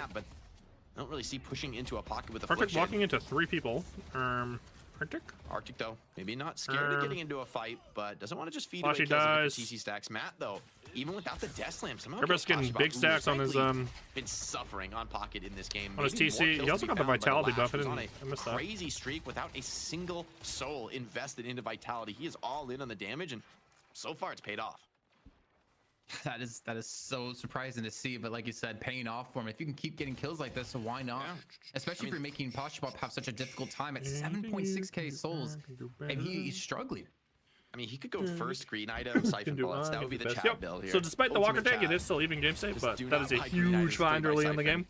Full damage build. Oh, Matt though. That slot's gonna pay dividends. Got nuked by Goober and backed off of the lane. I'm looking more towards the later stage of this. We talked about Bird with Clock, individualism around it. I feel like with the later the game that we get, the more they're going to struggle up against melee creeps here. Especially if you get these afflictions maxed out and online.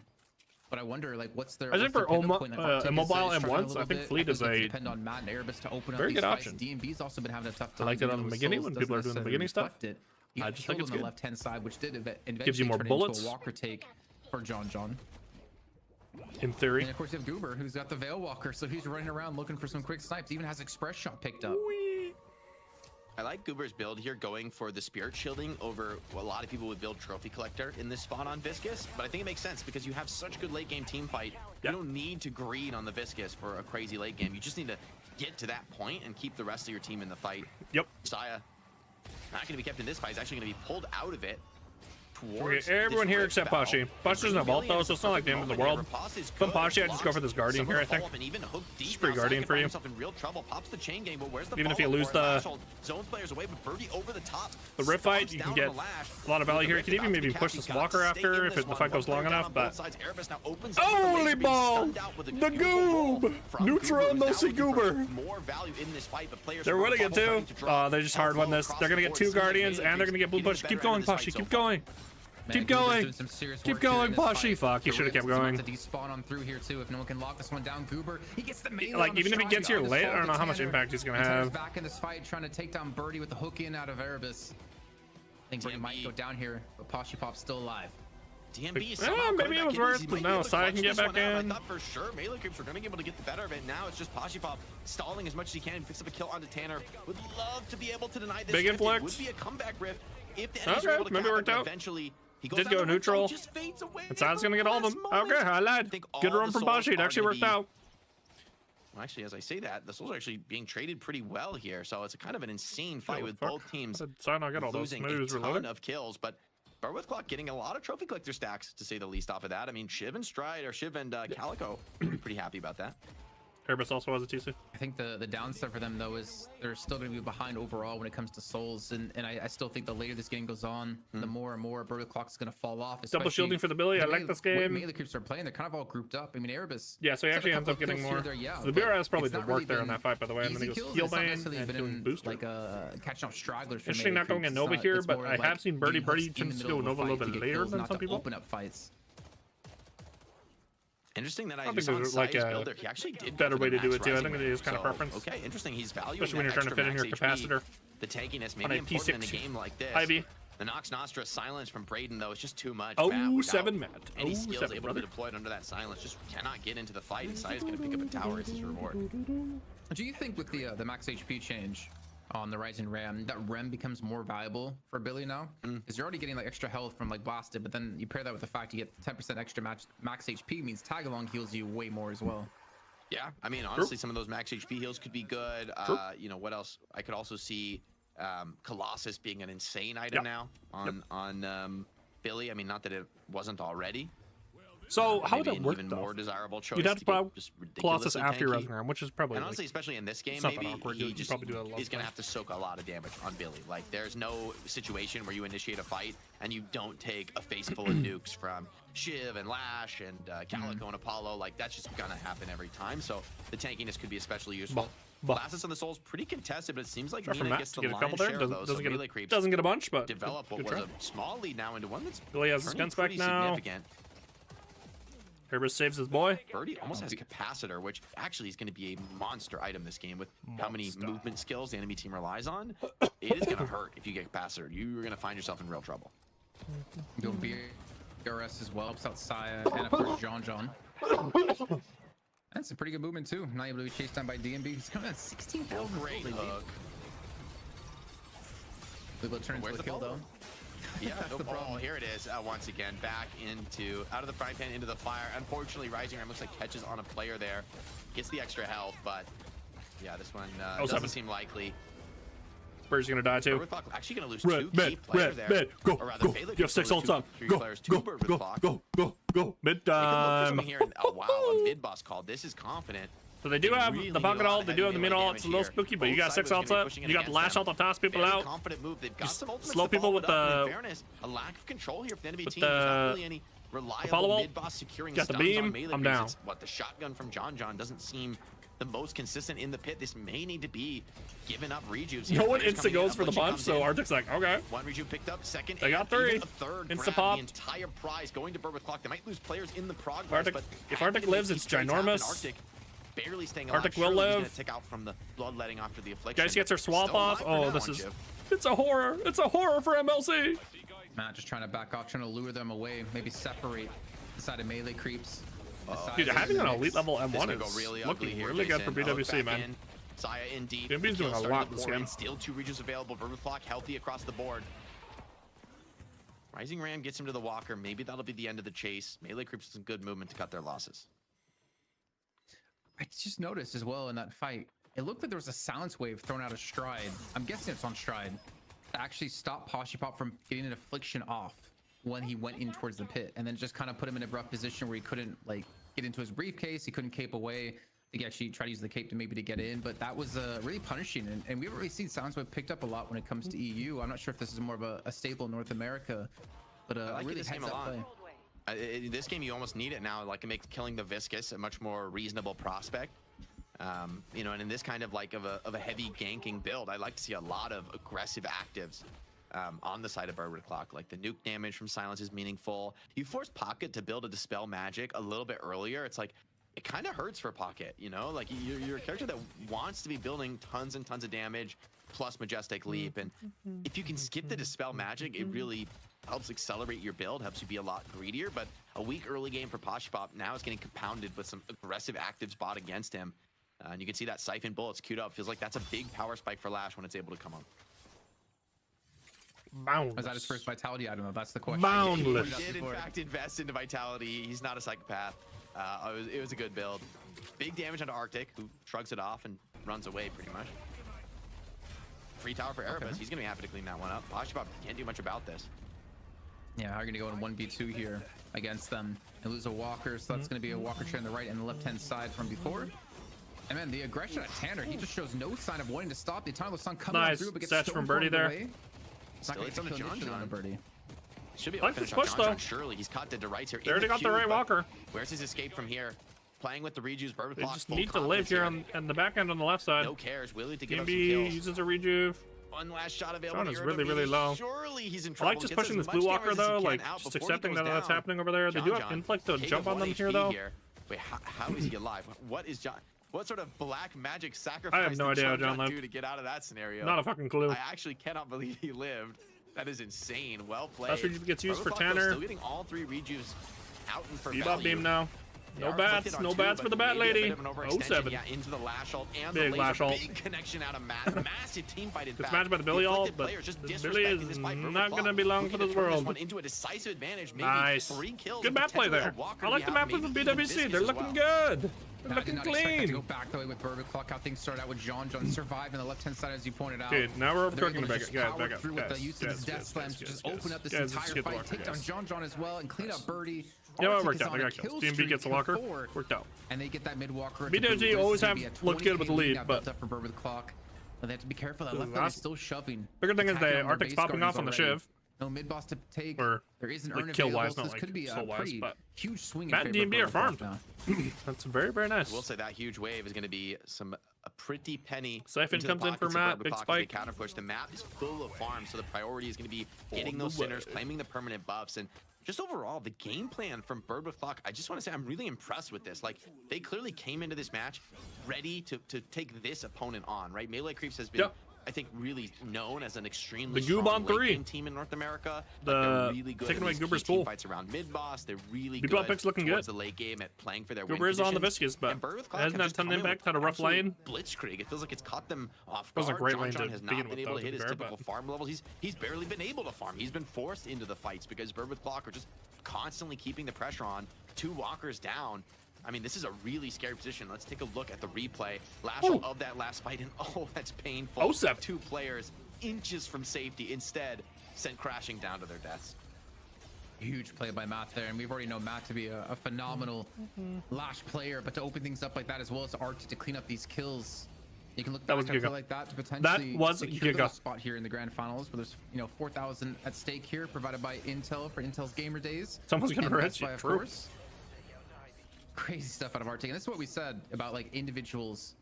Do you ban out certain individual players because you know they're so good at certain heroes? Maybe Shiv is one of those for Arctic, but I feel like I got asked a question earlier on from Dan.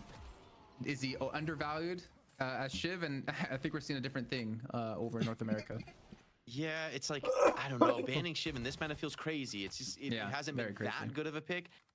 I wonder though if this Billy matchup is not significantly worse against Shiv than it was before, because Shiv is a hero who naturally wants to build to a pretty high flat HP total. Here's what Yamato on the Billy now too. Of the bloodletting tankiness and just to be able to get into the thick of the fight. The max percentage health's gone. Where the max HP damage you can't just like burst the less squishy frontliners now. Attacking him in the front line. Now that matchup has felt a lot more contested. Pretty defensive build from the Billy as Saya desperately wants to get he doesn't have any ability range. That was the most chode fucking chain gang. No. Back out of this one, disengaging Sigil. And John even Lash ult. Finds the goob. Finds Birdie. See if there's going to be able to be Good a Nova. finish here with both Birdie and Birdie's still dead though. First kill does come in favor of the melee creeps, but now it's evened up 5-on-5 in the team fight. 5-on-5. And some serious work being done by Matt here, as we talked about.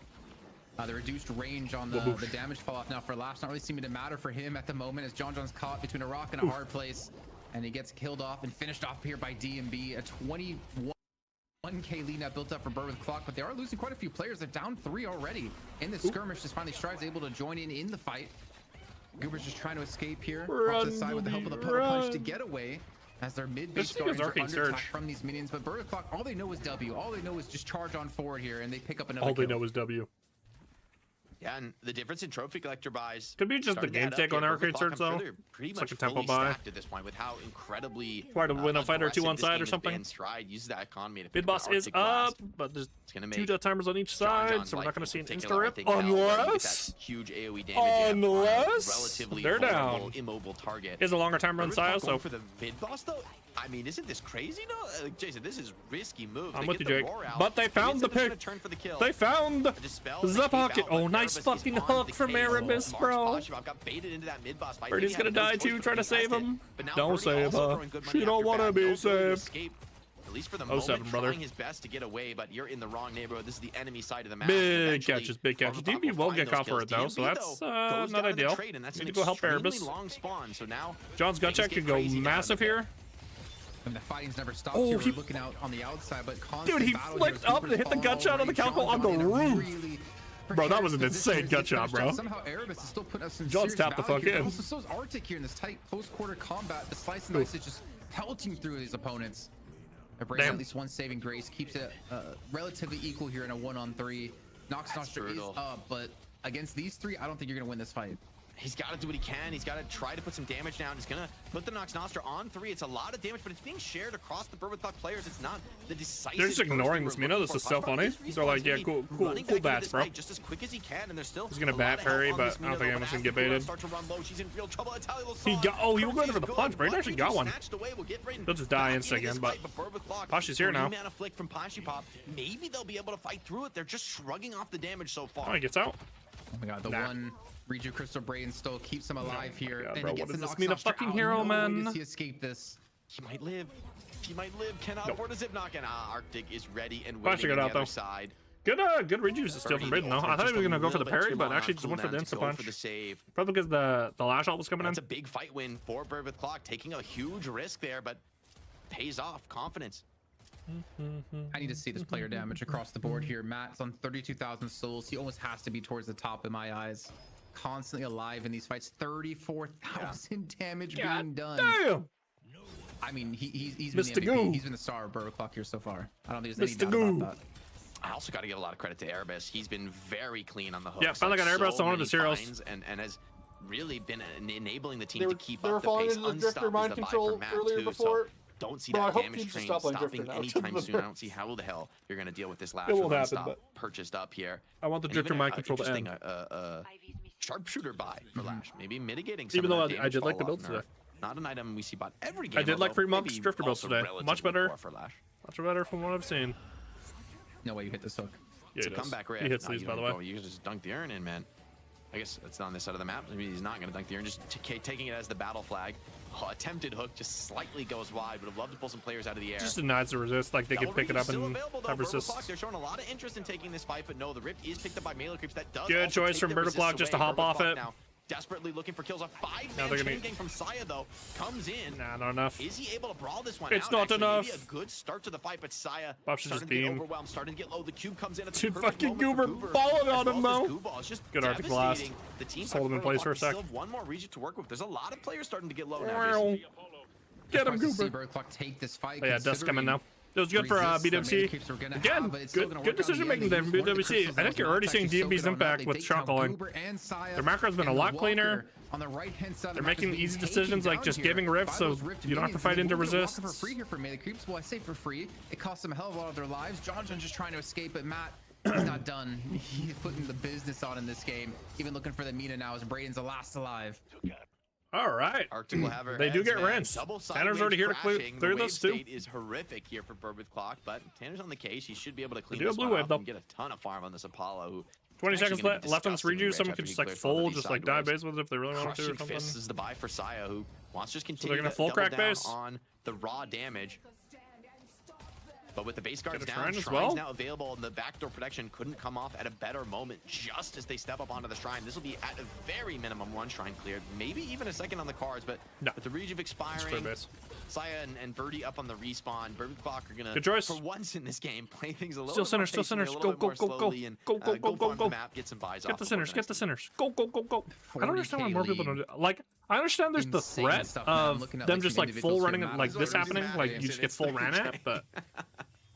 Yeah, I mean, I said it was, 3 a.m. Like, especially if you get like the outer ones, bro. 30K lead. Oh, Erebus gets full caught though. Erebus is this is even on their side of the map. Bomb here, bringing in the yeah, that was actually the perfect reason why I don't do it. But most games there isn't an Ivy ready to fly someone on your fucking dome. Okay. Like, yeah, I had enough on that one. Most games this would not. I passed my test, the math test. I'm proud of you. Finally, I can graduate high school. Yippee! Diploma for Jake. Yippee! Did Jake drop out to play Overwatch? I doubt it. Yeah, he might be. But one thing I was mentioning in some of the EU games as well is like the extra vision you get from having like a Lash. I mean, in the Buffenders game against Abraham's, having a Vindicta, but also having Purple-less Venator. This is the John way. Is to create opportunities and to create like an information war that you can kind of win, to know when you can take fights and kind of when you can't, and especially if you can get Poshy pop out of position that you don't have to worry about an Affliction, which I think is like the one thing you really have to focus on. Affliction plus the chain gang combo. Great expansion for Tanner. And you can take these wins. It'd be easier to pull off this Wombo if they find it now. Almost at the 40K mark in souls. These comeback souls are pretty nice for melee crepes. Another Ivy flight. Tempo going. Another Ivy flight. Apollo, who finds himself falling apart. So melee creeps extend a chain They're falling apart. They're just getting ran at. For Erebus gets punished into a follow-up kill, and so it'll be 2-0 buffs for melee creeps, but they get an earn. But right for Bird with Clock, I don't want to they'll understate crawl back, that, but not going to take the lead. And it's Deadlock, and these comeback mechanics, a couple bad fights, a couple bad kills can go another crushing fist game for the Billy.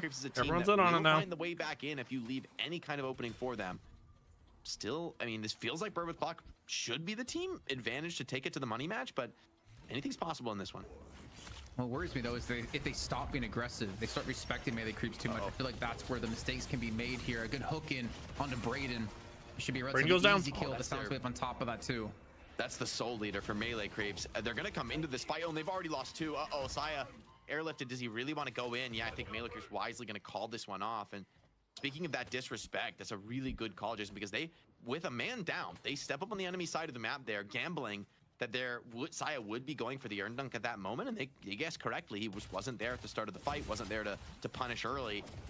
And so the disrespect They're still 4v6. They look, and Tanner just spawned, so technically 4v5. On a lot of players, though. I think he's done enough on DMB to delay this fight now. Arctic Poshy inflict whiff though. Incredibly low. DMB does fall, but he's done enough. The rest of Bird with Clock still healthy now, swarming over. Oh, his cape got stuck. Rip Poshy. Will be the death of oh, they got rinsed before mid blast. That was really risky to go for. They did get DMB, but okay, actually, maybe Poshy is a little desperate. Not okay. But they're behind, so I understand the desperation. 2 waves crashing, but maybe even it didn't work out. Kill to be found here. Oh, is Poshy gonna die? Erebus. He looking. He's good. He looking. Oh, he got the hyper line. He's done. That's and that'll be good shit from Erebus. Good find. Erebus having a great bebop game. Finally back on one of his core characters. Looking good. Looking good. Falling out of this competition in the challenger match.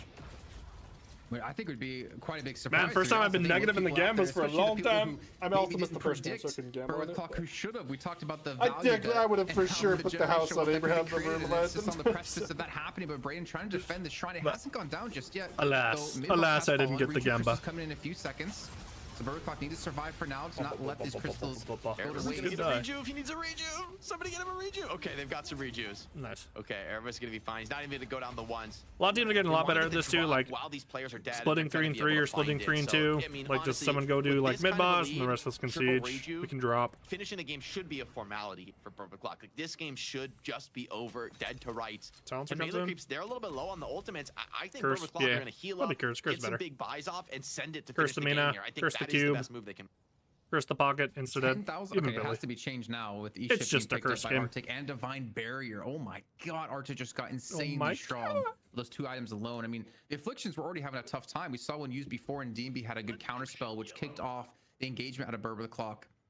And now with DB on top of this, just really making Poshy Pop not really amount to much in the fights with the Afflictions. He can hit multiple players, but with Cursed Relic picked up here for Erebus and the Veil Walker make him such a threat. Yeah, it's so scary to be anywhere on your map right now. Oh. That could be the finish for the curse coming in. Do they have the damage follow-up, Mina? And yes, they have the damage follow-up. Brayden is evaporated there. Nasty hook from Erebus. I mean, hey, how much can you really even counterplay against that? Trying to stay on the map, trying to show any kind of presence on the lane, and instead you lose your most. Zaga hyperline. Hyperline on Sire. Oh, let it end, Jason. It's too painful. The chain gang comes in. The Ivy save. Oh, the fucking gets. Oh, Poshy didn't hit anyone. How? Away from the Affliction doesn't like caught anybody here. The unstop How? secures the game. That could have been the Giga Wombo, but zero inflict there. Best performances ever. I dare say the best. Yeah, they look good today, bro. They look organized. That's the bigger thing with Burr with Clock. Same thing like with Leviathan back in the day. They just look organized, bro. He's trying to buy time. There's no Affliction that was used before. I don't think Refresher's picked up either. So there's really nothing you can do to halt Burr with Clock here from finishing off this game. Just trying to buy any moments you possibly can, but they're fleeting moments here. And like you said, Burr with Clock, I mean, they get a chance to win their share of the $4,000 prize pool brought to us by Intel Gamer Days, and of course Best Buy. Bro, Burr with Clock, I mean, beyond this win, you made some people in chat really rich with channel points. I have to say that. Hopefully, for your guys' sake, you can make yourselves rich off this prize pool. You can take down Popper's pupils. Yeah, the believers are looking wealthy right now. Not like 50K on the day, but like a shred of a chance for they ain't nothing to a motherfucker like me. Breathing that rarefied air. My figure and the points stacked up this week because they're going on to the money match. All right, we didn't see the money match. We have not seen that in a long time, bro. It's been a long time. Won't back down from a fight. Even as aggressive as Burr with Clock were in this first game. So a lot to be decided in that money match. But let's take a little look back through this match because this was, God, it felt like just a different Burr with Clock team. They brought a different energy to this week's match. I think it was I hate to say it, but it goes back to the draft, individualism, and just like the individuals on those specific heroes really excel. Arctic gets Shiv, one of his like best heroes. Matt gets Lash, one of his best heroes. Erebus gets oh my God, what's his name? Bebop, one of his best heroes. The Boppa. You know, I'd even go to say maybe this was like a disrespect draft out of Melee Creep because you gave them so many of the heroes that they're so damn good on, and maybe didn't push them to other heroes that you know you could probably beat them with.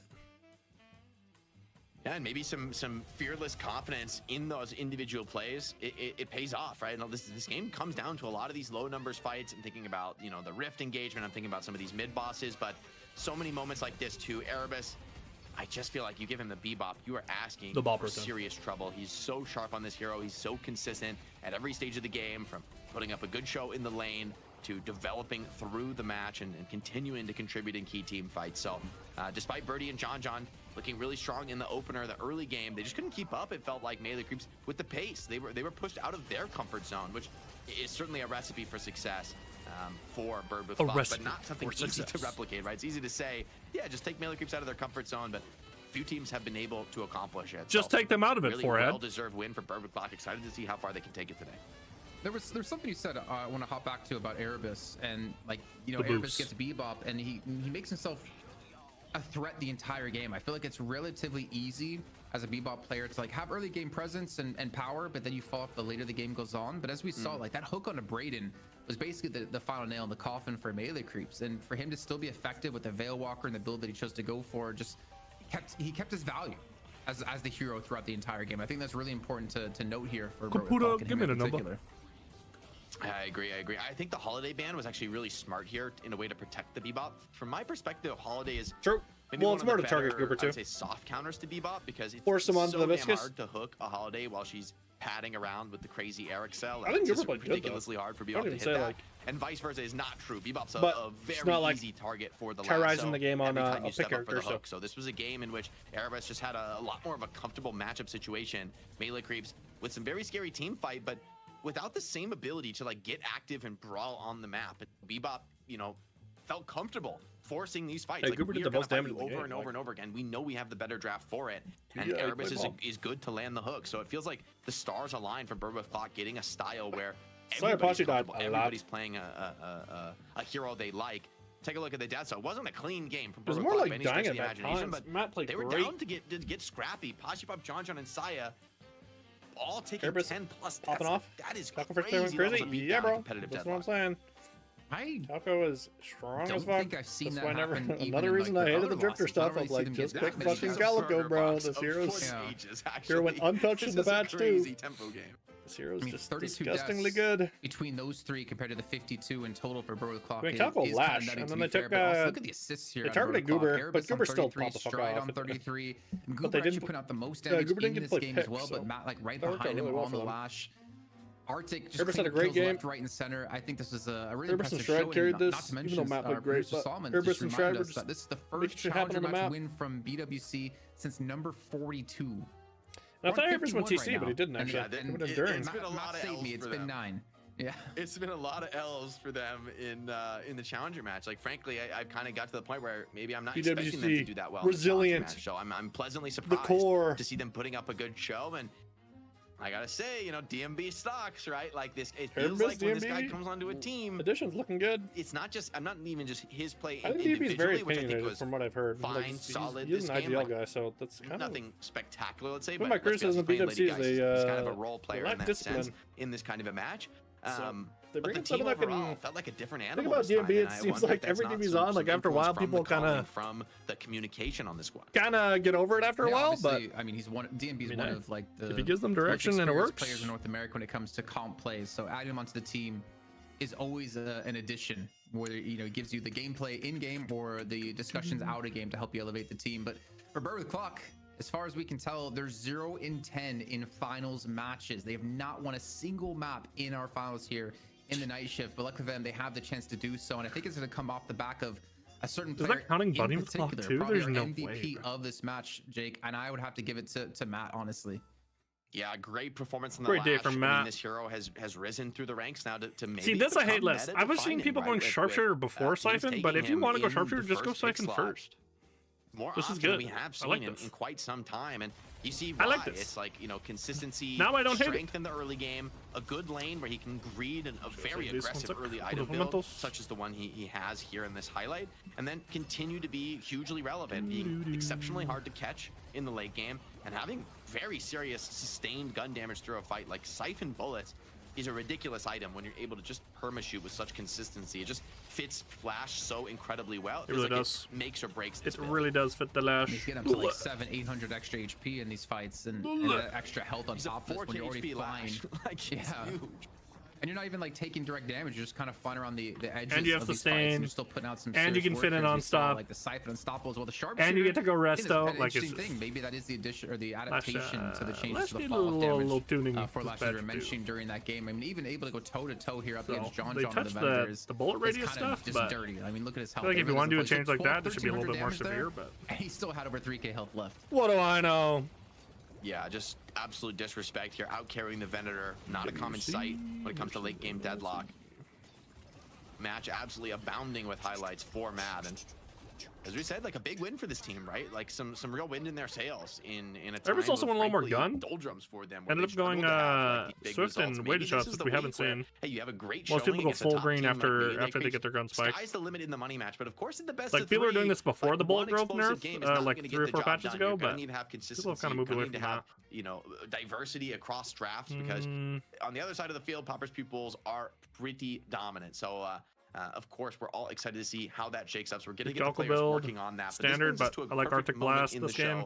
to show some love like Intel Gamer enable your Days, pick guys. heroes. The reason we've been able to double the prize pool through Flash, these 4 bro. weeks for Or Intel Shiv, Gamer sorry. Days is to let you guys know Look at the there's Shiv. incredible discounts on Shiv's PCs so on a fucking ton of dead, different bro. retailers for North America. Check out Best Buy. You can't pick Shiv and of anymore. course, It's too with fucking qualifying nerfed. purchase, They got you it. can They get got it in, 2 bro. You can games slowing with your Hex's gun purchase. movement. Both Tomb The Raider, character Legacy of sucks, Atlantis, bro. and Star Wars You Galactic can't pick Racer. You can't Just get those, Lash. you know, You can't alongside beat your fucking purchase, Shiv extra anymore. little incentive for you to upgrade your Whoa. PC. But let's be, everybody needs a new PC these days. Everybody's been waiting for a sign, waiting for the crop circles to align.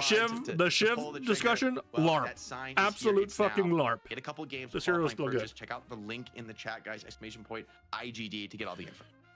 And I also need to take a look here at the Galactic Racer. I might be like too old for you did not have played this before, but did you ever play like the Star Wars pod racing game way back in the day? Jake's too young for You that. are, in fact, that may be too old for me. You are correct. Just making fucking sure. boomed out. He boomed out on Jake, bro. I would love to play Galactic Jake's Racer like, you mean here. Lego Star If Wars? I get my qualifying purchase in as well, but this is so cool to see it again. Like Intel has Did you been mean with us Lego since Star day Wars? I one, love so Lego always Star happy to Wars. have them, you know, tagging along, and of course the Intel. No, here, I'm a boomer right now. Gamer There's Days an old Star Wars is game such I a used to cool play that little was thing so to have for fucking everyone good. looking to Star Wars. get better PC, get better deals off of anything they could It was, possibly want when it comes to gaming. And you would yeah, play once again, like- big love to them. Yeah, hardware's expensive. Can't You gotta remember, find those was the discounts Clone where Wars you can game? get them. So Was it Clone lot Wars? of love there. But of course, guys, that brings Yeah, it us was. to Dude, a this short break. shit? Don't go Yo, anywhere. I When we loved come this back, game when I was we're a gonna be kid. moving on to You would the play money as match, like hotly the anticipated. artillery. A new contender enters the arena What to is fight wrong for the with number my- 1 slot in Hello? North America. So you don't want to go anywhere. We'll see you guys in just a few minutes. You would play as like the tanks and stuff. Dude, I love this Star Wars game. I played this so much. I would 1v1 my brothers and stuff. Bro, I love this. This one was so fucking good. But anyway, since we watched the making of, we're gonna watch the IVA animation again, because we now know how it was made and the love and care that went into it.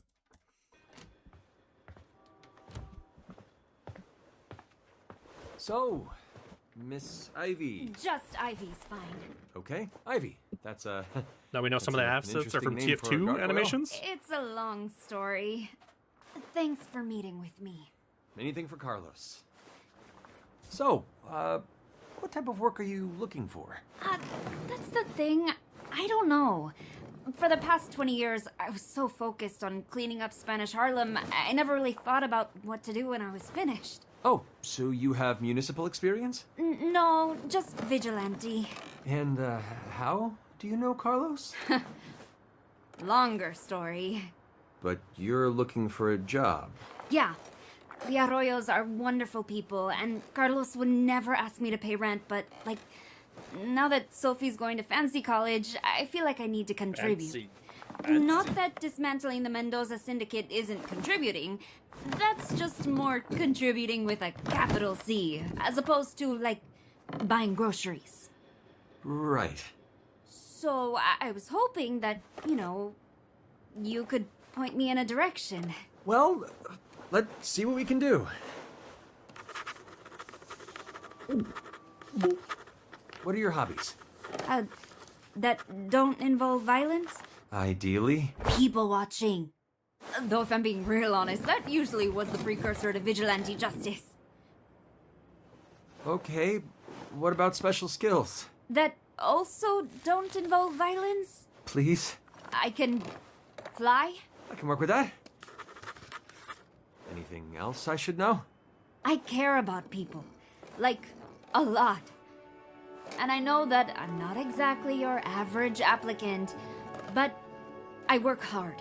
And I learn fast, and I just want to help.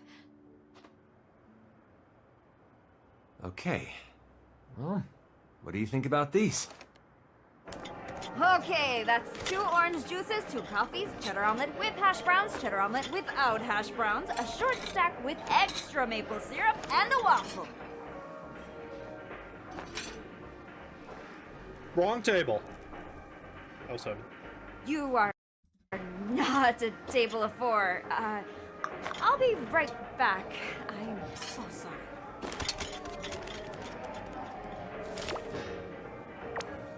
Savior of Spanish Harlem. Man, I could have been the savior of Spanish Harlem. Probably would have had to stop working for Mendoza to do it, but people can change. Fantastic. Even better the second time. Even better the second time. I have like a 20-minute video, but we're back in like a minute, so...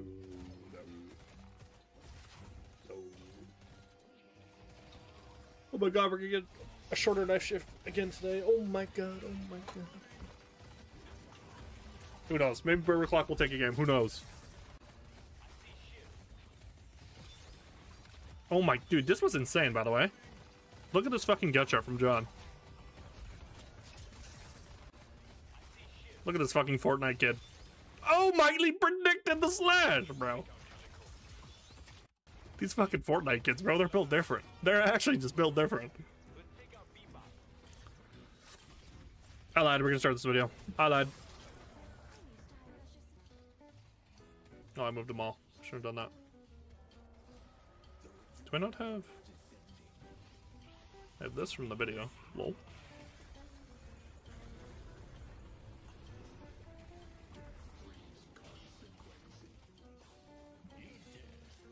I keep an eye on this. Is America chasing away all of its smart people? Let's find out. Losing its smartest people. By the numbers alone, 80% of postdoc researchers now report they are looking for positions outside of the US. The number of US researchers applying for positions in Europe has tripled, and just across the border, applications from American scientists looking for jobs in Canada rose 41%, while Canadian scientists looking for jobs in the US fell by 13%. Federal agencies lost over 10,000 doctor-level STEM and health experts over the past year. Hospitals are now running low on skilled practitioners entering the field, and even in purely profit-driven enterprises, people like AI researchers are, rather loudly, finding opportunities abroad. These are also only the positions that we know about. And well, this shouldn't really be happening, right? The United States has always attracted the very best and brightest people to live and work here, and it's done that for a number of logical reasons. We have some of the best research institutions and schools in the world, we have a robust funding system to finance cutting-edge development, and honestly, the not-so-secret reality— Like, this is insane when you look at venture capital. Holy fuck. Look at little Canada down there. It's something we're trying to change under Carney, though. But yeah, no. Like, holy fuck, bro. Reality is that very smart people can normally make a lot more money here than they can anywhere else in the world. Even amongst other high-income economies, startup founders, scientific researchers, academics, and medical practitioners have typically been drawn to America because there are more opportunities to get their work funded, and also to be funded for their work. Now, I know what you were thinking. And yes, obviously, a lot of this has to do with things like laxer regulations, over-financialization, and a healthcare system that prioritizes profits over outcomes. Yep. And well, yeah, you would have a point. And that's not mentioning the administration or anything going on that's like America's like anti the world now. But putting aside the social problems these may cause for a second, American pharmaceutical labs, financial firms, hospitals, startups, big tech, and the venture capital ecosystem all genuinely present amazing financial opportunities to highly skilled people. Yep. But the thing is, none of this has really changed. We still have all of the systems, alongside the good and bad that comes with them. What has changed, though, is that despite the chance to make a lot more money, smart people from across the world aren't coming in nearly as fast as they once did. And perhaps even more worryingly, the smart people that we do have are moving out. It doesn't sound great, but perhaps this could all mean more opportunities and training for the people who are already here, right? Well, we will get to that. But also this raises the question of, where are these people going?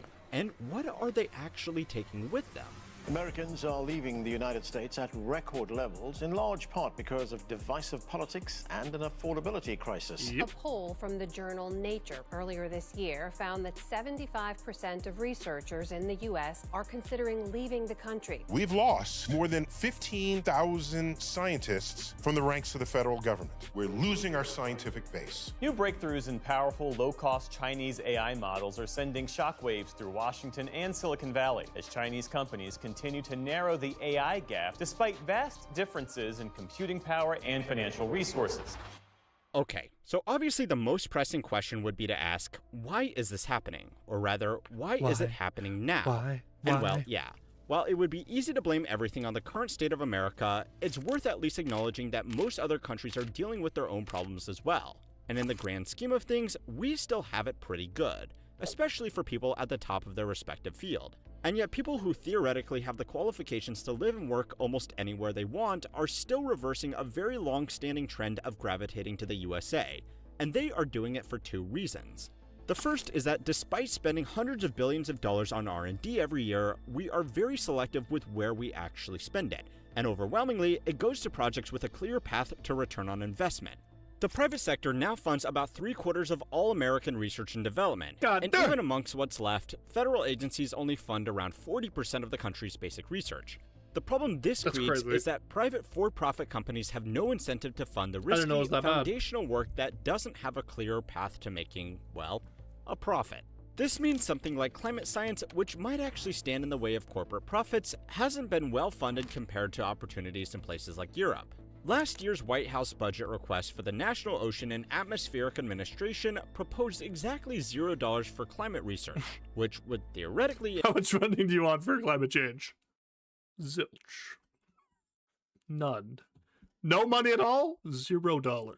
Impact the ocean and the atmosphere.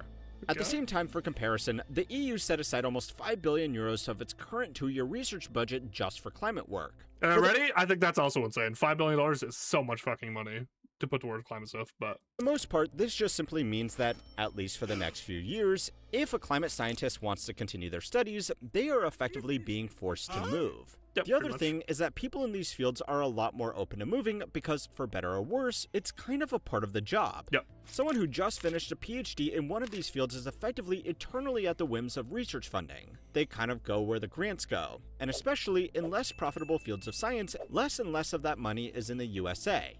Now, to play devil's advocate, maybe pursuing science only when it is profitable still means we keep all of the research that will actually contribute to economic development, right? Well, we will get to that assumption. But even if it was completely true, it would still be very short-sighted. A lot of research doesn't seem profitable at first, before it turns out that it really is. Radio astronomy was developed to get more accurate images of the cosmos, before the same tech ended up giving us Wi-Fi. Number theory experiments from the 1970s gave us modern cryptography, which enables end-to-end encryption, secure online payments, and logins. There are also infamous things like GLP-1 drugs, which trace directly back to government-funded researchers studying Gila monster venom. There are literally hundreds of these examples, because we don't really fully know the applications of frontier research until we have done it. Nobody ever budgets for the lizard spit economy. Neil deGrasse Tyson may be best known as that famous science guy, but he is also a legitimate physicist who has recently spoken about this trend in his field here on YouTube. Yep. His video actually came out as we were writing this one, and he has basically said the same thing, which is probably worth more from someone with one foot still in the door of academia, so I will leave a link to that below. More broadly though, other countries have seen all of this happening, and they are capitalizing on our complacency by setting up grants and systems to make it easier for these smart people to just make the jump in the other direction. Some are even specifically headhunting researchers, offering them comparable salaries, fully funded labs, and stable positions overseas. Canada launched a $1.7 billion Canadian dollar program at the end of last year built to recruit more than 1,000 fully funded labs and stable positions overseas. Canada launched a $1.7 billion Canadian dollar program at the end of last year built to recruit more than 1,000 world-leading researchers, complete with money for their labs, their equipment, and their grad students. The EU announced a €500 million Choose Europe for Science package aimed at researchers looking for the exits, and applications from US-based researchers from the equipment and their grad students. The EU announced a EU Commission announces Choose Europe for Science €1 million Choose Europe for Science package aimed at researchers looking for the exits. Oh, I thought they were like banning people, so they were giving them incentive to stay. Okay, this made me feel like they were like, you cannot leave. I was like, what? And applications from US-based researchers from the European Research Council's most prestigious grants went from 23 to 114 in a single cycle. One university in the south of France even set up a program actually called Safe Place for Science, subtle, and got 298 applications from researchers in America, including people at Stanford, Berkeley, and NASA. And of course, above all, China has been aggressively pursuing talent, especially amongst its own nationals who often study in the West and then stay in the West. For at least the last century, the USA has been by far the largest hub of research and development funding anywhere in the world by some margin. Yep. But as of 2 years ago, adjusted for purchasing power parity, China has now overtaken us, and they are now channeling more research. Oh shit, out of nowhere! Resources into R&D every year than we ever have. Now a quick interlude here is that purchasing power parity accounts for the lower cost of most things in China, $1 million in China just buys more equipment, man-hours, and other resources than it does here in America. Without that adjustment, we are still technically throwing more money at R&D. But in plain English, China is throwing more actual resources at upgrading their tech tree. Anyway, back to it. That's a great caveat, because I could definitely see people like, yeah, they just like pick this fucking, this chart apart, because you just go like the raw number, and you go, no, but that's a great point. Today, there's a big push to get China, not just like, when you think about research and development, like the cost of research and development is directly tied to like manufacturing and products, right? Like you're creating cutting edge technology that manufacturers and producers need to help like create with you, right? So if you have lower costs of doing that, like you're going to get more bang for your buck, like you just said. A lot of the students that left China to study in places like America to come back to China, along with all of the skills and expertise they have gained from research and work at Western institutions. Often, this incentive is as simple as just a big pile of money, but again, more on those in a minute. The point is that if the brain drain trend that has served us for the better part of a century actually reverses, that would be catastrophically bad. Being at the cutting edge of a broad selection of sciences has been instrumental in America's outperforming economic growth, and well, our military dominance over the same time period too. Competing in either metric without the foundation of world-leading science is kind of like... We're in draft. Draft time. Consistently copying first ban, so we'll see if that trend changes, of course. Bird with clock. Bird with clock. Choose to go first back. Okay. There's a Mirage ban already taken away. See, I would actually like to see like just a bebop ban here for Pauper's Pupils, like Doorman. Okay. Can you give Doorman? Archmother side. Doorman is crazy work. Archmother side. I don't know. I guess he's nerfed, in fairness. Not majorly, but maybe it's different with the billion nerfs, but I don't think so. Oh my God, Jason called it. I didn't think they'd actually do it. But I was curious. In fairness, this is basically what beat Erebus in the past. But right? the thing is, Erebus was a Buddy with Clock, a Doorman team. And they got rid of him because he could now it's pick your poison too, because it's like you give him Doorman or you give him Low Main Billy. And they're giving him a Low Main Billy. So this is like Erebus though. This is a nerfed Billy, but like how nerfed is it really, bro? To make adjustments to show Who improvement. even plays Doorman on their team? I don't even know. Is it Stride? Really prove it. I don't even know who plays Doorman on their team. Game one. It's risky for Pauper's Pupils though, because if you test this, I literally don't even know. And Erebus actually does show up. It's been that long since I've seen it. You did just give up a Doorman. You did that to yourself. Well, Poppers go Billy Lash. Took away, I think so. Only Erebus is best hero. You also take away Lash from Matt, and you probably get a Billy on top of this. I would assume if they're going to continue to go that trend. So Lash Billy as first 2 picks. Sick combo. Unless they're gonna. I would be fine letting Doorman go. No, they're gonna go Calico. So they're gonna leave the Billy up. What is happening? And they take away from Stride, who played it last game.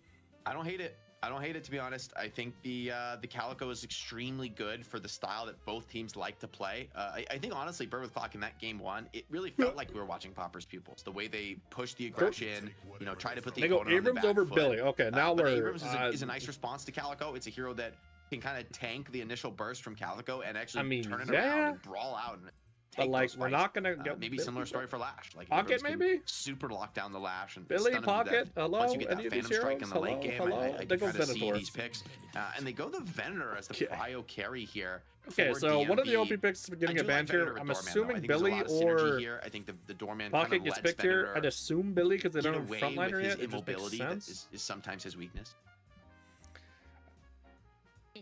They go Viscous. Picking Abrams over Billy though. Is the right course of action. I don't know, man. I think we're overcooking here, boys. I think we're overcooking, but that's just me. I mean, I do think there's some question about Billy as a hero right now. I just ban Billy here now from Bird with Clock. Don't let him get a second phase. I don't think he's bad, but at the same time, Apollo ban. Rising Ram max HP spare damage was an absurd power spike for the character. That was like incredibly significant for how much damage you deal over the course of the match. And now that it's gone, maybe teams are just thinking, hey, we want characters that just give a little bit more when it comes to a solo kill. Like Chain Gang's great, but we've also seen sometimes it not be followed up well. But Billy, bro, are we really gonna do this? Are we gonna overreact that hard? Pool of carries available here because Pauper's Pupils. You'd think at some point they'd want to go back for another carry. I wouldn't mind. I understand it's nerfed. It's still fucking Billy, bro. You have Lash. We go Yamato, surprised to see them not ban away Billy. Like I think EU killed still too much here because you take away frontline from them. But maybe, bro. You got Calico, you got Viscous, you got Yamato. Patches been out for 3 hours. It's a pretty strong frontline-esque kind of team with the support of Lash in the air and the sky. I'm looking towards, Bird with Clock. Is D&B going to be on the Venator in this one? They go and then more importantly, like what's Matt going to be playing? Because I mean, I keep focusing on Matt and Arctic in particular because those two, for me, were like the real stand-up players besides Erebus, obviously. But they were like two of the biggest playmakers on the team. They could go pocket here still. So you need it's to going to be getting to the Abrams. Comfortable with going into jump this on the Venator. But Amina, I mean, safety, create some distance. And they go nerf Drifter. You have some front line with Abrams and Drifter. So they want to give him the double tempo. Drifter have some serious work, but also some slight nerfs when we saw the patch notes. I feel like Burp earlier and then I had a kill. Not a good combo. Late in the draft that can keep up with these like really. I mean, just go Billy on 5-6. I think banning Apollo was fantastic. Yeah. It would have been an amazing pick.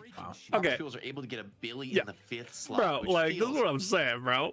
I'm with Jake. What the fuck are we doing here, bro? Like why did they ban Geist over Billy, bro? Just ban fucking Billy. With every single hero offering a pretty substantial. Oh look, Lomain's 4-0 on Billy. Oh, that's not good. Comboing on here. No, that's kind of weird. That must be a bug. These heroes is big. And then the Furnace comes in. Okay. Chain Gang is going to go so crazy this game. I think Drifter. And then the Furnace does good wombo with the Billy like too. The red is a huge part of your damage. Bro, they had so much punish potential in the top 3, and then they just messed the draft. They go Paradox. I hate this draft from Purple Clock. They fucking fumbled this draft so fucking hard. I'm not even gonna cap, but they fumbled it so fucking hard. And it's up I'm to gonna go fat. to I'm gonna go like 1500. Let's get some points back. Abrams Doorman plays, and maybe for Xenos Paradox, or rather not Xenos Paradox, it's going to be whoever pilots Paradox rather on Bird with Clock has a lot of work to do with the level of mobility. Who do we think it is actually? Have you noticed what we didn't see? I'm assuming Erebus Paradox, and then they'll put Drifter on like in the patch, like Shrine or something. Is McGinnis dead? Yeah, McGinnis is dead. Yeah, McGinnis is probably dead. Well, I think teams may try her out in scrims again, but I think on such short notice. Yeah, short notice, you're not going to pick the. You're not going to pick the McGinnis nerfs. You know, like, the changes to not having.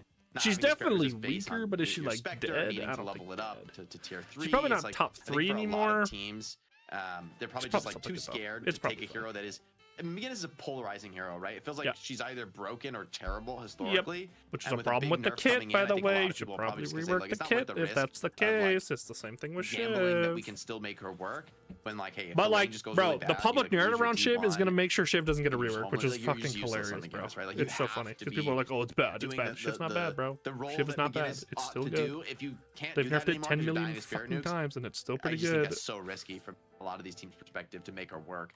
And there's tons of spirit damage in both of these lineups, so maybe understandable why they go a different direction.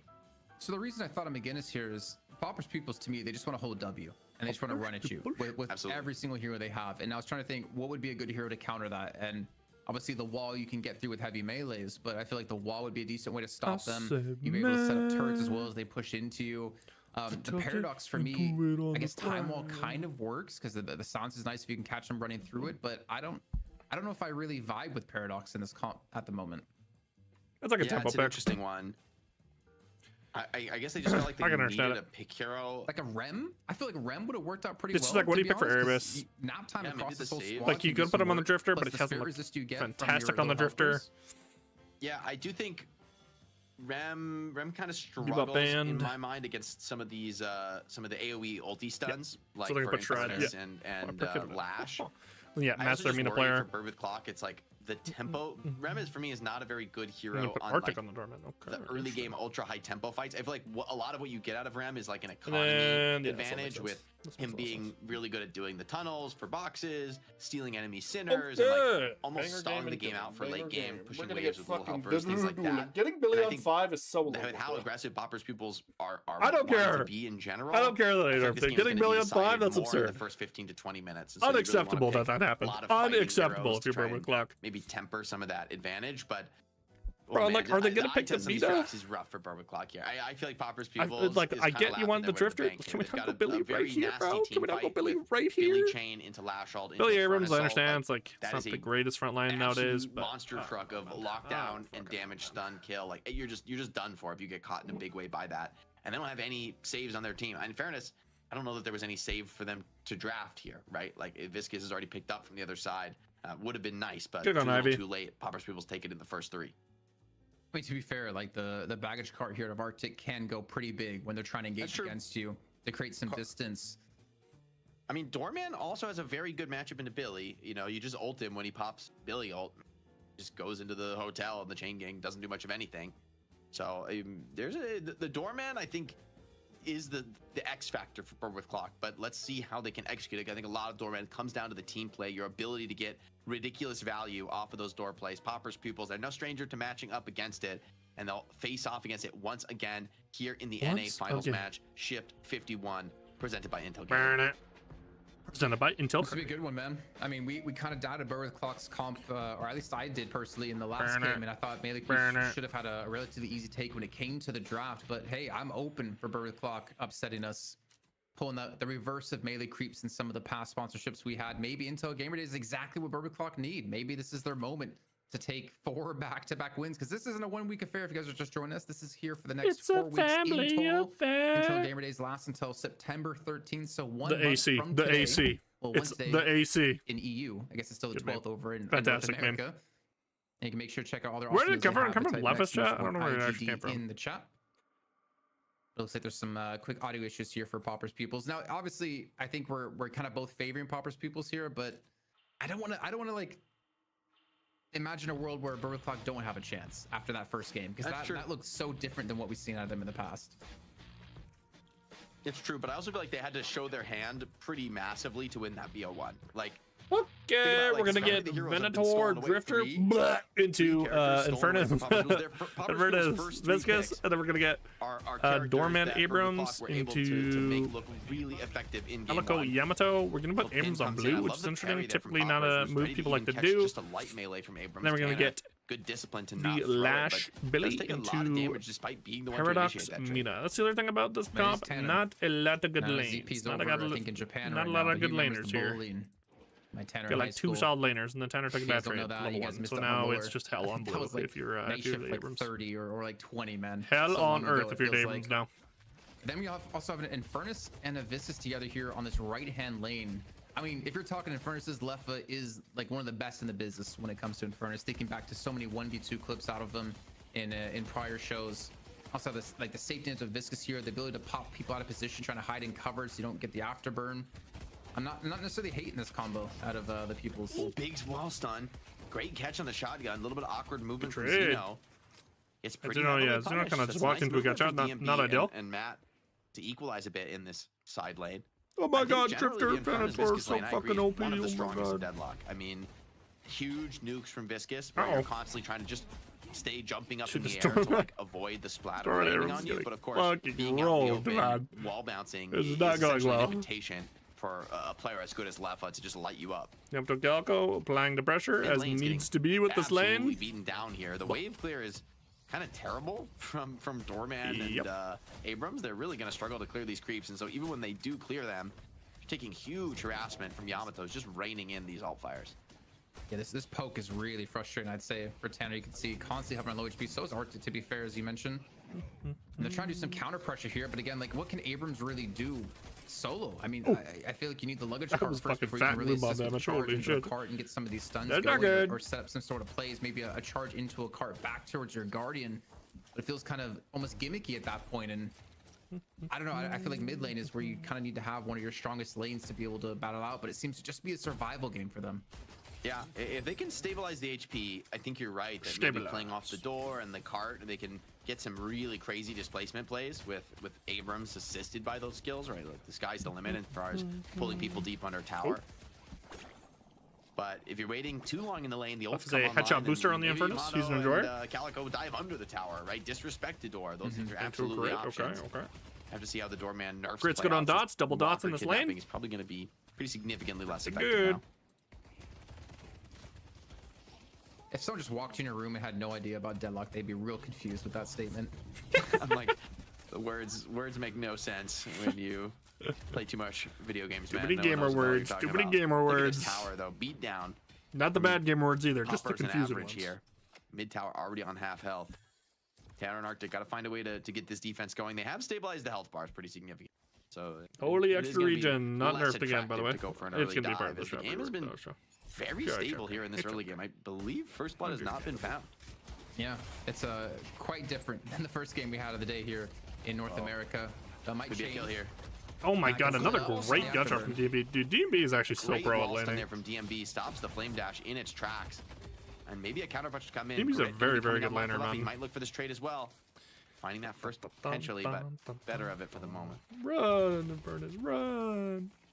Even headshot booster picked up for him too. Not really sure what versus go for these days, as we do have the rotation coming from the mid lane. There's a big party on the right hand side looking for these kills, looking for that first blood, and DMB just barely gets away. Xeno, I think, indirectly knocks Average away. I think that was the shotgun blasted him out there. Nice parry on the dive. He's dead. He's dead. And it's actually Stride on Xeno and Poppers died. Stride gets traded in the side lane though. Bloodbath here with kills across the map. Everybody's Will super DMB low. live? What was a quiet early game Another rebuttal. Incredibly noisy. And into a double parry. What is happening? Work in the mid lane, but Holy burger NA. Doesn't have the HP. McDonald's region. Oh my god. They have the damage there, unfortunately. Even a rotation coming in out of low main there to actually pop up in the middle side, as Yamato's went towards the left lane.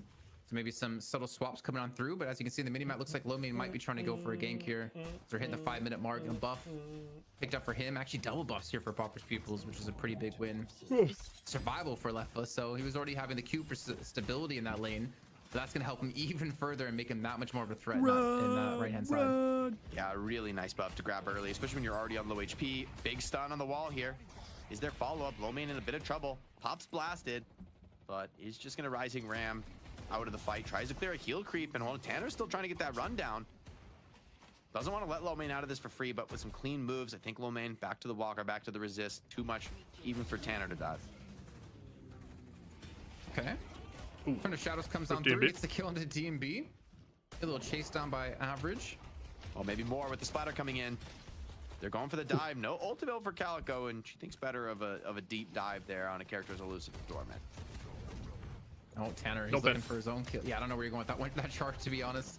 I feel like you just don't have the damage in the mid lane. Not good. Oh, the Tanner gets a parry once again, this time over onto Xeno. The finish not able to quite come in. You have it. The cube gets used, and Xeno does survive to fight another day for now, but it's cleaned up eventually, as well as Tanner going on down. But set up a bell. Oh, he doesn't have bell CD. Oh, the fucking bell. Time will tell. Bro, it's getting so chaotic. Check out what the fuck is happening, man? Heavy follow-up damage, parries the Guardian, and all right, Blue Guardian's gonna fall. Burst here. The blast is gonna take from Zappers up 3k early. They also got double buffs there. I missed that. My bad. Leaping slash off cooldown. Average is not in significant trouble. He's just gonna back off, grab some boxes, and sway back to base. Okay, so a little bit of a lead here built up. 3k for Pauper's People so far. Because they're still coming online right now. League waiting for his. Just a moment or two. Other side Stride at 4.4. I mean, overall, not too big of a lead, but a lead nonetheless for Pauper's Pupils. And for a team that's experienced as them, I do kind of worry, can they build this into some momentum that Bird with the Clock can't stop? Door out to break the chain gang, but the League finds Matt on the side lane. Cultist Billy from Mr. Lomain. Okay. Cultist is the buy from Lomain.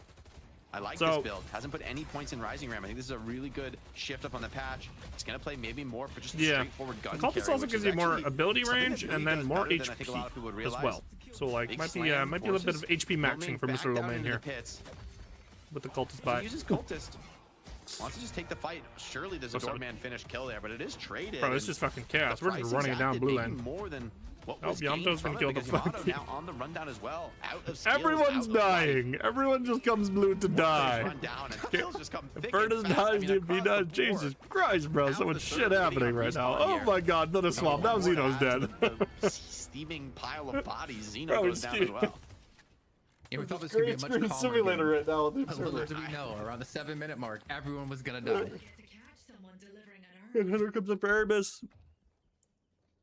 Average on a kill streak right now, 7.2k. Those deaths did clear the buff there too for Pauper's Peoples. If I know Average, he's definitely a snowbally player too.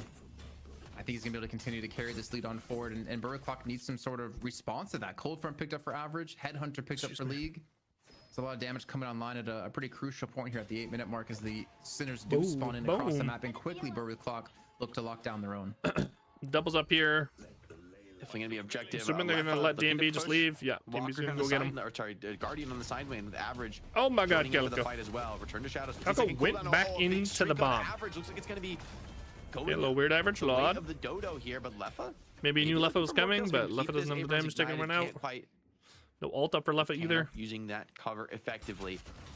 That killing Average gonna DMB actually ends up teleporting for a buy and then gets caught up in a fucking duel. He's got his ultimate Will Poppers died? Nah, he has ult. Oh, he got sent to the Baroness though. caught in the bareness. Is he gonna ult out of this? He's thinking about it. Maybe he just takes the death. No, he actually goes for it. Okay.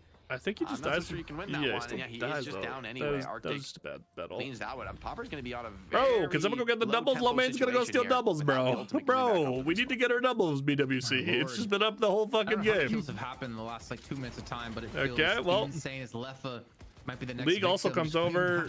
Tanner's here to contest, but I think it's already gone, bro. So far, the control he's been able Can we to watch this, by the way? I feel like Could we gone they actually just full leave. Okay, they got way too scared. They thought Tanner was, or maybe they stole and just left the minion. I don't know, because we didn't watch, but. Oh, the chain gang connects, and Billy makes it back up to the high ground. Is gonna get the rundown. Matt gives his life for some Guardian damage, but Mr. Snatch. Game's starting to look a little bit ugly for Mina. DMB though, Standard Bear putting some huge damage onto Leffa, who dashes back out of there. Now DMB the one who finds himself in trouble, chasing through the door. Are Zeno and Average looking to hunt down this kill, a valuable one to find. And they do get it, picking up the yet more kills are just stacks. fucking non-stop, man. Really get crazy here for River Average, Clogger who's been gotta get involved in rolled so now, many though. early kills. Not sure how many of them were after the TC was bought, but dying. 3 kills Popper's across the map for people running Popper's at them. pupils. They rout the opposition. Jake, I need to know who the hell is observing right now, because I swear in the last 3 minutes of time, everyone we go to has died. Yeah. It's not like we're seeing someone get kills, it's them dying. I keep hearing the da sound over and over in my ear. I don't know what kind of like observer luck that is, but that is an observer curse if I've ever seen one. But here we go. The urn picked up in the hands of Stride, trying to run it across the map. Popper's pupils, pretty sizable lead now of 7K. I think should be able to contest this one because they don't really have any objectives to take right now. Like all the Guardians already destroyed. I don't realistically see them trying to go for any walker pressure right now. And Average is actually the one to chase down to look for this urn on the right hand side while we see a fight break out. They do kill Stride though.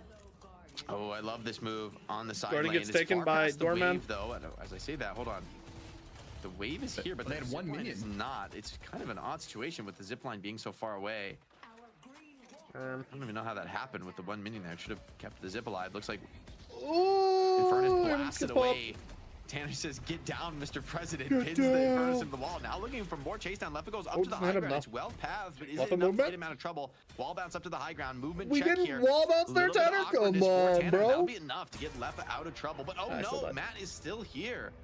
Great rundown from the Mina. Impact kill on this Infernus, keeping the pressure on the other side of the map, making sure that there's a little bit of space, a little bit of comfort for Barber Cloud to play. 5K now.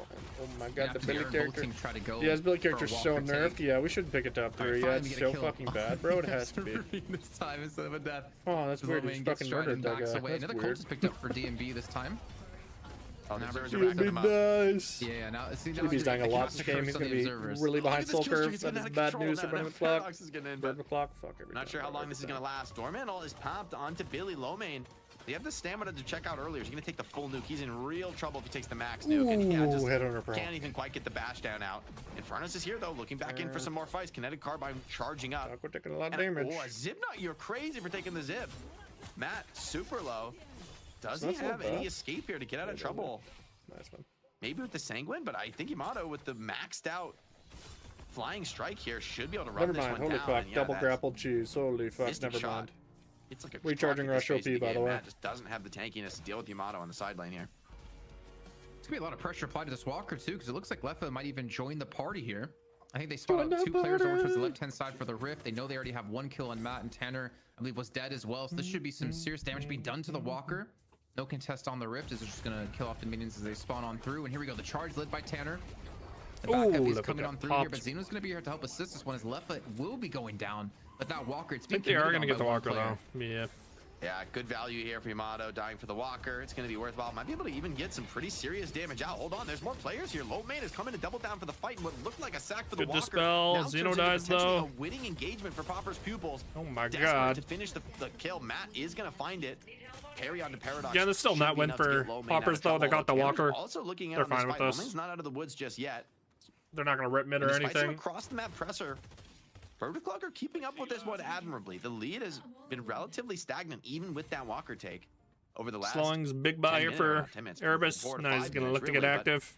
That in itself is impressive with Popper's. Resto Walker is disgusting amount of sustain, by the way. If you make some bad mistakes. Disgusting.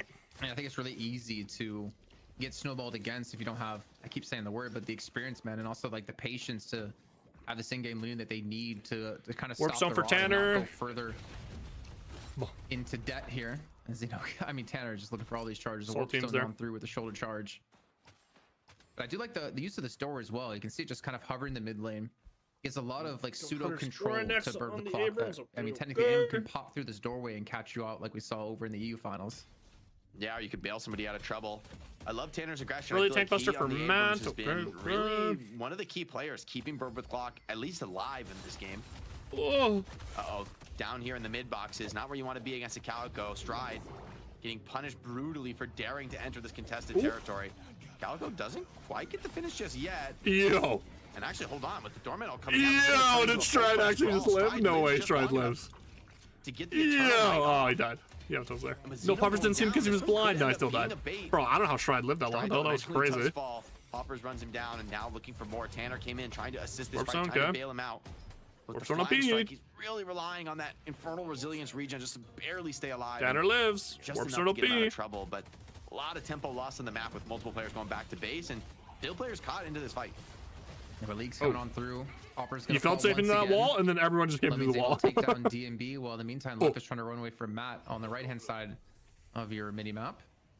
I mean, mid-boss is up, and I mean, I guess the killing DMB is not going to be nowhere near enough to actually commit for something like this. Maybe a kill into Matt can actually open the door. That potential take, but there's the doorman coming on through. Plus door, and then they took Xeno through the door. The charge out of Man, door is so funny, bro. Door is so good capture to equalize things once again with Bird with Clock. Risky maneuver. I mean, was looking for that last. But like Jake said, you know, lead is stabilized. Pinned away from the door. Now Straight went in. Out of the hands. Still getting killed though. But maybe he finds more than he bargained for. Flying strike should finish the job. Poppers will clean that one up. Leffa. Poppers are ready for the pickup. Hungry for more kills too. Remember, there's no walker on this side of the map, so a lot of room for Poppers pupils to play into these fights. Doorman. Is there a door to get Arctic out of here? No, he's caught dead to rights. No escape, no rest for the wicked here. And Demon Tanner caught with the chain gang. Surely Abrams dead as well. And maybe even a drop down to mid boss on the cards. A swap back in. Pulls a player into contested position. Poppers people still have more ults left to give into this fight.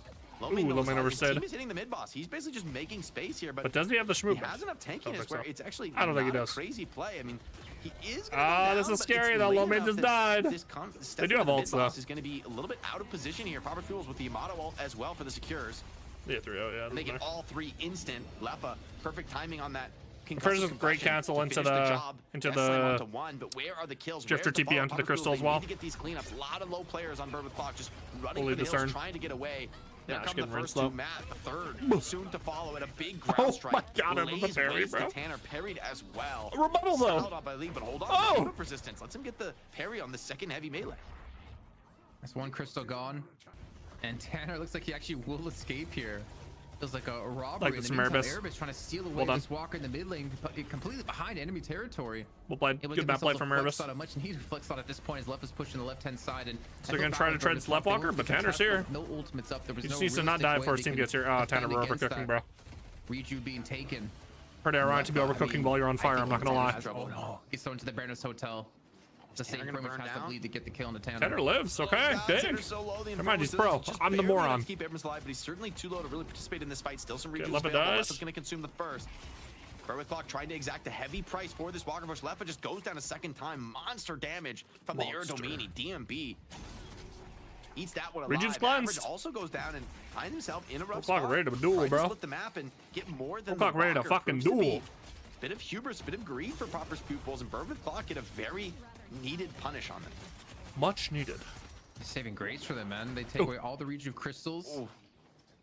They just need to survive this one and not lose any players. And have a nice advantage here. No, League's fine. Cool. Slam I thought it was an overcooked, but he's fine. I thought he was gonna get swept into the door by Tanner. It feels like they're super confident to still. I thought a warp stone slide through the door was coming. I mean, Xeno is around with some HP, dies again, bro. I mean, what's he gonna do as a Viscus at this point? Is he gets? Actually, we didn't get the parry. He parried his opponent. Everyone's falls, and Tanner still comes in to clean up the crew. Gets himself the kill on the Xeno, and at the end of the day, I mean, it's an 11k difference still in favor of Popper's Pupils, even after all these deaths. No Dispel Magic. It's used earlier in the fight. Okay, Popper's Pupils overstay, trying to get the walker trade. Low main's back into this. There's two incredibly low players on their side. Even with the parry coming in, I still think low main is big dog in this fight. Maybe the big goat. Now Stride trying to run for the hills, but he's in trouble. Another Rising Ram going to be coming off cooldown shortly, and low main just will not back down. This walker does not have much he still hits the Rising Ram. Not enough to even delay the kill. And he gets the walker. Oh my god, Lomain saves the play for Bumpers Peoples. Holy shit, he saves it. And even a flank from average. On top of DMB. DMB doesn't have a ton of assistance around, but more dueling happening on blue. Most of that Calico burst. All right, guys. Average just gonna Purple clock. Let's get your jungle, bro. Let's get your jungle. Let's take a breath. Ability for Lomain. That is pretty damn scary. And DB is going to ballistic. League on 20k, average on 20k. Okay, I'm not used to seeing left foot be one of the could be the nade build here. But Lomain just been injecting might be rapid recharge later. Into his veins. Not bad this game, right? Billy, Infernus, even like I will say this though, for BWC, Lash to an extent. Hitting some monster I don't know if it's like that worth this game, but I guess you're always gonna be fighting the Infernus, so maybe I don't know. Full Spirit Billy build, really interesting from Lomain. Really curious to see how this works out. I guess the spirit scaling does scale the HP you get off the blasted procs. Oh, DMB. This is a prime target caught in an open area. This is not where Bender wants to fight. Tries to make his way. DMB just cannot stay alive this game. Lomain just eats him for breakfast. That spike bat smashes open the skull of the Venator and opens the way potentially for more to be found. A pin is in, but it's onto Xeno, who is a very hard target on this Viscous. Big slam down on him. Does he have the cube? Maybe not. And eventually the overwhelming presence of the team with Billy locked away in the Baroness is going to be enough for that kill, and maybe even another with a high net worth Lomain. That is an extremely valuable finish to find. Surely Stride gets this rundown. Oh, just the last second Arctic gets the kill. But it might allow League to actually pick up quite a few more. Oh my god, the flying strike. Doesn't matter if the door's there or not. Able to catch up. So and Poppers gets the kill over onto It just has the ultimate physics ever. It doesn't fly towards the door, it flies towards the target. It goes to the door and it just goes and sends you that way instead of and through the chaos. Oh, it's so dumb. I hate this. You have to catch him, bro. Somewhat. Poppers was trying to drag some semblance of value out of this fight. It's just every fight is wrong. Holding the Aerodomini shots, maybe waiting for the shadow transformation to expire. There's been like 2 fights that have gone the way of back out of the fight before that happens. But they are getting trade kills, so it's not like they're getting absolutely rolled. But and it's a bloodbath in this. Sleep up it on Drifters for here on North America. Both teams fighting for that 1-game advantage. I feel that Burbage Clock has done really well to just stem the bleeding and keep this one relatively competitive. You know what, chat wants to see a production. Can we have a death counter? Take a look at how many deaths have happened. Holy moly, 9 for Stride. You know, our little stats graph we have. DMB with 8, Stride on 9, Arctic on 7. DMB dying this match is a really big deal. Yeah, wow. He just still at 21k actually, so it's not like crazy. There we go. Crazy bad, but Lomain's at 27. That's a lot of deaths for 21 minutes. Issue at for 24 Drifter in a game like this. Drifter, when your team is the team, you know, stepping on the gas, dominant, aggressive, looking for kills, you could have a ridiculous, you know, kill stat line. But when you're the team that's on the back foot and your team's just trying to stay alive, just die man, it's tough to be Drifter, right? There's not many solo kills available on this map. Not many opportunities for a 2v1 that Drifter so often wants to create. I mean, the side waves have been pretty consistently pushed against Bird with Clock, and they've struggled to create those, you know, opportunities that you're looking for in this style. Double's going to be taken now. Always a nice little cash prize here for the team on their side of the map. I wonder if Bird with Clock can be able to do the same. They're not quite taking their doubles just yet. It looks like Tanner's heading that way. Remember that giant bug I told you about that I had in my room? Yeah? Just found it up, like in my shirt. Oh, good. No, I love that for you. I'm such a fan. I don't. I'm impressed with your very level-headed response to that. I might have like screamed and ran away. It was definitely one of those, is that really what I think it is? And yeah, okay. Anyways, back to the game, because that completely caught me off guard here. So a lot of big items we picked up here, I feel like, too, with like the rapid recharge for Lomain, like you mentioned, on the Spirit build average, able to get Torment Pulse online. This Paradox, I mean, it hasn't, obviously for Erebus, it hasn't been as impactful as this Bebop, but we haven't seen, like, I feel like the swap out of Paradox is just not really a good ultimate to have against a comp who just wants to hold W and run at you. I mean, obviously there's like some situations that can work out extremely well, but the Paradox in general, I feel like it's just going to struggle in this game. Maybe we can take a look at damage breakdown so far in this game as well and see where Erebus is going to rank. Because typically we're used to seeing Paradoxes when they are played with pretty high numbers. Rapid recharge, yeah, like Lomain went a whole different, different flow here. Yeah, honestly, doing good damage in this burst game. Maxing. You can see how, you know, DMB for all the farm, it's just been a struggle. Well, just spinning off too. He's like Giga Rich. More so than find the kills. Stride picked off, caught out early by Lomain. Tanner looking for something, but instead he's going to find a lot more than he bargained for. Doesn't have that charge available. Does still have the warp stone. Does not want to get ignited on his way out of here. He's using a ton of HP as it stands already. Popper's Peoples are ready to siege here. They be here. They're even dropping a wave right side to do this. More kills come in. Mid boss is a They're very down. realistic possibility. League though. They want Pixel for mid boss. They have the stride kill. Are they gonna go for it? Good pressure from. They don't have chain gang now. Nah. Could have gotten ugly if Lash could find a setup into the concussive combustion. A little low. Our lanes need to be fixed here too for Popper's Pupils if they want to get aggressive again. Pupils. Obviously, League needing to heal up on top of this. It seems to just be a standoff. I mean, the lead still has been continuing to grow here for Popper's Pupils. It was 11K a few minutes ago. Now it's up to about 15K. So it's not the lead's really closing for Bourbon's Clock, but I will give them the credit of keeping things relatively close and not really letting that lead extend as explosively as we know it can. And the mini carrier is completely for the side of Popper's Pupils. Yeah, the tempo has been a huge threat this entire game. Constantly looking for fights and controlling more of the map. I wouldn't be surprised if Popper's Peoples have a pretty serious advantage in the permanent buff regard here, with how much they've been able to control the map, having Calico to clear doing doubles early in the game. They've been on it. Is this going to be a double buff for them? It is, and gun buff on League is actually quite nice. A find rather here on Tanner. A blind on a low main though is going to stop the chase, but nope, he's fine. Not the way you'd love to use a drift roll, right? Just covering a retreat for Tanner. Yeah, I mean, better to use Mina will get urn pickup here. For sure, you want to be able to use it aggressively. I feel like that's maybe. Needs to be careful with his pathing here. Could get just like jumped at. Insta bats. Is it the end all be all for Bourbon Clock? I wouldn't necessarily say so. I think he needs to be even more careful though because they heard him batting. So Cali is like urn hunting. Being chased down by average. I think that's a really crazy play to go for here as the swap comes in, catches out Xeno. The cube comes in as well. They do like the early reload here from Erebus, but these would be some big kills to have if they can get them. Xeno fall once again. Yamto's pretty chunked. Coming out of Poppers, looking for the chase on to Stride. I don't think you care. Like Stride for Xeno, you're gonna take right now. And this is looking good. Actually, Stride's timer is so much longer. What the fuck? That makes no sense. They lost it on 2 players. Maybe Bourbon Clock are able to turn this one around. Tanner once again comes in with the charge here, Jake, to save his teammates. Arctic does. Here. League has the gun buff. Chain gang coming in. DMB's dead. The setup they were looking for. Pulls DMB, pulls players back in. Good ult from Tanner, but DMB dies again. On low main as he hunts down yet more. Even Tanner, unstoppable, is gonna start to wear off on that ultimate soon. Lash hold onto 1, but it's a big target. The Mina, the dream catch here with all the farm mat as a crew. That's a 55-second respawn and an immediate pivot into the mid boss for Popper's Pupils. They've got the Infernus. It's gonna be a quick burn here, especially with the Calico. That was a good catch by Erebus, but then the fucking on the melees between the goon squad was ready. So they pulled up. Goes down deceptively quick despite having only 4 players hitting it, and it's actually. Oh my god! Great from Average here to just go match the rift as well. They know Tanner's waiting and gonna be looking to contest some of these rejuve last hits. Can he find? It's like 4K up on Erebus. He probably just wins the fight as well. Yeah, he's been spotted out. I don't think it's gonna happen. He's still here, he's holding the charge, still looking for it. Oh, the slow X. Oh, Tanner got one! For the melee. They're not ready for the oh, no, he gets paired. You got one though. Worth. Does deny 1 Reju Crystal? Can he play his way out of this? Erebus and Average having the duel of a lifetime on the rift. Everyone's coming in now. Surrounded by enemies. Oh my! At the top, but low main's too sharp for that. I was gonna say if you got away. Low main still is warp stone with this new build, by the way. Meantime, we did see. Was that probably even better with this new build because he can just warp like fucking bap you on the head. Like Average has been able to win out the 1v1 against him, and Popper's Peoples want to contest on all fronts, even though the advantage they have in the comeback mechanics of this unstable rift. Rebuttals doing work this game. Everyone's got one. At least shut down 1 player, take away I guess all the Reju crystals now. Maybe turn him to kill into Average to see how low. Great job from Erebus stalling this out though.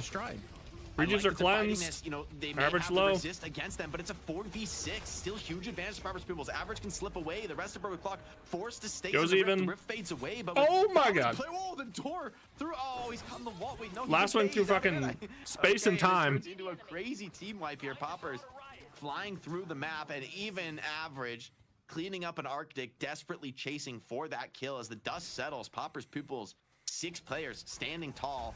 No rift taken against them. I'm sure they got most of the souls Erebus anyway. lived forever, but it was not enough. Down, and this could be the they show up with 2 rejuves, it's rough times. Tanner's already dead. The minions got the mid-walker while they were contesting that unstable rift. The shrines found, like you're mentioning. I just think this is such a drive, bro. All are alive, and with no rejuve crystals left. I just like I can't believe they got Billy on 5. Imagine they're gonna have a lot of souls to spend. You look at low main. 10.8k souls is disgusting. Okay, Xeno he gets caught out, but I feel like you can afford to lose 1. Xeno's on his own here. No way. Can he play his way out of this? Oh, pinned into the wall. Surely not. Alright, Good catch there. creeps a little bit. Furnace comes in though. Wait, Furnace, hold on. Nice counterspell. Nice counterspell from Tanner. He's not trouble. Oh, parry as well. Goodness gracious. But still, there's so many players. Nah, and despite really great individual execution, the numbers are just not there. Honestly, I love that play from Popper's Pupils. I think most teams would have just sold the Viscous there, say, hey, look, we're going to lose one. It's not that big of a deal. We'll buy up, we'll reset, and we'll wait for the spawn. But by getting that counter kill back, there's not even a momentary power play here. For Loman. This guy is fucking large, back bro. out on the map, and the soul deficit has ballooned out of control now. Scourge and Crushing Fist for Lomain in one go. That is disgusting. Was that Poppers also had 10k to spend as well? I didn't quite see what he picked up, if he did get it just yet. And the lead balloon, like you said, I mean, I can do this math. That's like 45k. Right, Jake? Yeah. I hope you're right, brother, because I ain't doing the math either. Oh, hold on. Good kidnap. Lomain insta pops a chain gang, pulls a bunch of players in. Gets a big bash down as well. Arctic goes down, making sure to take players with him and just going in now. Ton of spirit investment, and this Scourge hurts, man. You cannot stick around for long. Lomain's going to be dead for a decade, by the way. Its way. Trying to assist Lomain. Dead for 90. Lomain dead for 90. For this kill. Fight. Thanos down. They're going to be coming back into this fight. Oh, he shot. Oh, into the wall, though, and that might be the last mistake out of DMB. Throws one last shot in, but DMB had a rough game this game. Dodges the grenade deftly. Mina now headed back to the base, trying to escape. Same for Tanner as waves crash against here the Bird with Clock base. Oh, Tanner. It honestly felt like they had a chance there with the initial kill they got. The amount of damage Iro Domini was doing, but unfortunately for them, League has just been unkept. He's at 37,000 souls. No one's been able to punish him on his own kill streak. As the first stage patron will fall, Matt left alone to defend with Arctic coming up in 2 seconds of time. But I still don't see a world they can hold this. And Popper's Pupils, are they going to finish this or are they going to back away? I mean, you can see Leffa, he was picking up double buffs and then returns to the fight here with casting and survival. I think this is going to be a 1-0 for Popper's Pupils. I mean, look at that concussive. You just cannot step up into the pit, cannot get that resistance online. Arctic evaporates trying to do so, trying to hold on to this game, but it's not to be. Popper's Pupils snatch away 3 of the premier heroes. The We're just pretending like Billy's not good, man. And then Billy dominates the whole game. Huh, that's weird. I mean, a fantastic game from Popper's Pupils. Build from Lomain, numbers, constantly forcing the fights. Interesting. Turning Bird with Clock's playbook against them, or rather maybe just showing how the real OGs do it in North America. The real OGs. Yeah, I don't know what's more impressive, honestly, like the way Popper's Pupils were able to balloon and close out this game, or Bird with Clock keeping things close for such a long amount of time. Even though it felt like Popper's Pupils were consistently running away with the game, the souls didn't really reflect that. So I think a lot of respect needs to be given to Bird with Clock here in that game, considering they also didn't have necessarily their best heroes. Like the fact that so many got counterpicked or banned away or just taken away in general. I think they held their own pretty damn well, and I think that's probably one of the best showings we've seen out of them in a finals match in a long time. Well played. I agree. I would say they got outdrafted here, honestly, and I thought this game was going to be more one-sided than it actually was. I think a lot of that is due to Tanner in particular. Huge game on the Abrams, like crazy parries from him, just so much individual skill showcased in this game. I also want to give a lot of credit to Arctic of the disruptions from his place. We're kind of keeping the team alive. Average got turboed. But Lomain kept up soul curve and then took off once his cultist was online. Taking a lot of deaths, but that's almost par for the course in this kind of a style. Like he's in there, he's brawling, he's fighting, he's viscous. He doesn't necessarily care if he has the greatest net worth. He's still going to do very relevant damage in the late game. And the rest of the squad getting some of these big cleanup fights. I mean, looking at Lomain in particular. I wouldn't have believed you if you told me Billy was nerfed looking at this game. I mean, he ran through the opposition. You see what's on the screen here, bro. Jake? Oh, it's our highlights. It's our death lights. Oh, good. I mean, let's be honest. This match was full of deaths, man. Crazy level of brawling. How many times did Strawhead die? 14, 15 times? Because it seems completely crazy, but you know, the game is constantly on the edge of a knife when you play this way. Like any kind of mistake happens, and this aggression turns into just like a giant feed, as I'm sure anyone who's playing at home has seen more often than they'd like to admit in the ranked games, right? Just people overextending, not being on the same page. But Popper's Pupils, they're doing it as a unit. They're doing it with cohesion and coordination, with an understanding of the macro game, and they profit because of it. She was fucking flying towards the first door, and then just pull like 180 and went towards the door, man. That just looks ridiculous. Sort of like leadership that you have within the team, like any caller, because there's so much happening, so much changing, so many variables. Going from X to Y, that you have to adapt your game plan on the fly here. And obviously you have like a general overarching plan, But to have to adapt things, considering like low main, you see here at 43k, like the amount of damage he absorbed in this fight, how much time he got to come through. So yeah, he does go down, but he baited out everything out of BWC, so the rest of his team can finish them off and close out the game. I think is a real showing of how good of a player low main is, and I guess how good, honestly, Bourbon Clock was to keep things so close, as I said before, for so long. Yeah, really well executed from both teams here. Pauper's Pupils, though, getting a lot of what they wanted out of this draft. I think that's something that Berwick Clock have to address. Let's take a look at the stats. The Billy character popped the fuck off. I knew he had a good game, but I didn't realize it was this dominant. Huge performance out of him. Laugh up. All right, you got a 1-2 Calco. For the team fighting. You got a 1-2 Calco. On the Inferno. I've seen enough of the Calco. Exactly what the team needed. Also look at big performances. I'm gonna go ahead and say Calco's S tier. I'm gonna go ahead and say it. I'll say it now. And chaotic as this Calco character's too good. For him to be relatively unscathed. Kind of insane that went untouched. Why Lash is being picked so incredibly early for teams who want to play this kind of fast-paced Deadlock. I mean, I think we've seen that in EU. I don't remember if he's undefeated tonight in EU and in A, but it's looking kind of close to it. 11 for DMB. Like, it's not easy Rough to make. So he did go in the nade build. Good. I think he was one of the few. DMB eventually did. Only real Calico players besides Stride that we obviously saw earlier on today, but even dating back, months from. I don't know if I believe in the sharpshooter shit. The only one to really make it work, and he's continuing to make it work. 52k player damage. Again, I wish we had a stat back to troll building on the drifter. Low main would be up there at number 1 by a large margin. 13,000 objective damage being done, and also, as you pointed out, a change in the build from what we saw. Love the low main build. Changes in the minor patch notes for Billy. This guy's pro. Yeah, playing more switches up his build. Spirit scaling, which when you do get that Scourge spike later in the game, it's pretty massive, right? Love the rapid recharge. Good thought about Witchmill's game too. That'd be a pretty sick combo, just raining bash downs in on the opposition. Got to give credit to low main and Tanner. Getting the Big Dog Award for having the most souls gained from enemy kills. TC got to his reverb. That's prio, baby. That's level goes Scourge before he goes. At this level of play, Pauper's Pupils, though, they find themselves up 1-0 in the Overflow. series.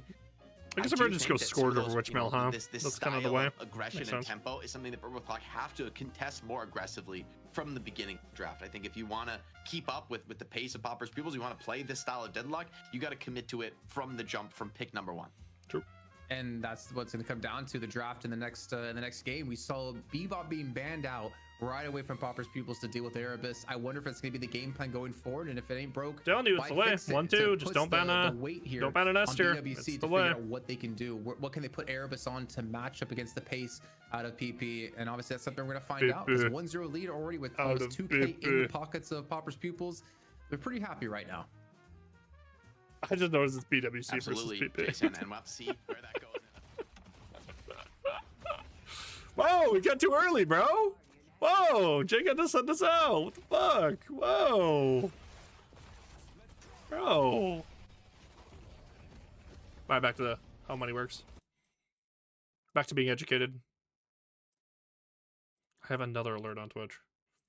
I lost my watch to sign on. Fucking junk. Trying to compete in AoE 2 when your opponent is 2 ages ahead. It's gonna go badly. When scientists fled Germany in the 1930s and landed here, American patenting in the fields they joined jumped around a third, and the effect lasted well into the 1950s and arguably set us up for our dominance over the next 50 years. But well, the thing is, to be fair, none of this is new. Countries from across the world have been well aware of brain drain to America for a long time, and they know how much it has helped into India and China, but then China started actually doing something about it. Like, they started building their industry up. Not just manufacturing, but like luxury products, like computer chips and all this stuff. So they started thinking about it more. India's still pretty behind. The forefront of most fields, and how much it has hurt their own development. They have also always done what they can to get their smart people back. But it's time to learn how many works to find out why they might finally be succeeding. This video is sponsored by Upside. Gas points are come out of every to get Star Snarl. Save money. Upside. Check them out. Okay, so America has stopped paying for a lot of the science that doesn't pay for itself. But the second reason smart people are leaving is a little bit more personal. It's absolutely true that highly skilled professionals can earn more in the USA than they would typically be able to almost anywhere else in the world. But just because they can doesn't mean that there is a guarantee that they will. True. And look, the frustrating part about this whole topic is that it is incredibly complicated. Even if we are just looking at their overall net economic impact, a PhD student on a roughly $30,000 stipend might end up contributing more to a country than a headhunted AI researcher being offered a 9-figure signing bonus. In typical research roles, the compensation is not that great. The averages just get pulled up by the outliers that get poached away into private industry, often in narrow verticals that just happen to be jazzing investors at that point in time. Even a couple rungs up the ladder, the official NIH pay floor for a postdoc is about $63,500 a year, usually located in a city where that doesn't go very far. The joke of a physicist going to work for Lockheed Martin to pay off their student debt exists for a reason. Physicists in the private sector earn roughly 30% more than the ones who stay in education. The defense and aerospace jobs pay even better still. And that's ignoring the people who just go and take a job as a quant on Wall Street. So you're a rocket scientist. How did you end up here? It's all just numbers, really. Just changing what you're adding up, and to speak freely, the money here is considerably more attractive. Yep. The problem is that at these more basic income levels, quality of life in America is statistically worse than in a lot of other countries around the world. Sure. Oh, who's that? Who's that sly beast up there, huh? Who's that golden stallion right above them, huh? Especially when the research mandates living in high cost of living cities like Seattle, Boston, San Francisco, or DC. Sure. There is the classic argument that even Mississippi, our state with the lowest GDP per capita, mogs most major European economies on paper. But you can't eat productivity. And for people on average incomes, public transport, walkable cities, public healthcare, and just generally lower living costs mean they can normally afford a more maternity leave, like just general happiness. Like the U.S. just gets fucking shit on all these like quality of life statistics, bro. It's kind of fucked. More comfortable life while pursuing their academic careers. And since a lot of American academic talent moved to the US in the first place to further their studies and achieve a better quality of life, they are naturally more okay with moving abroad again to continue. Where's PR? I didn't check. Let's see. Where's the graph? So public transport, walkable cities, public healthcare, and just generally lower living costs mean they can normally afford. Our state with the lowest GDP per capita mogs most major European economies on paper. But you can't eat productivity. And for people on average incomes, public transport, walkable cities, public healthcare, and just generally lower living costs mean they can normally afford a more comfortable life. Who's after this? The money here is considerably more attractive. The problem is that at these more basic income levels, you're too tiny. We can't see. You guys are too small. It doesn't show. It looks purple though. It looks pretty low. I'm gonna be honest, bro. It looks a little low. You're anywhere from like below average to low. Unlucky, bro. Unlucky. Sweden has 100. I don't, bro. This Nordic shit. Okay, here's one thing I will say, bro. I'm shocked how many people like living somewhere where it's snow and is cold significantly lowers my happiness or like my quality of life. It's changing a bit with global warming, especially like because we're like I'm somewhat close to the U.S. border, but it's just like, bro, like.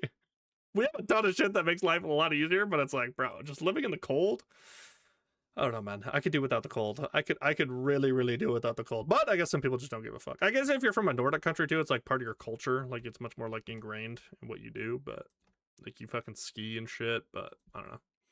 Russia's 17. Ukraine is 0. Yeah, that sounds about right to me. Ukraine being 0. Yeah. Japan 73. Interesting. Australia's doing great. New Zealand's doing pretty okay. South Korea's only at 52. I would not expect that from South Korea. Okay, UK 74. Okay. Quality of life in America and achieve a better quality of life. This used to literally be our selling point to the best and brightest people around the world. But other countries are just becoming more competitive, especially in the fields we aren't really valuing. Yep. So yeah, it's not great. But why is it happening? Dude with a fucking like below average IQ as your president, and then suddenly you don't care about like science and all these things? Well, who would have thought, bro? Now, chasing profit and unaffordable cities are not exactly new American phenomena, but they have recently been compounded by a gutting of scientific funding and a general push of anti-intellectualism. Last year's White House budget proposal called for cutting the National Institute of Health by around 40% and the National Science Foundation by more than half. Congress ultimately rejected most of those cuts at the start of this year. but by then, a lot of the damage was already done. Between the hiring freezes, buyout offers, and great terminations, more than 15,000 people left federal science agencies in 2025 alone. According to the American Institute of Physics, the government's physical sciences workforce shrank by 12% in a single year, compared to 8% over the previous 26 years combined. And that's before we even got to the people entering the top of the talent pool. Tightened entry for high-end researchers and students coming from abroad has meant smaller classes and less funding, and ultimately less manpower actually doing research. Now, international student enrollment fell 17% last fall, with graduate enrollment, which is generally the people that actually staff research labs, falling by 12%. Bro, universities just fucking barf money, bro. 1.1 million drop in revenue. It was like, holy fuck, they make so much money off international students, bro. It is just like, it is fucking absurd. There is also something of a soft power element in all of this as well. Doing research in America, getting an Ivy League education, or building a startup in Silicon Valley was for a long time seen as the goal by ambitious people from across the globe. Yeah. Immigrant researchers have won about 40% of America's science Nobel Prizes since the year 2000. Today, that image still certainly exists, but it has been, tainted. And at the very least, a lot of people are now shopping around for alternatives. But alright, I know what you were saying. So what? A few people are going to do non-economically viable research somewhere else on someone else's dime. Who cares? At least we still have the profitable research, right? Well, in a roundabout way, that profit motive has actually started working against us. Researchers developing technology for dumb reasons like the good of humanity have long been drawn to private institutions where they can make much more money. But their work is actual good one, by the way. Against us. Researchers developing technology for dumb reasons like the good of humanity have That's fucking funny. Okay, we're drowned. Excited to see if he can deliver a similar performance here. Good at humanity? What are you, a dumbass? Early. I think ZP was in chat earlier, and I think he just gave him nightmares again. Talking about that, I swear. Maybe we go back into the pick. All right, Bebop ban on first pick side. Okay. Exactly they did in the last game, and I mean, the thing is, that's kind of what the position you put yourself in. I feel like as Erebus, if you aren't able to extend your hero pool and have heroes that perform as well as like your Bebop, then teams are gonna do this against you, and if that's like a secret to your game plan, then your horn's been tooted. You're not gonna be able to pick up dubs. Some other people are gonna run it down. Hate it when that happens. But Raj I don't think he was bad on Paradox. So I think poppers are gonna go. So I'm like the bop. I'm actually a little not the bop. questioning. Doorman. I guess the bigger thing was the tempo that Burbage Clock, or rather that they go lash, bro. People just think this lash was what you gave up, it's strong. It's really strong. You let the enemy team have a Doorman, right? Though? Typically, I feel like I would expect more out of Doorman in these competitive games. More of these big team just never dies, to be fair. Maybe it's a combination with Yamato being able to, flying strike, kind of ignore Giga sustain, Giga mobility, and just like potential. Checks a lot of boxes. That could close the gap. Falco 1-2. I now believe in. Go Billy. Billy is not bad. Stop LARPing. Billy's not bad. Okay, he's weaker. He's not bad though. Please do not LARP. Do not LARP.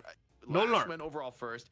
Calico they go overall Doorman. Second. Okay, that's they fine. do still grab the Doorman in the top 3, but man, this is kind of underwhelming. World. We're just living in it. I mean, to be fair, I feel like Billy fits Burbage Clock style so much more. How you played it earlier versus how NA's played it so far.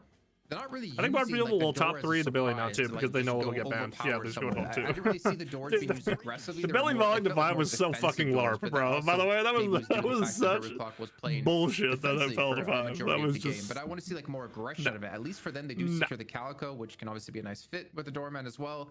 But you do. You go Pocket here too, by the way. And the top 3 is Giga. They go Viscous though. They love Viscous. They're one of the few teams still on the Viscous. I think Viscous is still good though. Really reminiscent of what they did in I think him and Rem are just on like equal-ish footing now. Probably and Ivy actually. Is a nice start. Maybe Ivy half a step below. One of these like fast aggressive heroes here. Nah, probably they're probably all on the same level now. Top actually. 3. I like Apollo here. I think it could be nice. Oh, but of course Abrams. I mean, Abrams. How well Tanner played last game. Abrams. Maybe you'd be crazy not to take it again. I wonder if Poppers people's. Okay, ban on M1. Like they did. Ban on M1. You can go M1 on 4 and then ban on M1. Pretty seriously. You can ban on Furnace, go Geist. I like that. Especially with I think ban on Furnace, go Geist. Pretty nice against all 3. Pretty much to me. Good idea. The ban Apollo. Okay. I like how all of us say repulse differently. Takes away the Giga combo. Poppers people's was one of the teams that could pull it off too. Lash ult or the Billy into Lash and the fucking Apollo ult. The Giga wombo.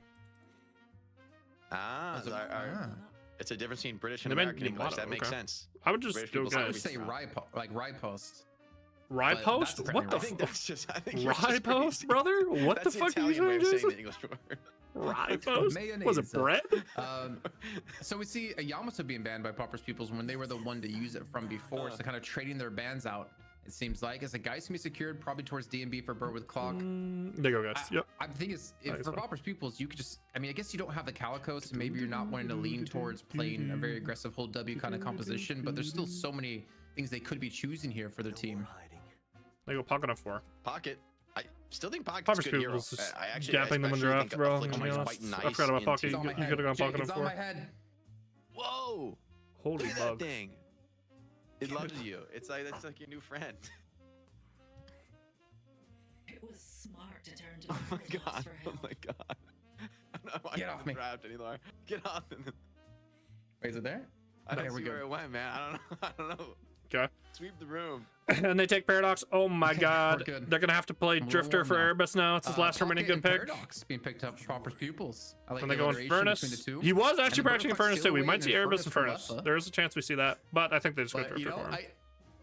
Or Calico. They might put them on Calico too, but usually they put Shroud on it. But we'll see. With Dorman, if you use Dorman to get aggressive, Calico makes sense for me for Erebus. You have to play a very specific way to facilitate that. They go Viper. Viper is buff. Wait. Low CC in this game. Not a bad, This is Spirit not Viper, a bad Viper game. Who did I see? I saw some. Not a bad Viper game. I was watching YouTube and somebody was playing some Spirit Viper, and it was actually looking kind of good, low key. Like the maxed out daggers can like proc. Okay, Power's Boost still one draft, but I like this. I like how they did their end of their draft. Their front end of their draft is not it, but could be the ticket. I think banning the Apollo might have not been it either, but how much did I win for last game? Been able to play into these like ultra high tempo I think I won 5K. 5.5K for betting 12K. Kind of bogging you down, getting you caught with some stuns. And in fairness, there's a lot of stuns and control on the side of Pauper's Pupils for a Viper. Think about this is it is a giga counterspell game for Pauper's Pupils again, by the way. Clean group of 3 with Abrams, Calico, and Furnace, Viper, even Guy Swap, Abrams ult. Like you can just slam the counterspells here. Technically Dormant, but like you're gonna time it. And then in Furnace and Guys and side lane, same with the Guys. You're typically not going to, but it's just like their engaged duels are all counterspellable. This looks a lot more stable to me. Pauper's Pupils, they've also got some really good options, but it's less of them like running the table on the early game aggression. They've been maybe forced to go a little bit more defensive itemized or gun idea too, which towards the late game a little bit. But you see who's on Viper? DMB is played back in the day. Erebus is on. Erebus on a Furnace. In Furnace. In fairness, maybe it's that like Viper is a weird hero and Furnace is a very forward hero. Like pretty much everyone has played, can play. Oh, the bug is back. Where's it at, bro? I don't see it. It's on my nipple. We can't show that on the show, man. Can't show that. He just likes you. This is a bug. It's a stink bug. I don't. It just keeps coming back, man. Going into this game too. It is Pauper's Pupils taking on Bird with Clock on this extremely professional esports broadcast here on the night shift. It's the NA Finals match, Game 2, brought to you this time by Intel Gamer Days. Shift 51, baby. We are racking them up. Let's get into the action. Pauper's Pupils, Bird with Clock.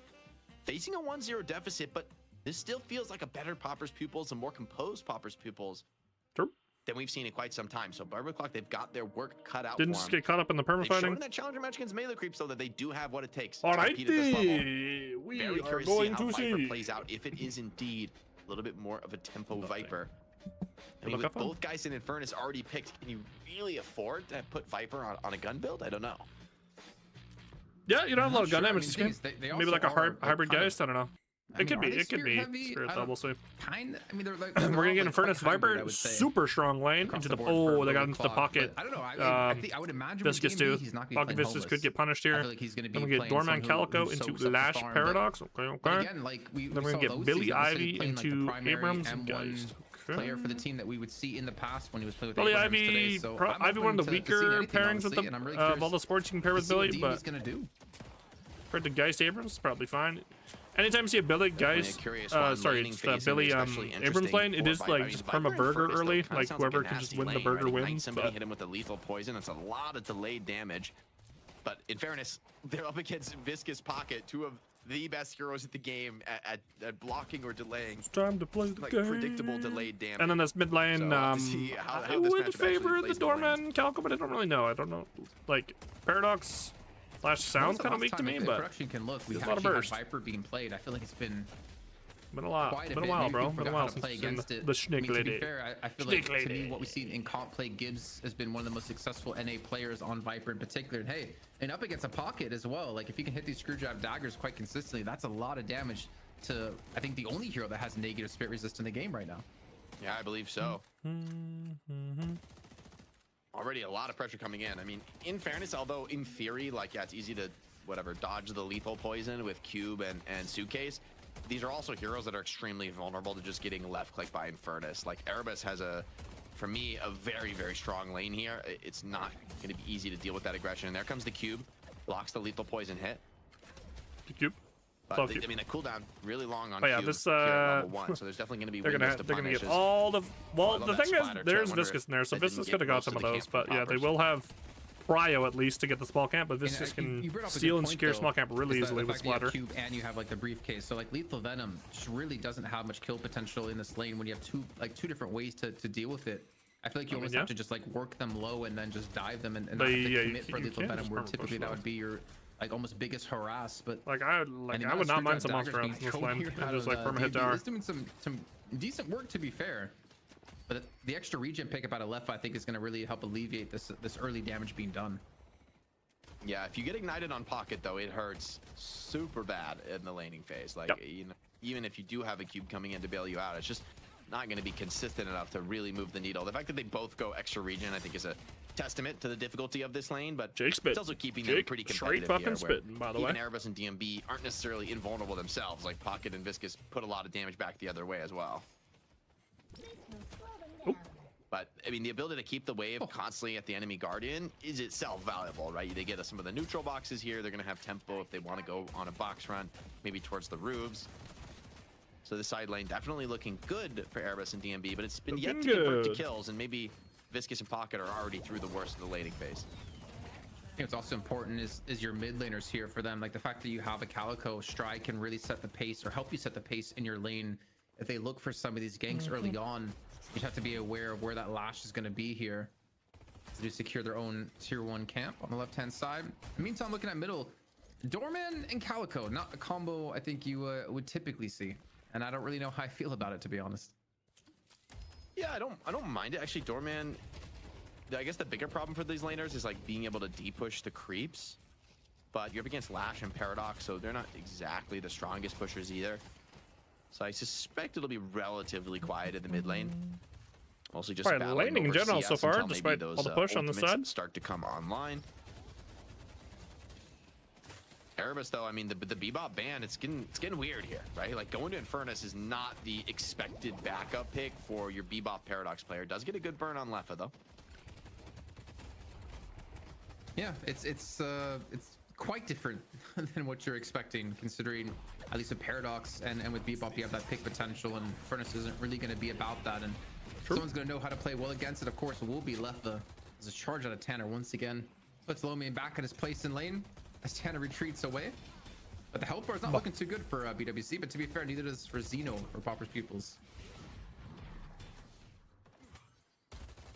Yeah, Xeno actually gets popped in that mid lane. Super lost to go back to base. Popped. That is going to be likely Buff's a double coming up. buff here for Going to be 2-0 for Burbot to get that early advantage into the laning phase. And the Gamba, they get Gun for Dorman and Movement for Furnace. Kind of meh. Pretty mad buffs. Some dukes being rained down from range by Arctic. Tanner also comes in and bad parries as well. Kind of panic parries. With Abrams is not going to come for free. A couple stacks of Malice here the on movement's Billy, clean so from really Lomain, but is it enough to live? Heal minion that kind of keeps him in Holy this heal fight. minion. Just a little Bro, bit Lomain's still longer clean. with He actually lived. proc. But a parry, Average just gets like clean. hard Tanner's fucking been parried so though. Sharp on those today.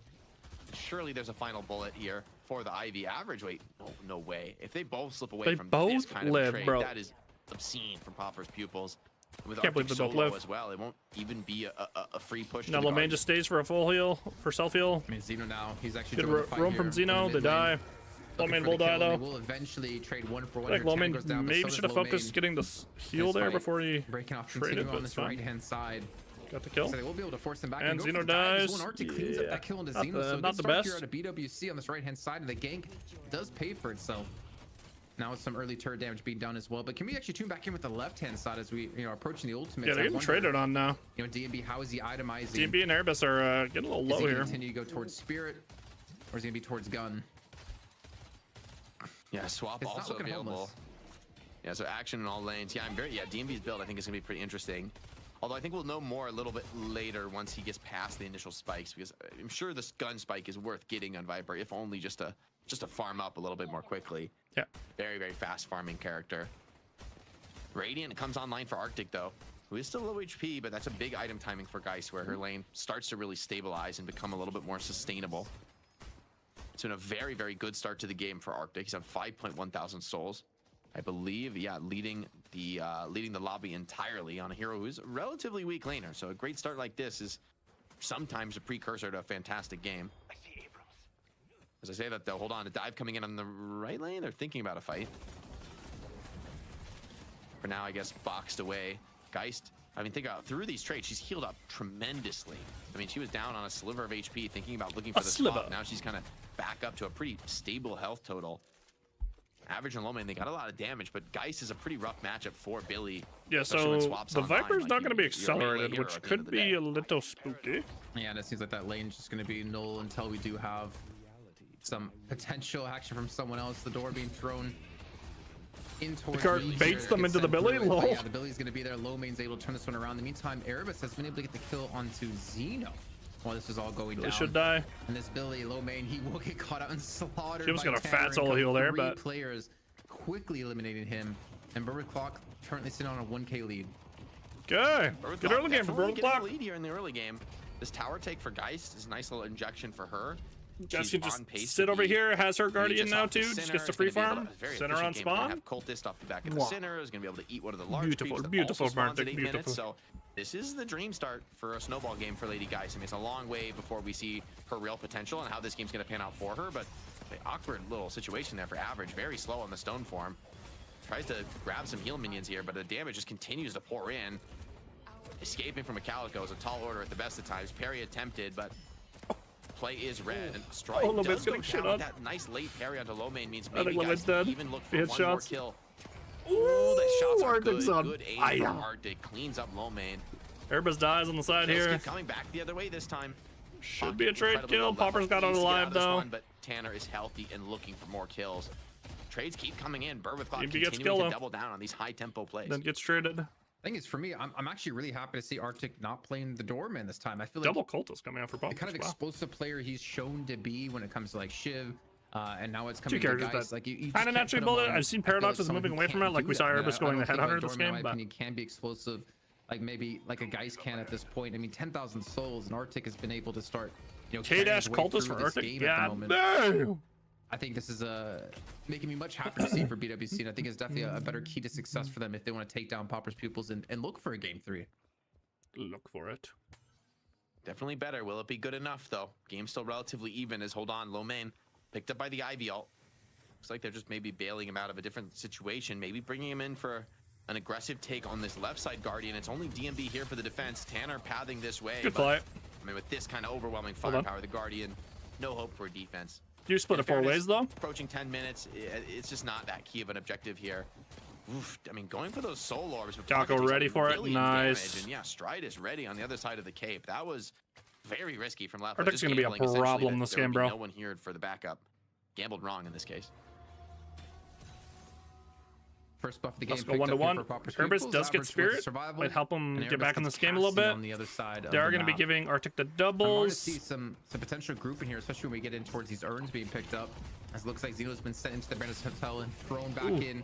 Not necessarily towards a walker. That just gets jumped on. on. Going to fall from this one. I guess he overstays his welcome here as Loman's able to turn things around. Yeah, that door not nearly taking him far enough. Not nearly. Trying to punish Xeno, but not able to get it. It looks like even DMB goes down as well. So a couple kill trades coming in, or I shouldn't say trades, free kills found by Popper's pupils across the map. Geist is continuing to get active. I mean, breaking the expectation that we usually have for this hero is quite a passive early game farmer. he's continued to contribute and not backing down from these fights. Maybe even catching Popper's pupils off guard, who don't expect the guys to come in this kind of an engage. I mean, I don't think you would ever typically normally see guys come in this early, but I guess like Arctic isn't going to be the late game M1 carry where just farms for the first 20 minutes of time and then joins into these fights when he has quite a few items. I think the style we're seeing out of him is definitely more towards Arctic than necessarily with the heroes being seen. But again, as we're talking a lot about Arctic, I want to take a look at D&B when we have some time, because he's homeless. I mean, was homeless slightly, now up to 8,000 souls, but I want to see like what is he going towards? What build is he going for? Is he maxing Bola? What kind of items does he have currently? Headhunter plus cultist into weakening really for curious Xeno. to see what the changes in this last minor patch Just has done. gone, baby. It's going to be gun with split shot. A little split shot Viper. Okay, DMB. Interesting. I wonder if he'll keep committing to the gun build. When you build split shot, I think you generally do full commit to the gun build. And in fairness, that buff on the ultimate, it's still nice, right? Like in Viper, after you max out your slide, you don't necessarily. It was just a good Viper angle. There was very low CC in your dagger or your lethal poison. I guess getting the lethal poison leveled is pretty nice for the gun It's build, not low, but yeah, you might as well not maybe point max and click that ultimate CC, like the earlier CC that despite needs being a set gun up. carry and really contribute to these key objective fights. Awkward movement from Erebus though, and it might just be enough to get Xeno and Dive at the end is really annoying for the Viper though. 0 HP. The cube comes in though, and that'll Solid get spell League on out of top of your trouble. That head into stone was too close form. for comfort, but Bird with Clock are going to be kicking themselves. Those were 2 kills they would have loved to find. And for Popper's Peoples though, they're pushing the right lane. Walker getting some good damage done. Affliction missed.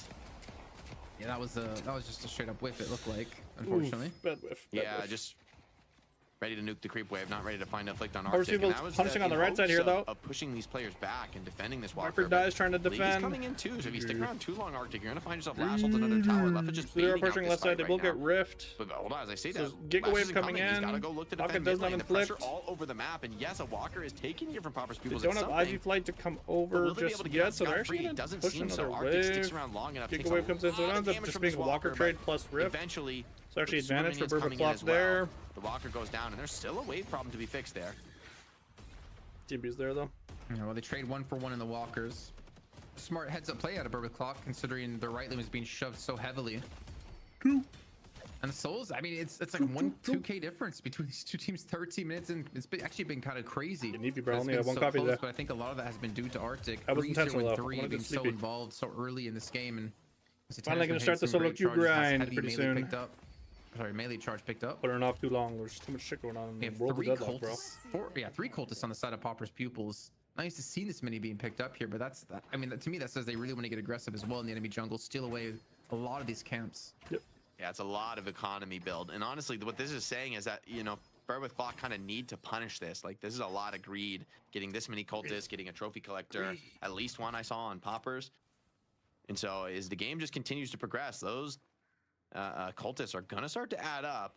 And there is some terrifying late game in the draft, right? Like, even without a conventional, like, gun hard carry, we've seen that Lash can handle that responsibility. But what we've also seen is that, like, Pocket and Billy in the ultra late game, Actually, when I'm Billy, yeah, it's probably is the way to just a go now, bro. ridiculous hero, right? Like, It's not- not that 40,000 great anymore. souls from now feels like a long way away, but He it went is a Spirit bit build of a last ticking game. time bomb. Doing like Torment Pulse, Rapid Recharge, Improved Spirit. Okay. Probably Exchanges gonna do it up again, for too. Arctic here, and you've seen the respect being given out of low main. As you mentioned before, Jake, definitely one of the decent counters to Billy, because you have to get in close range. I know, pulled them away, but they Completely get whiffed. carted back down. And they get stunned. What the hell is going on in here? It's actually looks like Xeno, who finds himself isolated and alone, stalling as he can. Oh, that was a good parry. No but dies. Okay, too bad deaths here. DB unlucky did that die, the but melee whips will they from rip Erebus. the mid boss? 2-for-1 kills for now, and maybe another one to be found. The stone we form fucked up his stalls things and get a spacing. decent heal. But he's Guys, so the fat it doesn't even absolute matter. We'll die though. truck damage Dropped a pretty there. big bag Just though. deletes average, but does get traded out himself. Remember, that's an 18k Geist going straight into the pocket of Lefa and low main. So Time mastery in nice for little cash League. injection for 2 of the key late game heroes on the side of Popper's Pupils, expanding their lead just a little bit here. Let's go 2-0 for Bourbon Clock. I think the worst Another part mass of set that for them. death Now Vitality's Arctic, kind of obviously, like the souls nice you on give away, Erebus, but but more so the downtime gun you now for have. You're it's a dead long for farm. 30 Pick up, seconds. let's You're not give him farming. Other people are catching up to you, and that lead that One you more had winning is for just Billy it's Creep. kind of Oh my. dwindles away. There what's was an the Abrams there. problem? I think other There teams was just an got Abrams better, there just bro. a second ago. I could have Like sworn. I talked about when I did the roster He even shuffle had a video, doorman like door. He was just gonna I beat know, the like, center and door out of there. they had early success, so it looked great. Even the Urn carrier being heavily pressured, although maybe he's doing a little too much. They're trying to go in and punish this Paradox, but he's playing off the back of the wall. I think our team's just got better. Like their roster's really not connect that damage. They shouldn't have like movement from Xeno gets top him two out players in into every the position arms of anymore. average. Picks him up They on have Ivy Goober. and flies him back to safety. They have John, they have Syab, but everyone else, it's like they're good Pretty pros, penny in but the they're pocket. not like Maybe some of these souls to be contested insane. by Billy and Pocket. You know the problem? Okay, Heroes, I fill me should in, say bro. it. Contesting the souls, but yeah, about 50-50, I'd say. People flexing too much. I mean, I'd say more 51-49. Ah, okay. Yeah, you did the math. Maybe. Yeah, my math's really been on point tonight. I have to tell you that. I mean, souls they desperately need it though. I mean, we're looking at now a 7K difference. We were sitting at 1-2K for the first 13-14 minutes of time. I actually thought this was going to be a I want to see what replay. happened with this card. I thought he. Okay, I guess he did card the Ivy. So I think they carded. Ivy stunned the Inferno, so I was like, let's be honest, that was an absolute barn burner. Million skills traded all at once. Everyone hit all your abilities and see what happens at the end. Circle lock.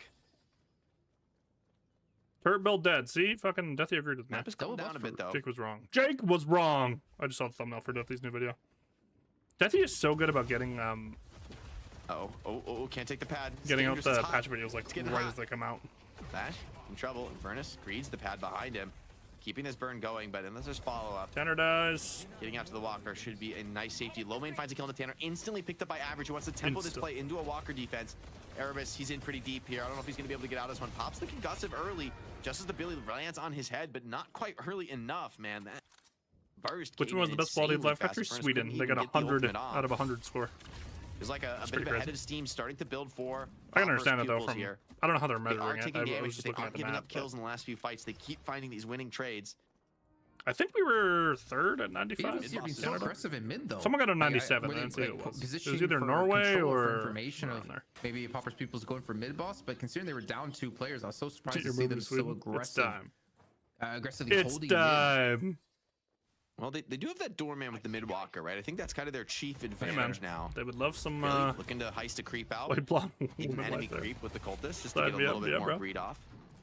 They would love some medical engineer maybe a dive, maybe manufacturers. Doorman they need you, bro. With the Baroness, but Biomed, think better of it. They're down. For a kill here on Tanner, who's been really punished this game. It feels like there's been a very decisive effort. I think with the this is why I like Pauper's People to try and change their fortune as with respect to the Abrams, who I mean, he's just getting overwhelmed here. There's 3 players. DMB comes in to try to assist. Died, though. The punish is actually they're catching everyone over here. Well played from Bird with Clock. They get a kill onto Romain, which is more valuable at this moment. Affliction only onto one player and attempted cape out from Leffa, but cape out on the door. I don't know if they even have the rundown on the hero himself, though. Holy silence bomb, though. Ouch again. Oh my fucking Ivy silence bomb. Stride just gets deleted. And with ultimate too, the sounds from Ivy. Dude, I can't believe Ivy barely got nerfed to do this hero. It's a Stormform as well to get on the high ground here, being chased down by DMB. The Q comes in as well. I don't think the lethal venom was up just yet. Erebus is going to be here, and Erebus needs to put out some serious damage, as well as the slowing hex has been able to stop him. Flame dash finally coming Holy double flame dash in the space spot. Oh my god, Erebus cooked him. Much needed kill, but he's lost on a DMB. Average dies though. Maybe turn their attention towards the Walker a little bit preemptively here.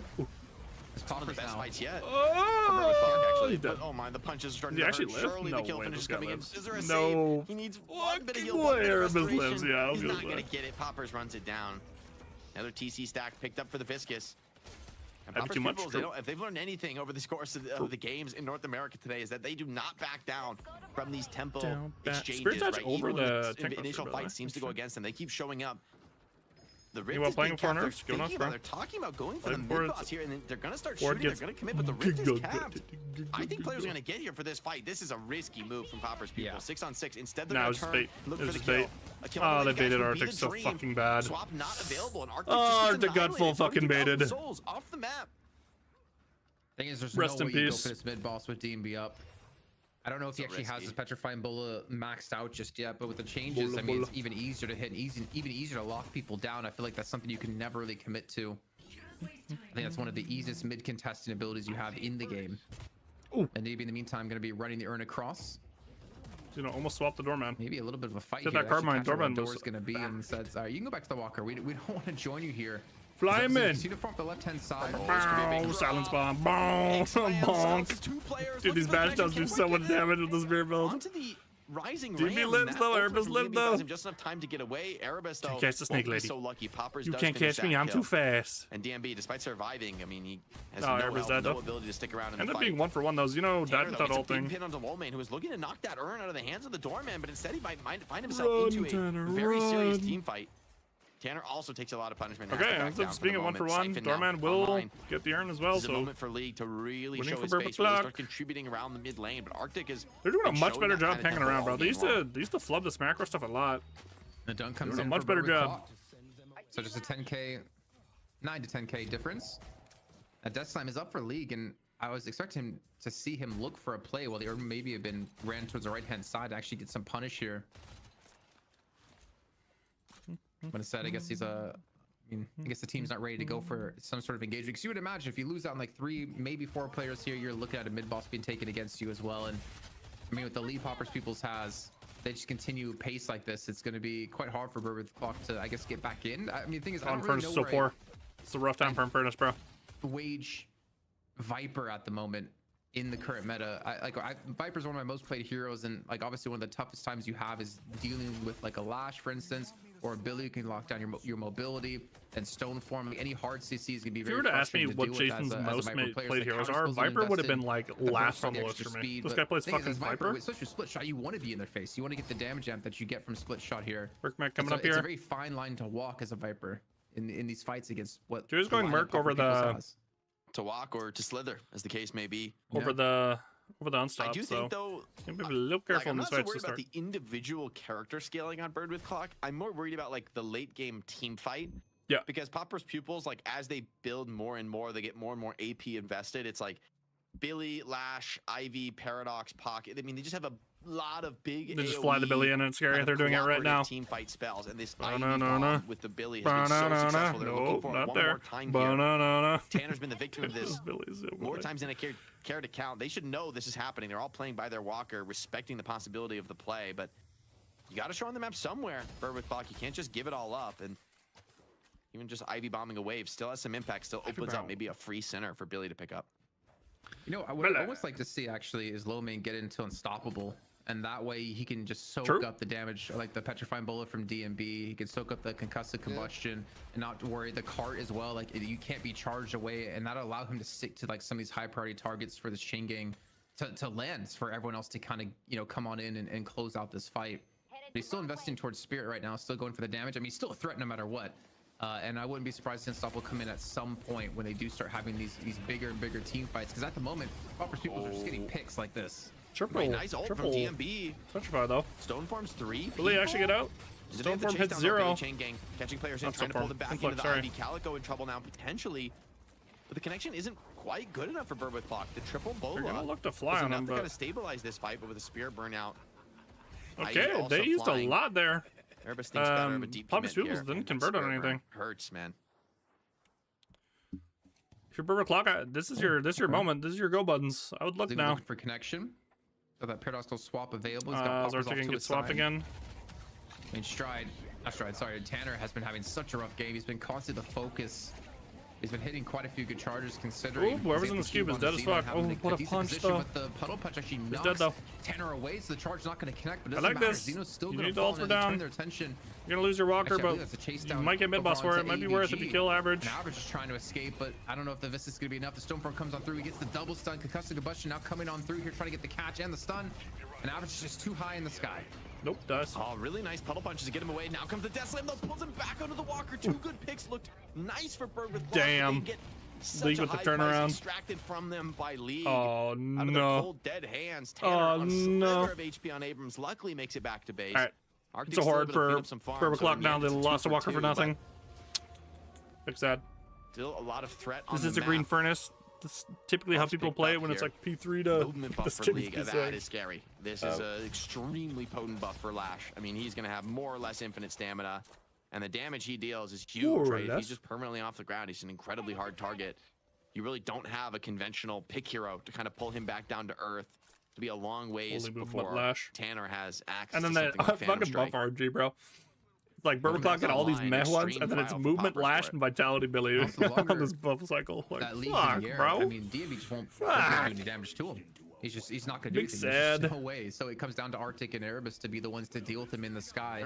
They're not capping Rift. They're looking for kills. I'm really surprised by that. I thought that was like almost assuredly going to be a Rift cap attempted by Popper's Fuels. They don't even go for it, despite the wave. They want to rip the mid. That's why. For them. Instead, they just think the resist is too threatening. Not the ripping. Just going to back off, give it up. No mag lead here on the left of pocket. But looks like maybe something breaking out here. A lot of players are on the mid lane. Just like stacking very close range. They got roar. Yeah, chain gang is good enough to take we didn't hear it, but they got roar from mid. Line, long suffering in this match. No more ult. And the They one do. kill on the They Abrams do have the Viper ult though. go for it. I wonder if the Doorman door is on cooldown because there's full confidence for Popper's People. The first door is. I mean, they better have counter spells here. The Petrifying Bola out of He's DMB still is going to be CD. crucial. Yeah, I don't think there's any doors set up here. Targets where they try to go for the reju. Looks like he big Petrify! Oh, the Petrify's massive! Stormfront being used to just jump they got over two! They got three inflicted though. They need to just get out. Securing two of them, but they eat a 3-man affliction. The rejus are gone. Viper dies. Popper's Peoples are holding on to one. Oh, beautiful stone form. Erebus from hits Average. none. I believe it blocks a fight. The Petrifying Bola being down. They're out of reju. But fucking what? Fight the Petrifying Bola being down. They're out of rejuves, but they're not out of gas. They're going to chase down additional kills here. Arctic between a rock and a hard place. And Billy just bats him down. Unfortunately, stuck in the corner here. Has to cancel the Ivy fire. Actually, maybe Ivy can get him from back around the corner. He does. They still want to commit to this. Pressure on the shrine. So,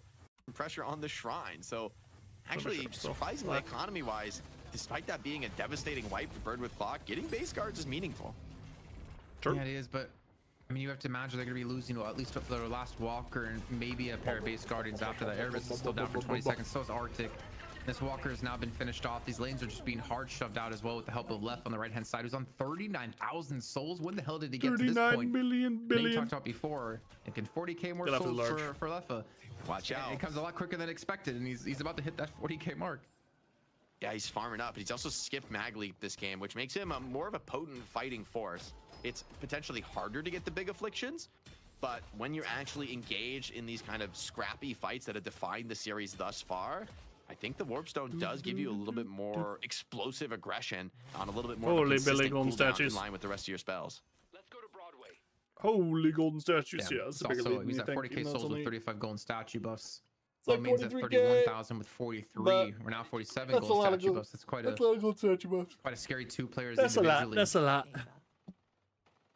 So no rejuve left, but 31k in the lead for Popper's Pupils, and this is where do or die time for Burger Clock shows, and this is kind of where I'm hoping them to maybe utilize that Doorman, because using it defensively, I mean, cool, maybe you get a cart of like 1 or 2 players back in to a position you can afford to fight, but I feel like you have to look for the picks here on that particular hero if you want to have success. You need to get aggressive, especially with like this Petrifying Bola. I don't think playing defensively is going to help over the clock when you have a Lash in a pocket who can just kind of set up, and then you have an airdrop chain gang coming your way. Chain gang. To see if there's any Doorman plays that can kind of salvage the situation. Because like we've been here before, Popper's Pupils, they're playing the map, and the team fight threat it's simple, it's straightforward. It's not complicated to execute, but it's really hard to match up against. They're just dropping this farmed up Billy in like a bomb into the back line, just blowing up the formation of Bird with Clock. Really doesn't feel like they have a response, especially with Scourge online now. Billy is a demon, and I like this. He hasn't invested. The Rising Ram is going to be the last thing he maxes out. So recognizing, hey, Billy's still a good hero. It's just going to be a different AP investment strategy without that crazy Spirit Nuke on the Rising Ram max. Now flying the Billy, they're going to look for a play, maybe around the mid lane. Phantom Strike is online for Tanner, though. We talked about this as a potentially big moment, something to maybe reach out and grab the Lash out of the air. But as I say that, he buys Unstoppable. Makes your heart sink a little bit for Bird with Clock fans, but maybe they could still catch him unawares. Airdrop about to finish off. Bus about to spawn on in. Looks like Bird with Clock might try to contest this left-hand side. Holy Phantom Strike. It's going to be a gun buff and a casting buff. Average picks up the casting. And Matt picking up the gun buff. Not the ideal target to give it to at this point, but deny it away is, I think, the most important part of this. As maybe they can get a catch here. DMB is being forced to back away through the door. Oh, big swap, though. I don't think you would necessarily want to take for Bird with Clock. They're going to go for it either way. They get a double affliction out of Leffa. Matt ran it down. Tanner. And Matt's already been cleaned up, and Tanner's going to have to run away from this one and heal back up in base. But they're leaving teammates behind. DMB And more importantly, Arctic's dead. Man, Arctic gets such a big lead here. Just getting disrespected, run down overwhelmed, puts a ton of damage on the low man. Actually commands a little bit of respect back the other way. But oh my god, he's stuck again, bro. Once again, this flight target is he's just trapped letting in the him go. corner. It's Zeno. Have to leave Paradox, but I mean, in the he's end, like, really I'm not was fucking picking it up, bro. Quick little run, little economy for average. A lot of souls to be had for the winning team in the like to rope this by key objective game from average. This phase of the game. Finally moving away from his capacitor gun Ivy build. Going like sport now. Pretty much up the Popper's people's domain. They're putting on some pretty low commitment pressure here, but probably still able to pick up the mid Guardians from it. Much more traditional build. Quite surprised to see them actually pushing us 3 here. If only Clock knew. I mean, it's so hard to punish these specific heroes. It's like Pocket with E-Shift. I mean, if you come out on the map, you better get this kill in the first 10 seconds. Here comes a Phantom Strike. Attempt from Tanner to do just that.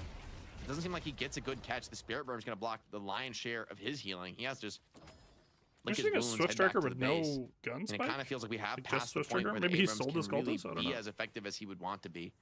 Erebus. He bought one earlier, for so the I think he Dash sold his Furnace build. cultist actually. A lot of tankiness. Maybe understand why, given the threat on this team. I remember him but and Xeno bought it, so. I don't know if all the tankiness in the world will save you from something like an Affliction and being caught in a Billy ult, being comboed by Ivy. DMB's actually caught up to Arctic now. You need to be able to be aggressive at some point. Man, Arctic.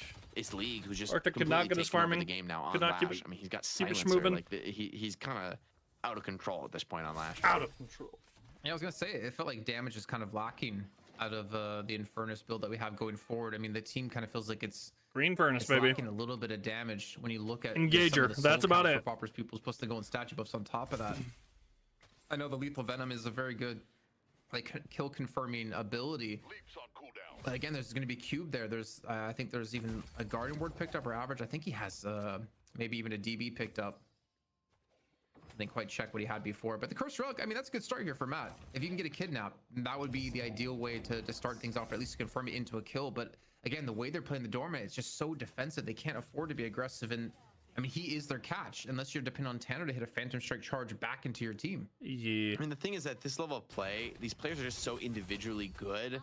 They're incredibly hard to catch with the kidnap strat. That's why we don't really see it in Night Shift. It's just people's movement is just too good. Like, it's just too inconsistent.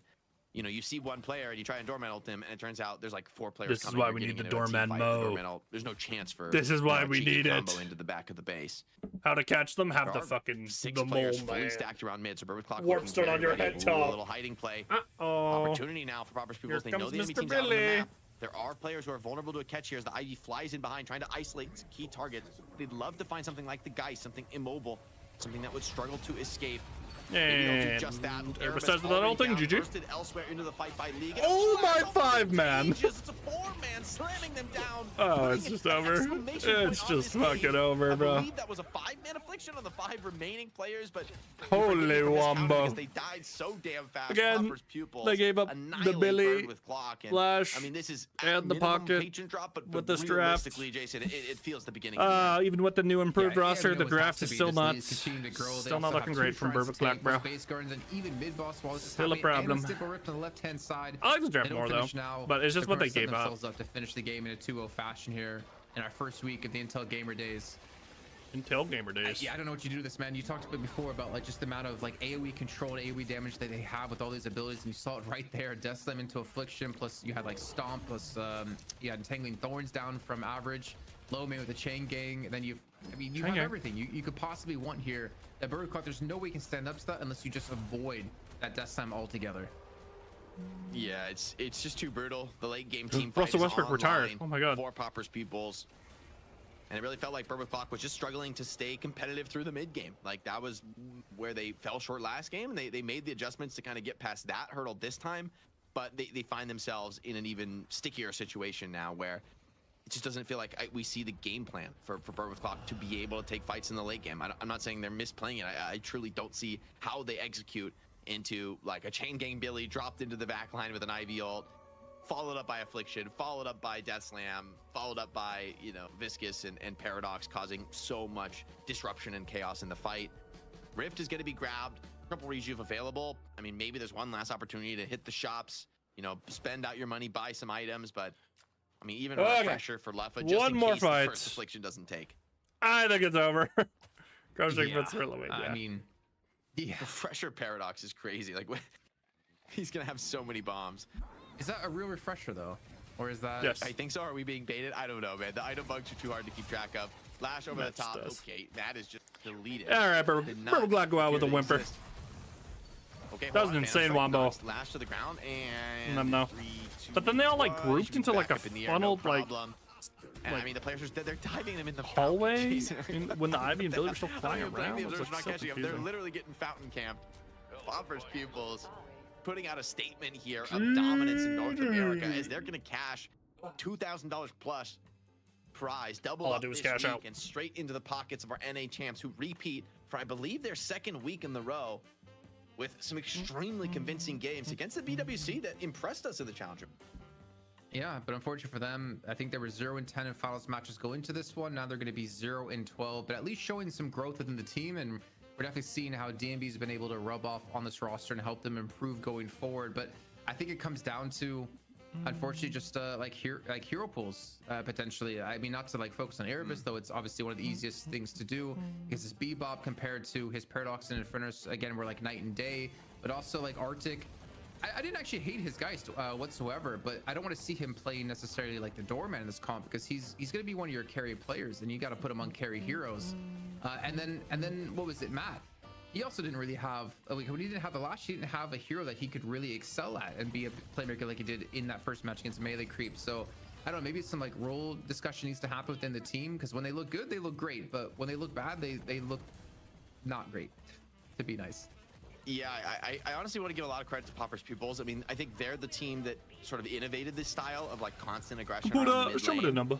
But they show a lot of depth in the, especially game 2, where you know they kind of get past the mid game. They're not able to necessarily close it out from there, and then it's just the team fighting execution. Yeah. And this is where I think there's no substitute for experience. Like this draft, I didn't even see the outdraft, from the draft screen, but as we got towards this late game, it was pretty clear. There's just no way for Burbeth Clock to team fight. Pocket Lash. Burbeth Clock was when Billy top 3 giveaway. A gank on DMB doesn't quite kill him, and he's able to hit Calico, the Doorman, which you don't execute on well, and then Abrams over and over and over again. Ivy dropping a Billy into the back line. I think there are scenarios where top 3 Abrams is fine, but running them down. And they're amazing at all the back half of this draft, that team fight. Lash also looking like the dominant carry of the meta right now, which is a pretty huge shift for a character as the draft went on. Actually was unpicked, I believe, just a few weeks ago. Oh wait, no, they could have gone Pocket. They went first Viscous on 3 actually for quite some time. So yeah, I don't know. Really well executed. The Doorman. I don't know, man. Losing some luster this week. Looking beatable. Like the execution from Popper's pupils just really we weren't able to see Doorman look as oppressive as he sometimes does.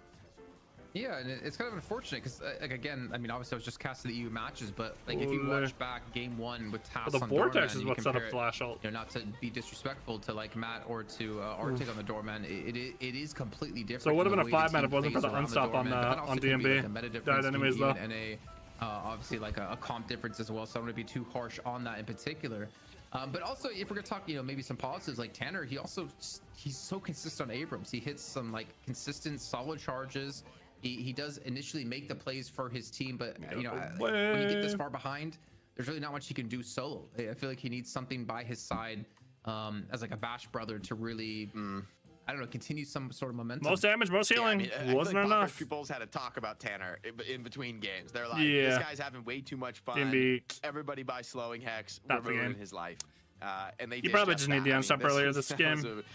Oh wait, he did have unstop. What unstop then? Game 1 to game that didn't 2. get yanked by the Lash ult. A fantastic game 1. Someone didn't get yanked by the Lash ult. Arctic, I mean, he started off super hot, was still Maybe contributing in a huge way throughout the game. I mean, a great game from Geist, I think, by any standard. Look at all the counter spells, and they still got 5-man ulted. I mean, it wasn't even close, right? Popper's on 1. Good patience by League there. 0. These highly mobile picks really working out for Popper's pupils, and Burbeth Popper's playing the Viscous, by the way. The Bebop hurting. They just didn't have 2 games in a row playing good to really get those punishes. Maybe a Holiday could have changed their fortunes in this game.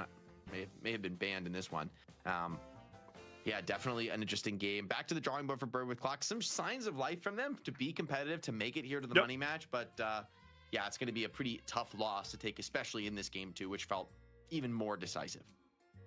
And that leads us into our MVP. And I had like my ideas of who I thought it could be, but I don't know who production picked to actually be the MVP of this match. In my head, it was between Average and League, and it looks like League is going to win out, but for good reason, because that Lash was dominating for sure. And you pointed out like, I'm taking advantage of the early deal this ending. Good damn games. Purple Clock looks better. Good news with DMB. All the EU teams look under-scrimmed with all their new swaps, so I think we'll see more of that next week. And then I think the Do and Ido team isn't scrimming for a little bit, so we're not going to see them next week, I don't think. Or maybe the week after, I don't know. We shall see. But thanks for watching, guys. I will see you definitely this weekend for some solo queue. Finally going to start my grind now that the scene's slowing down. Not a lot going on the weekends and stuff.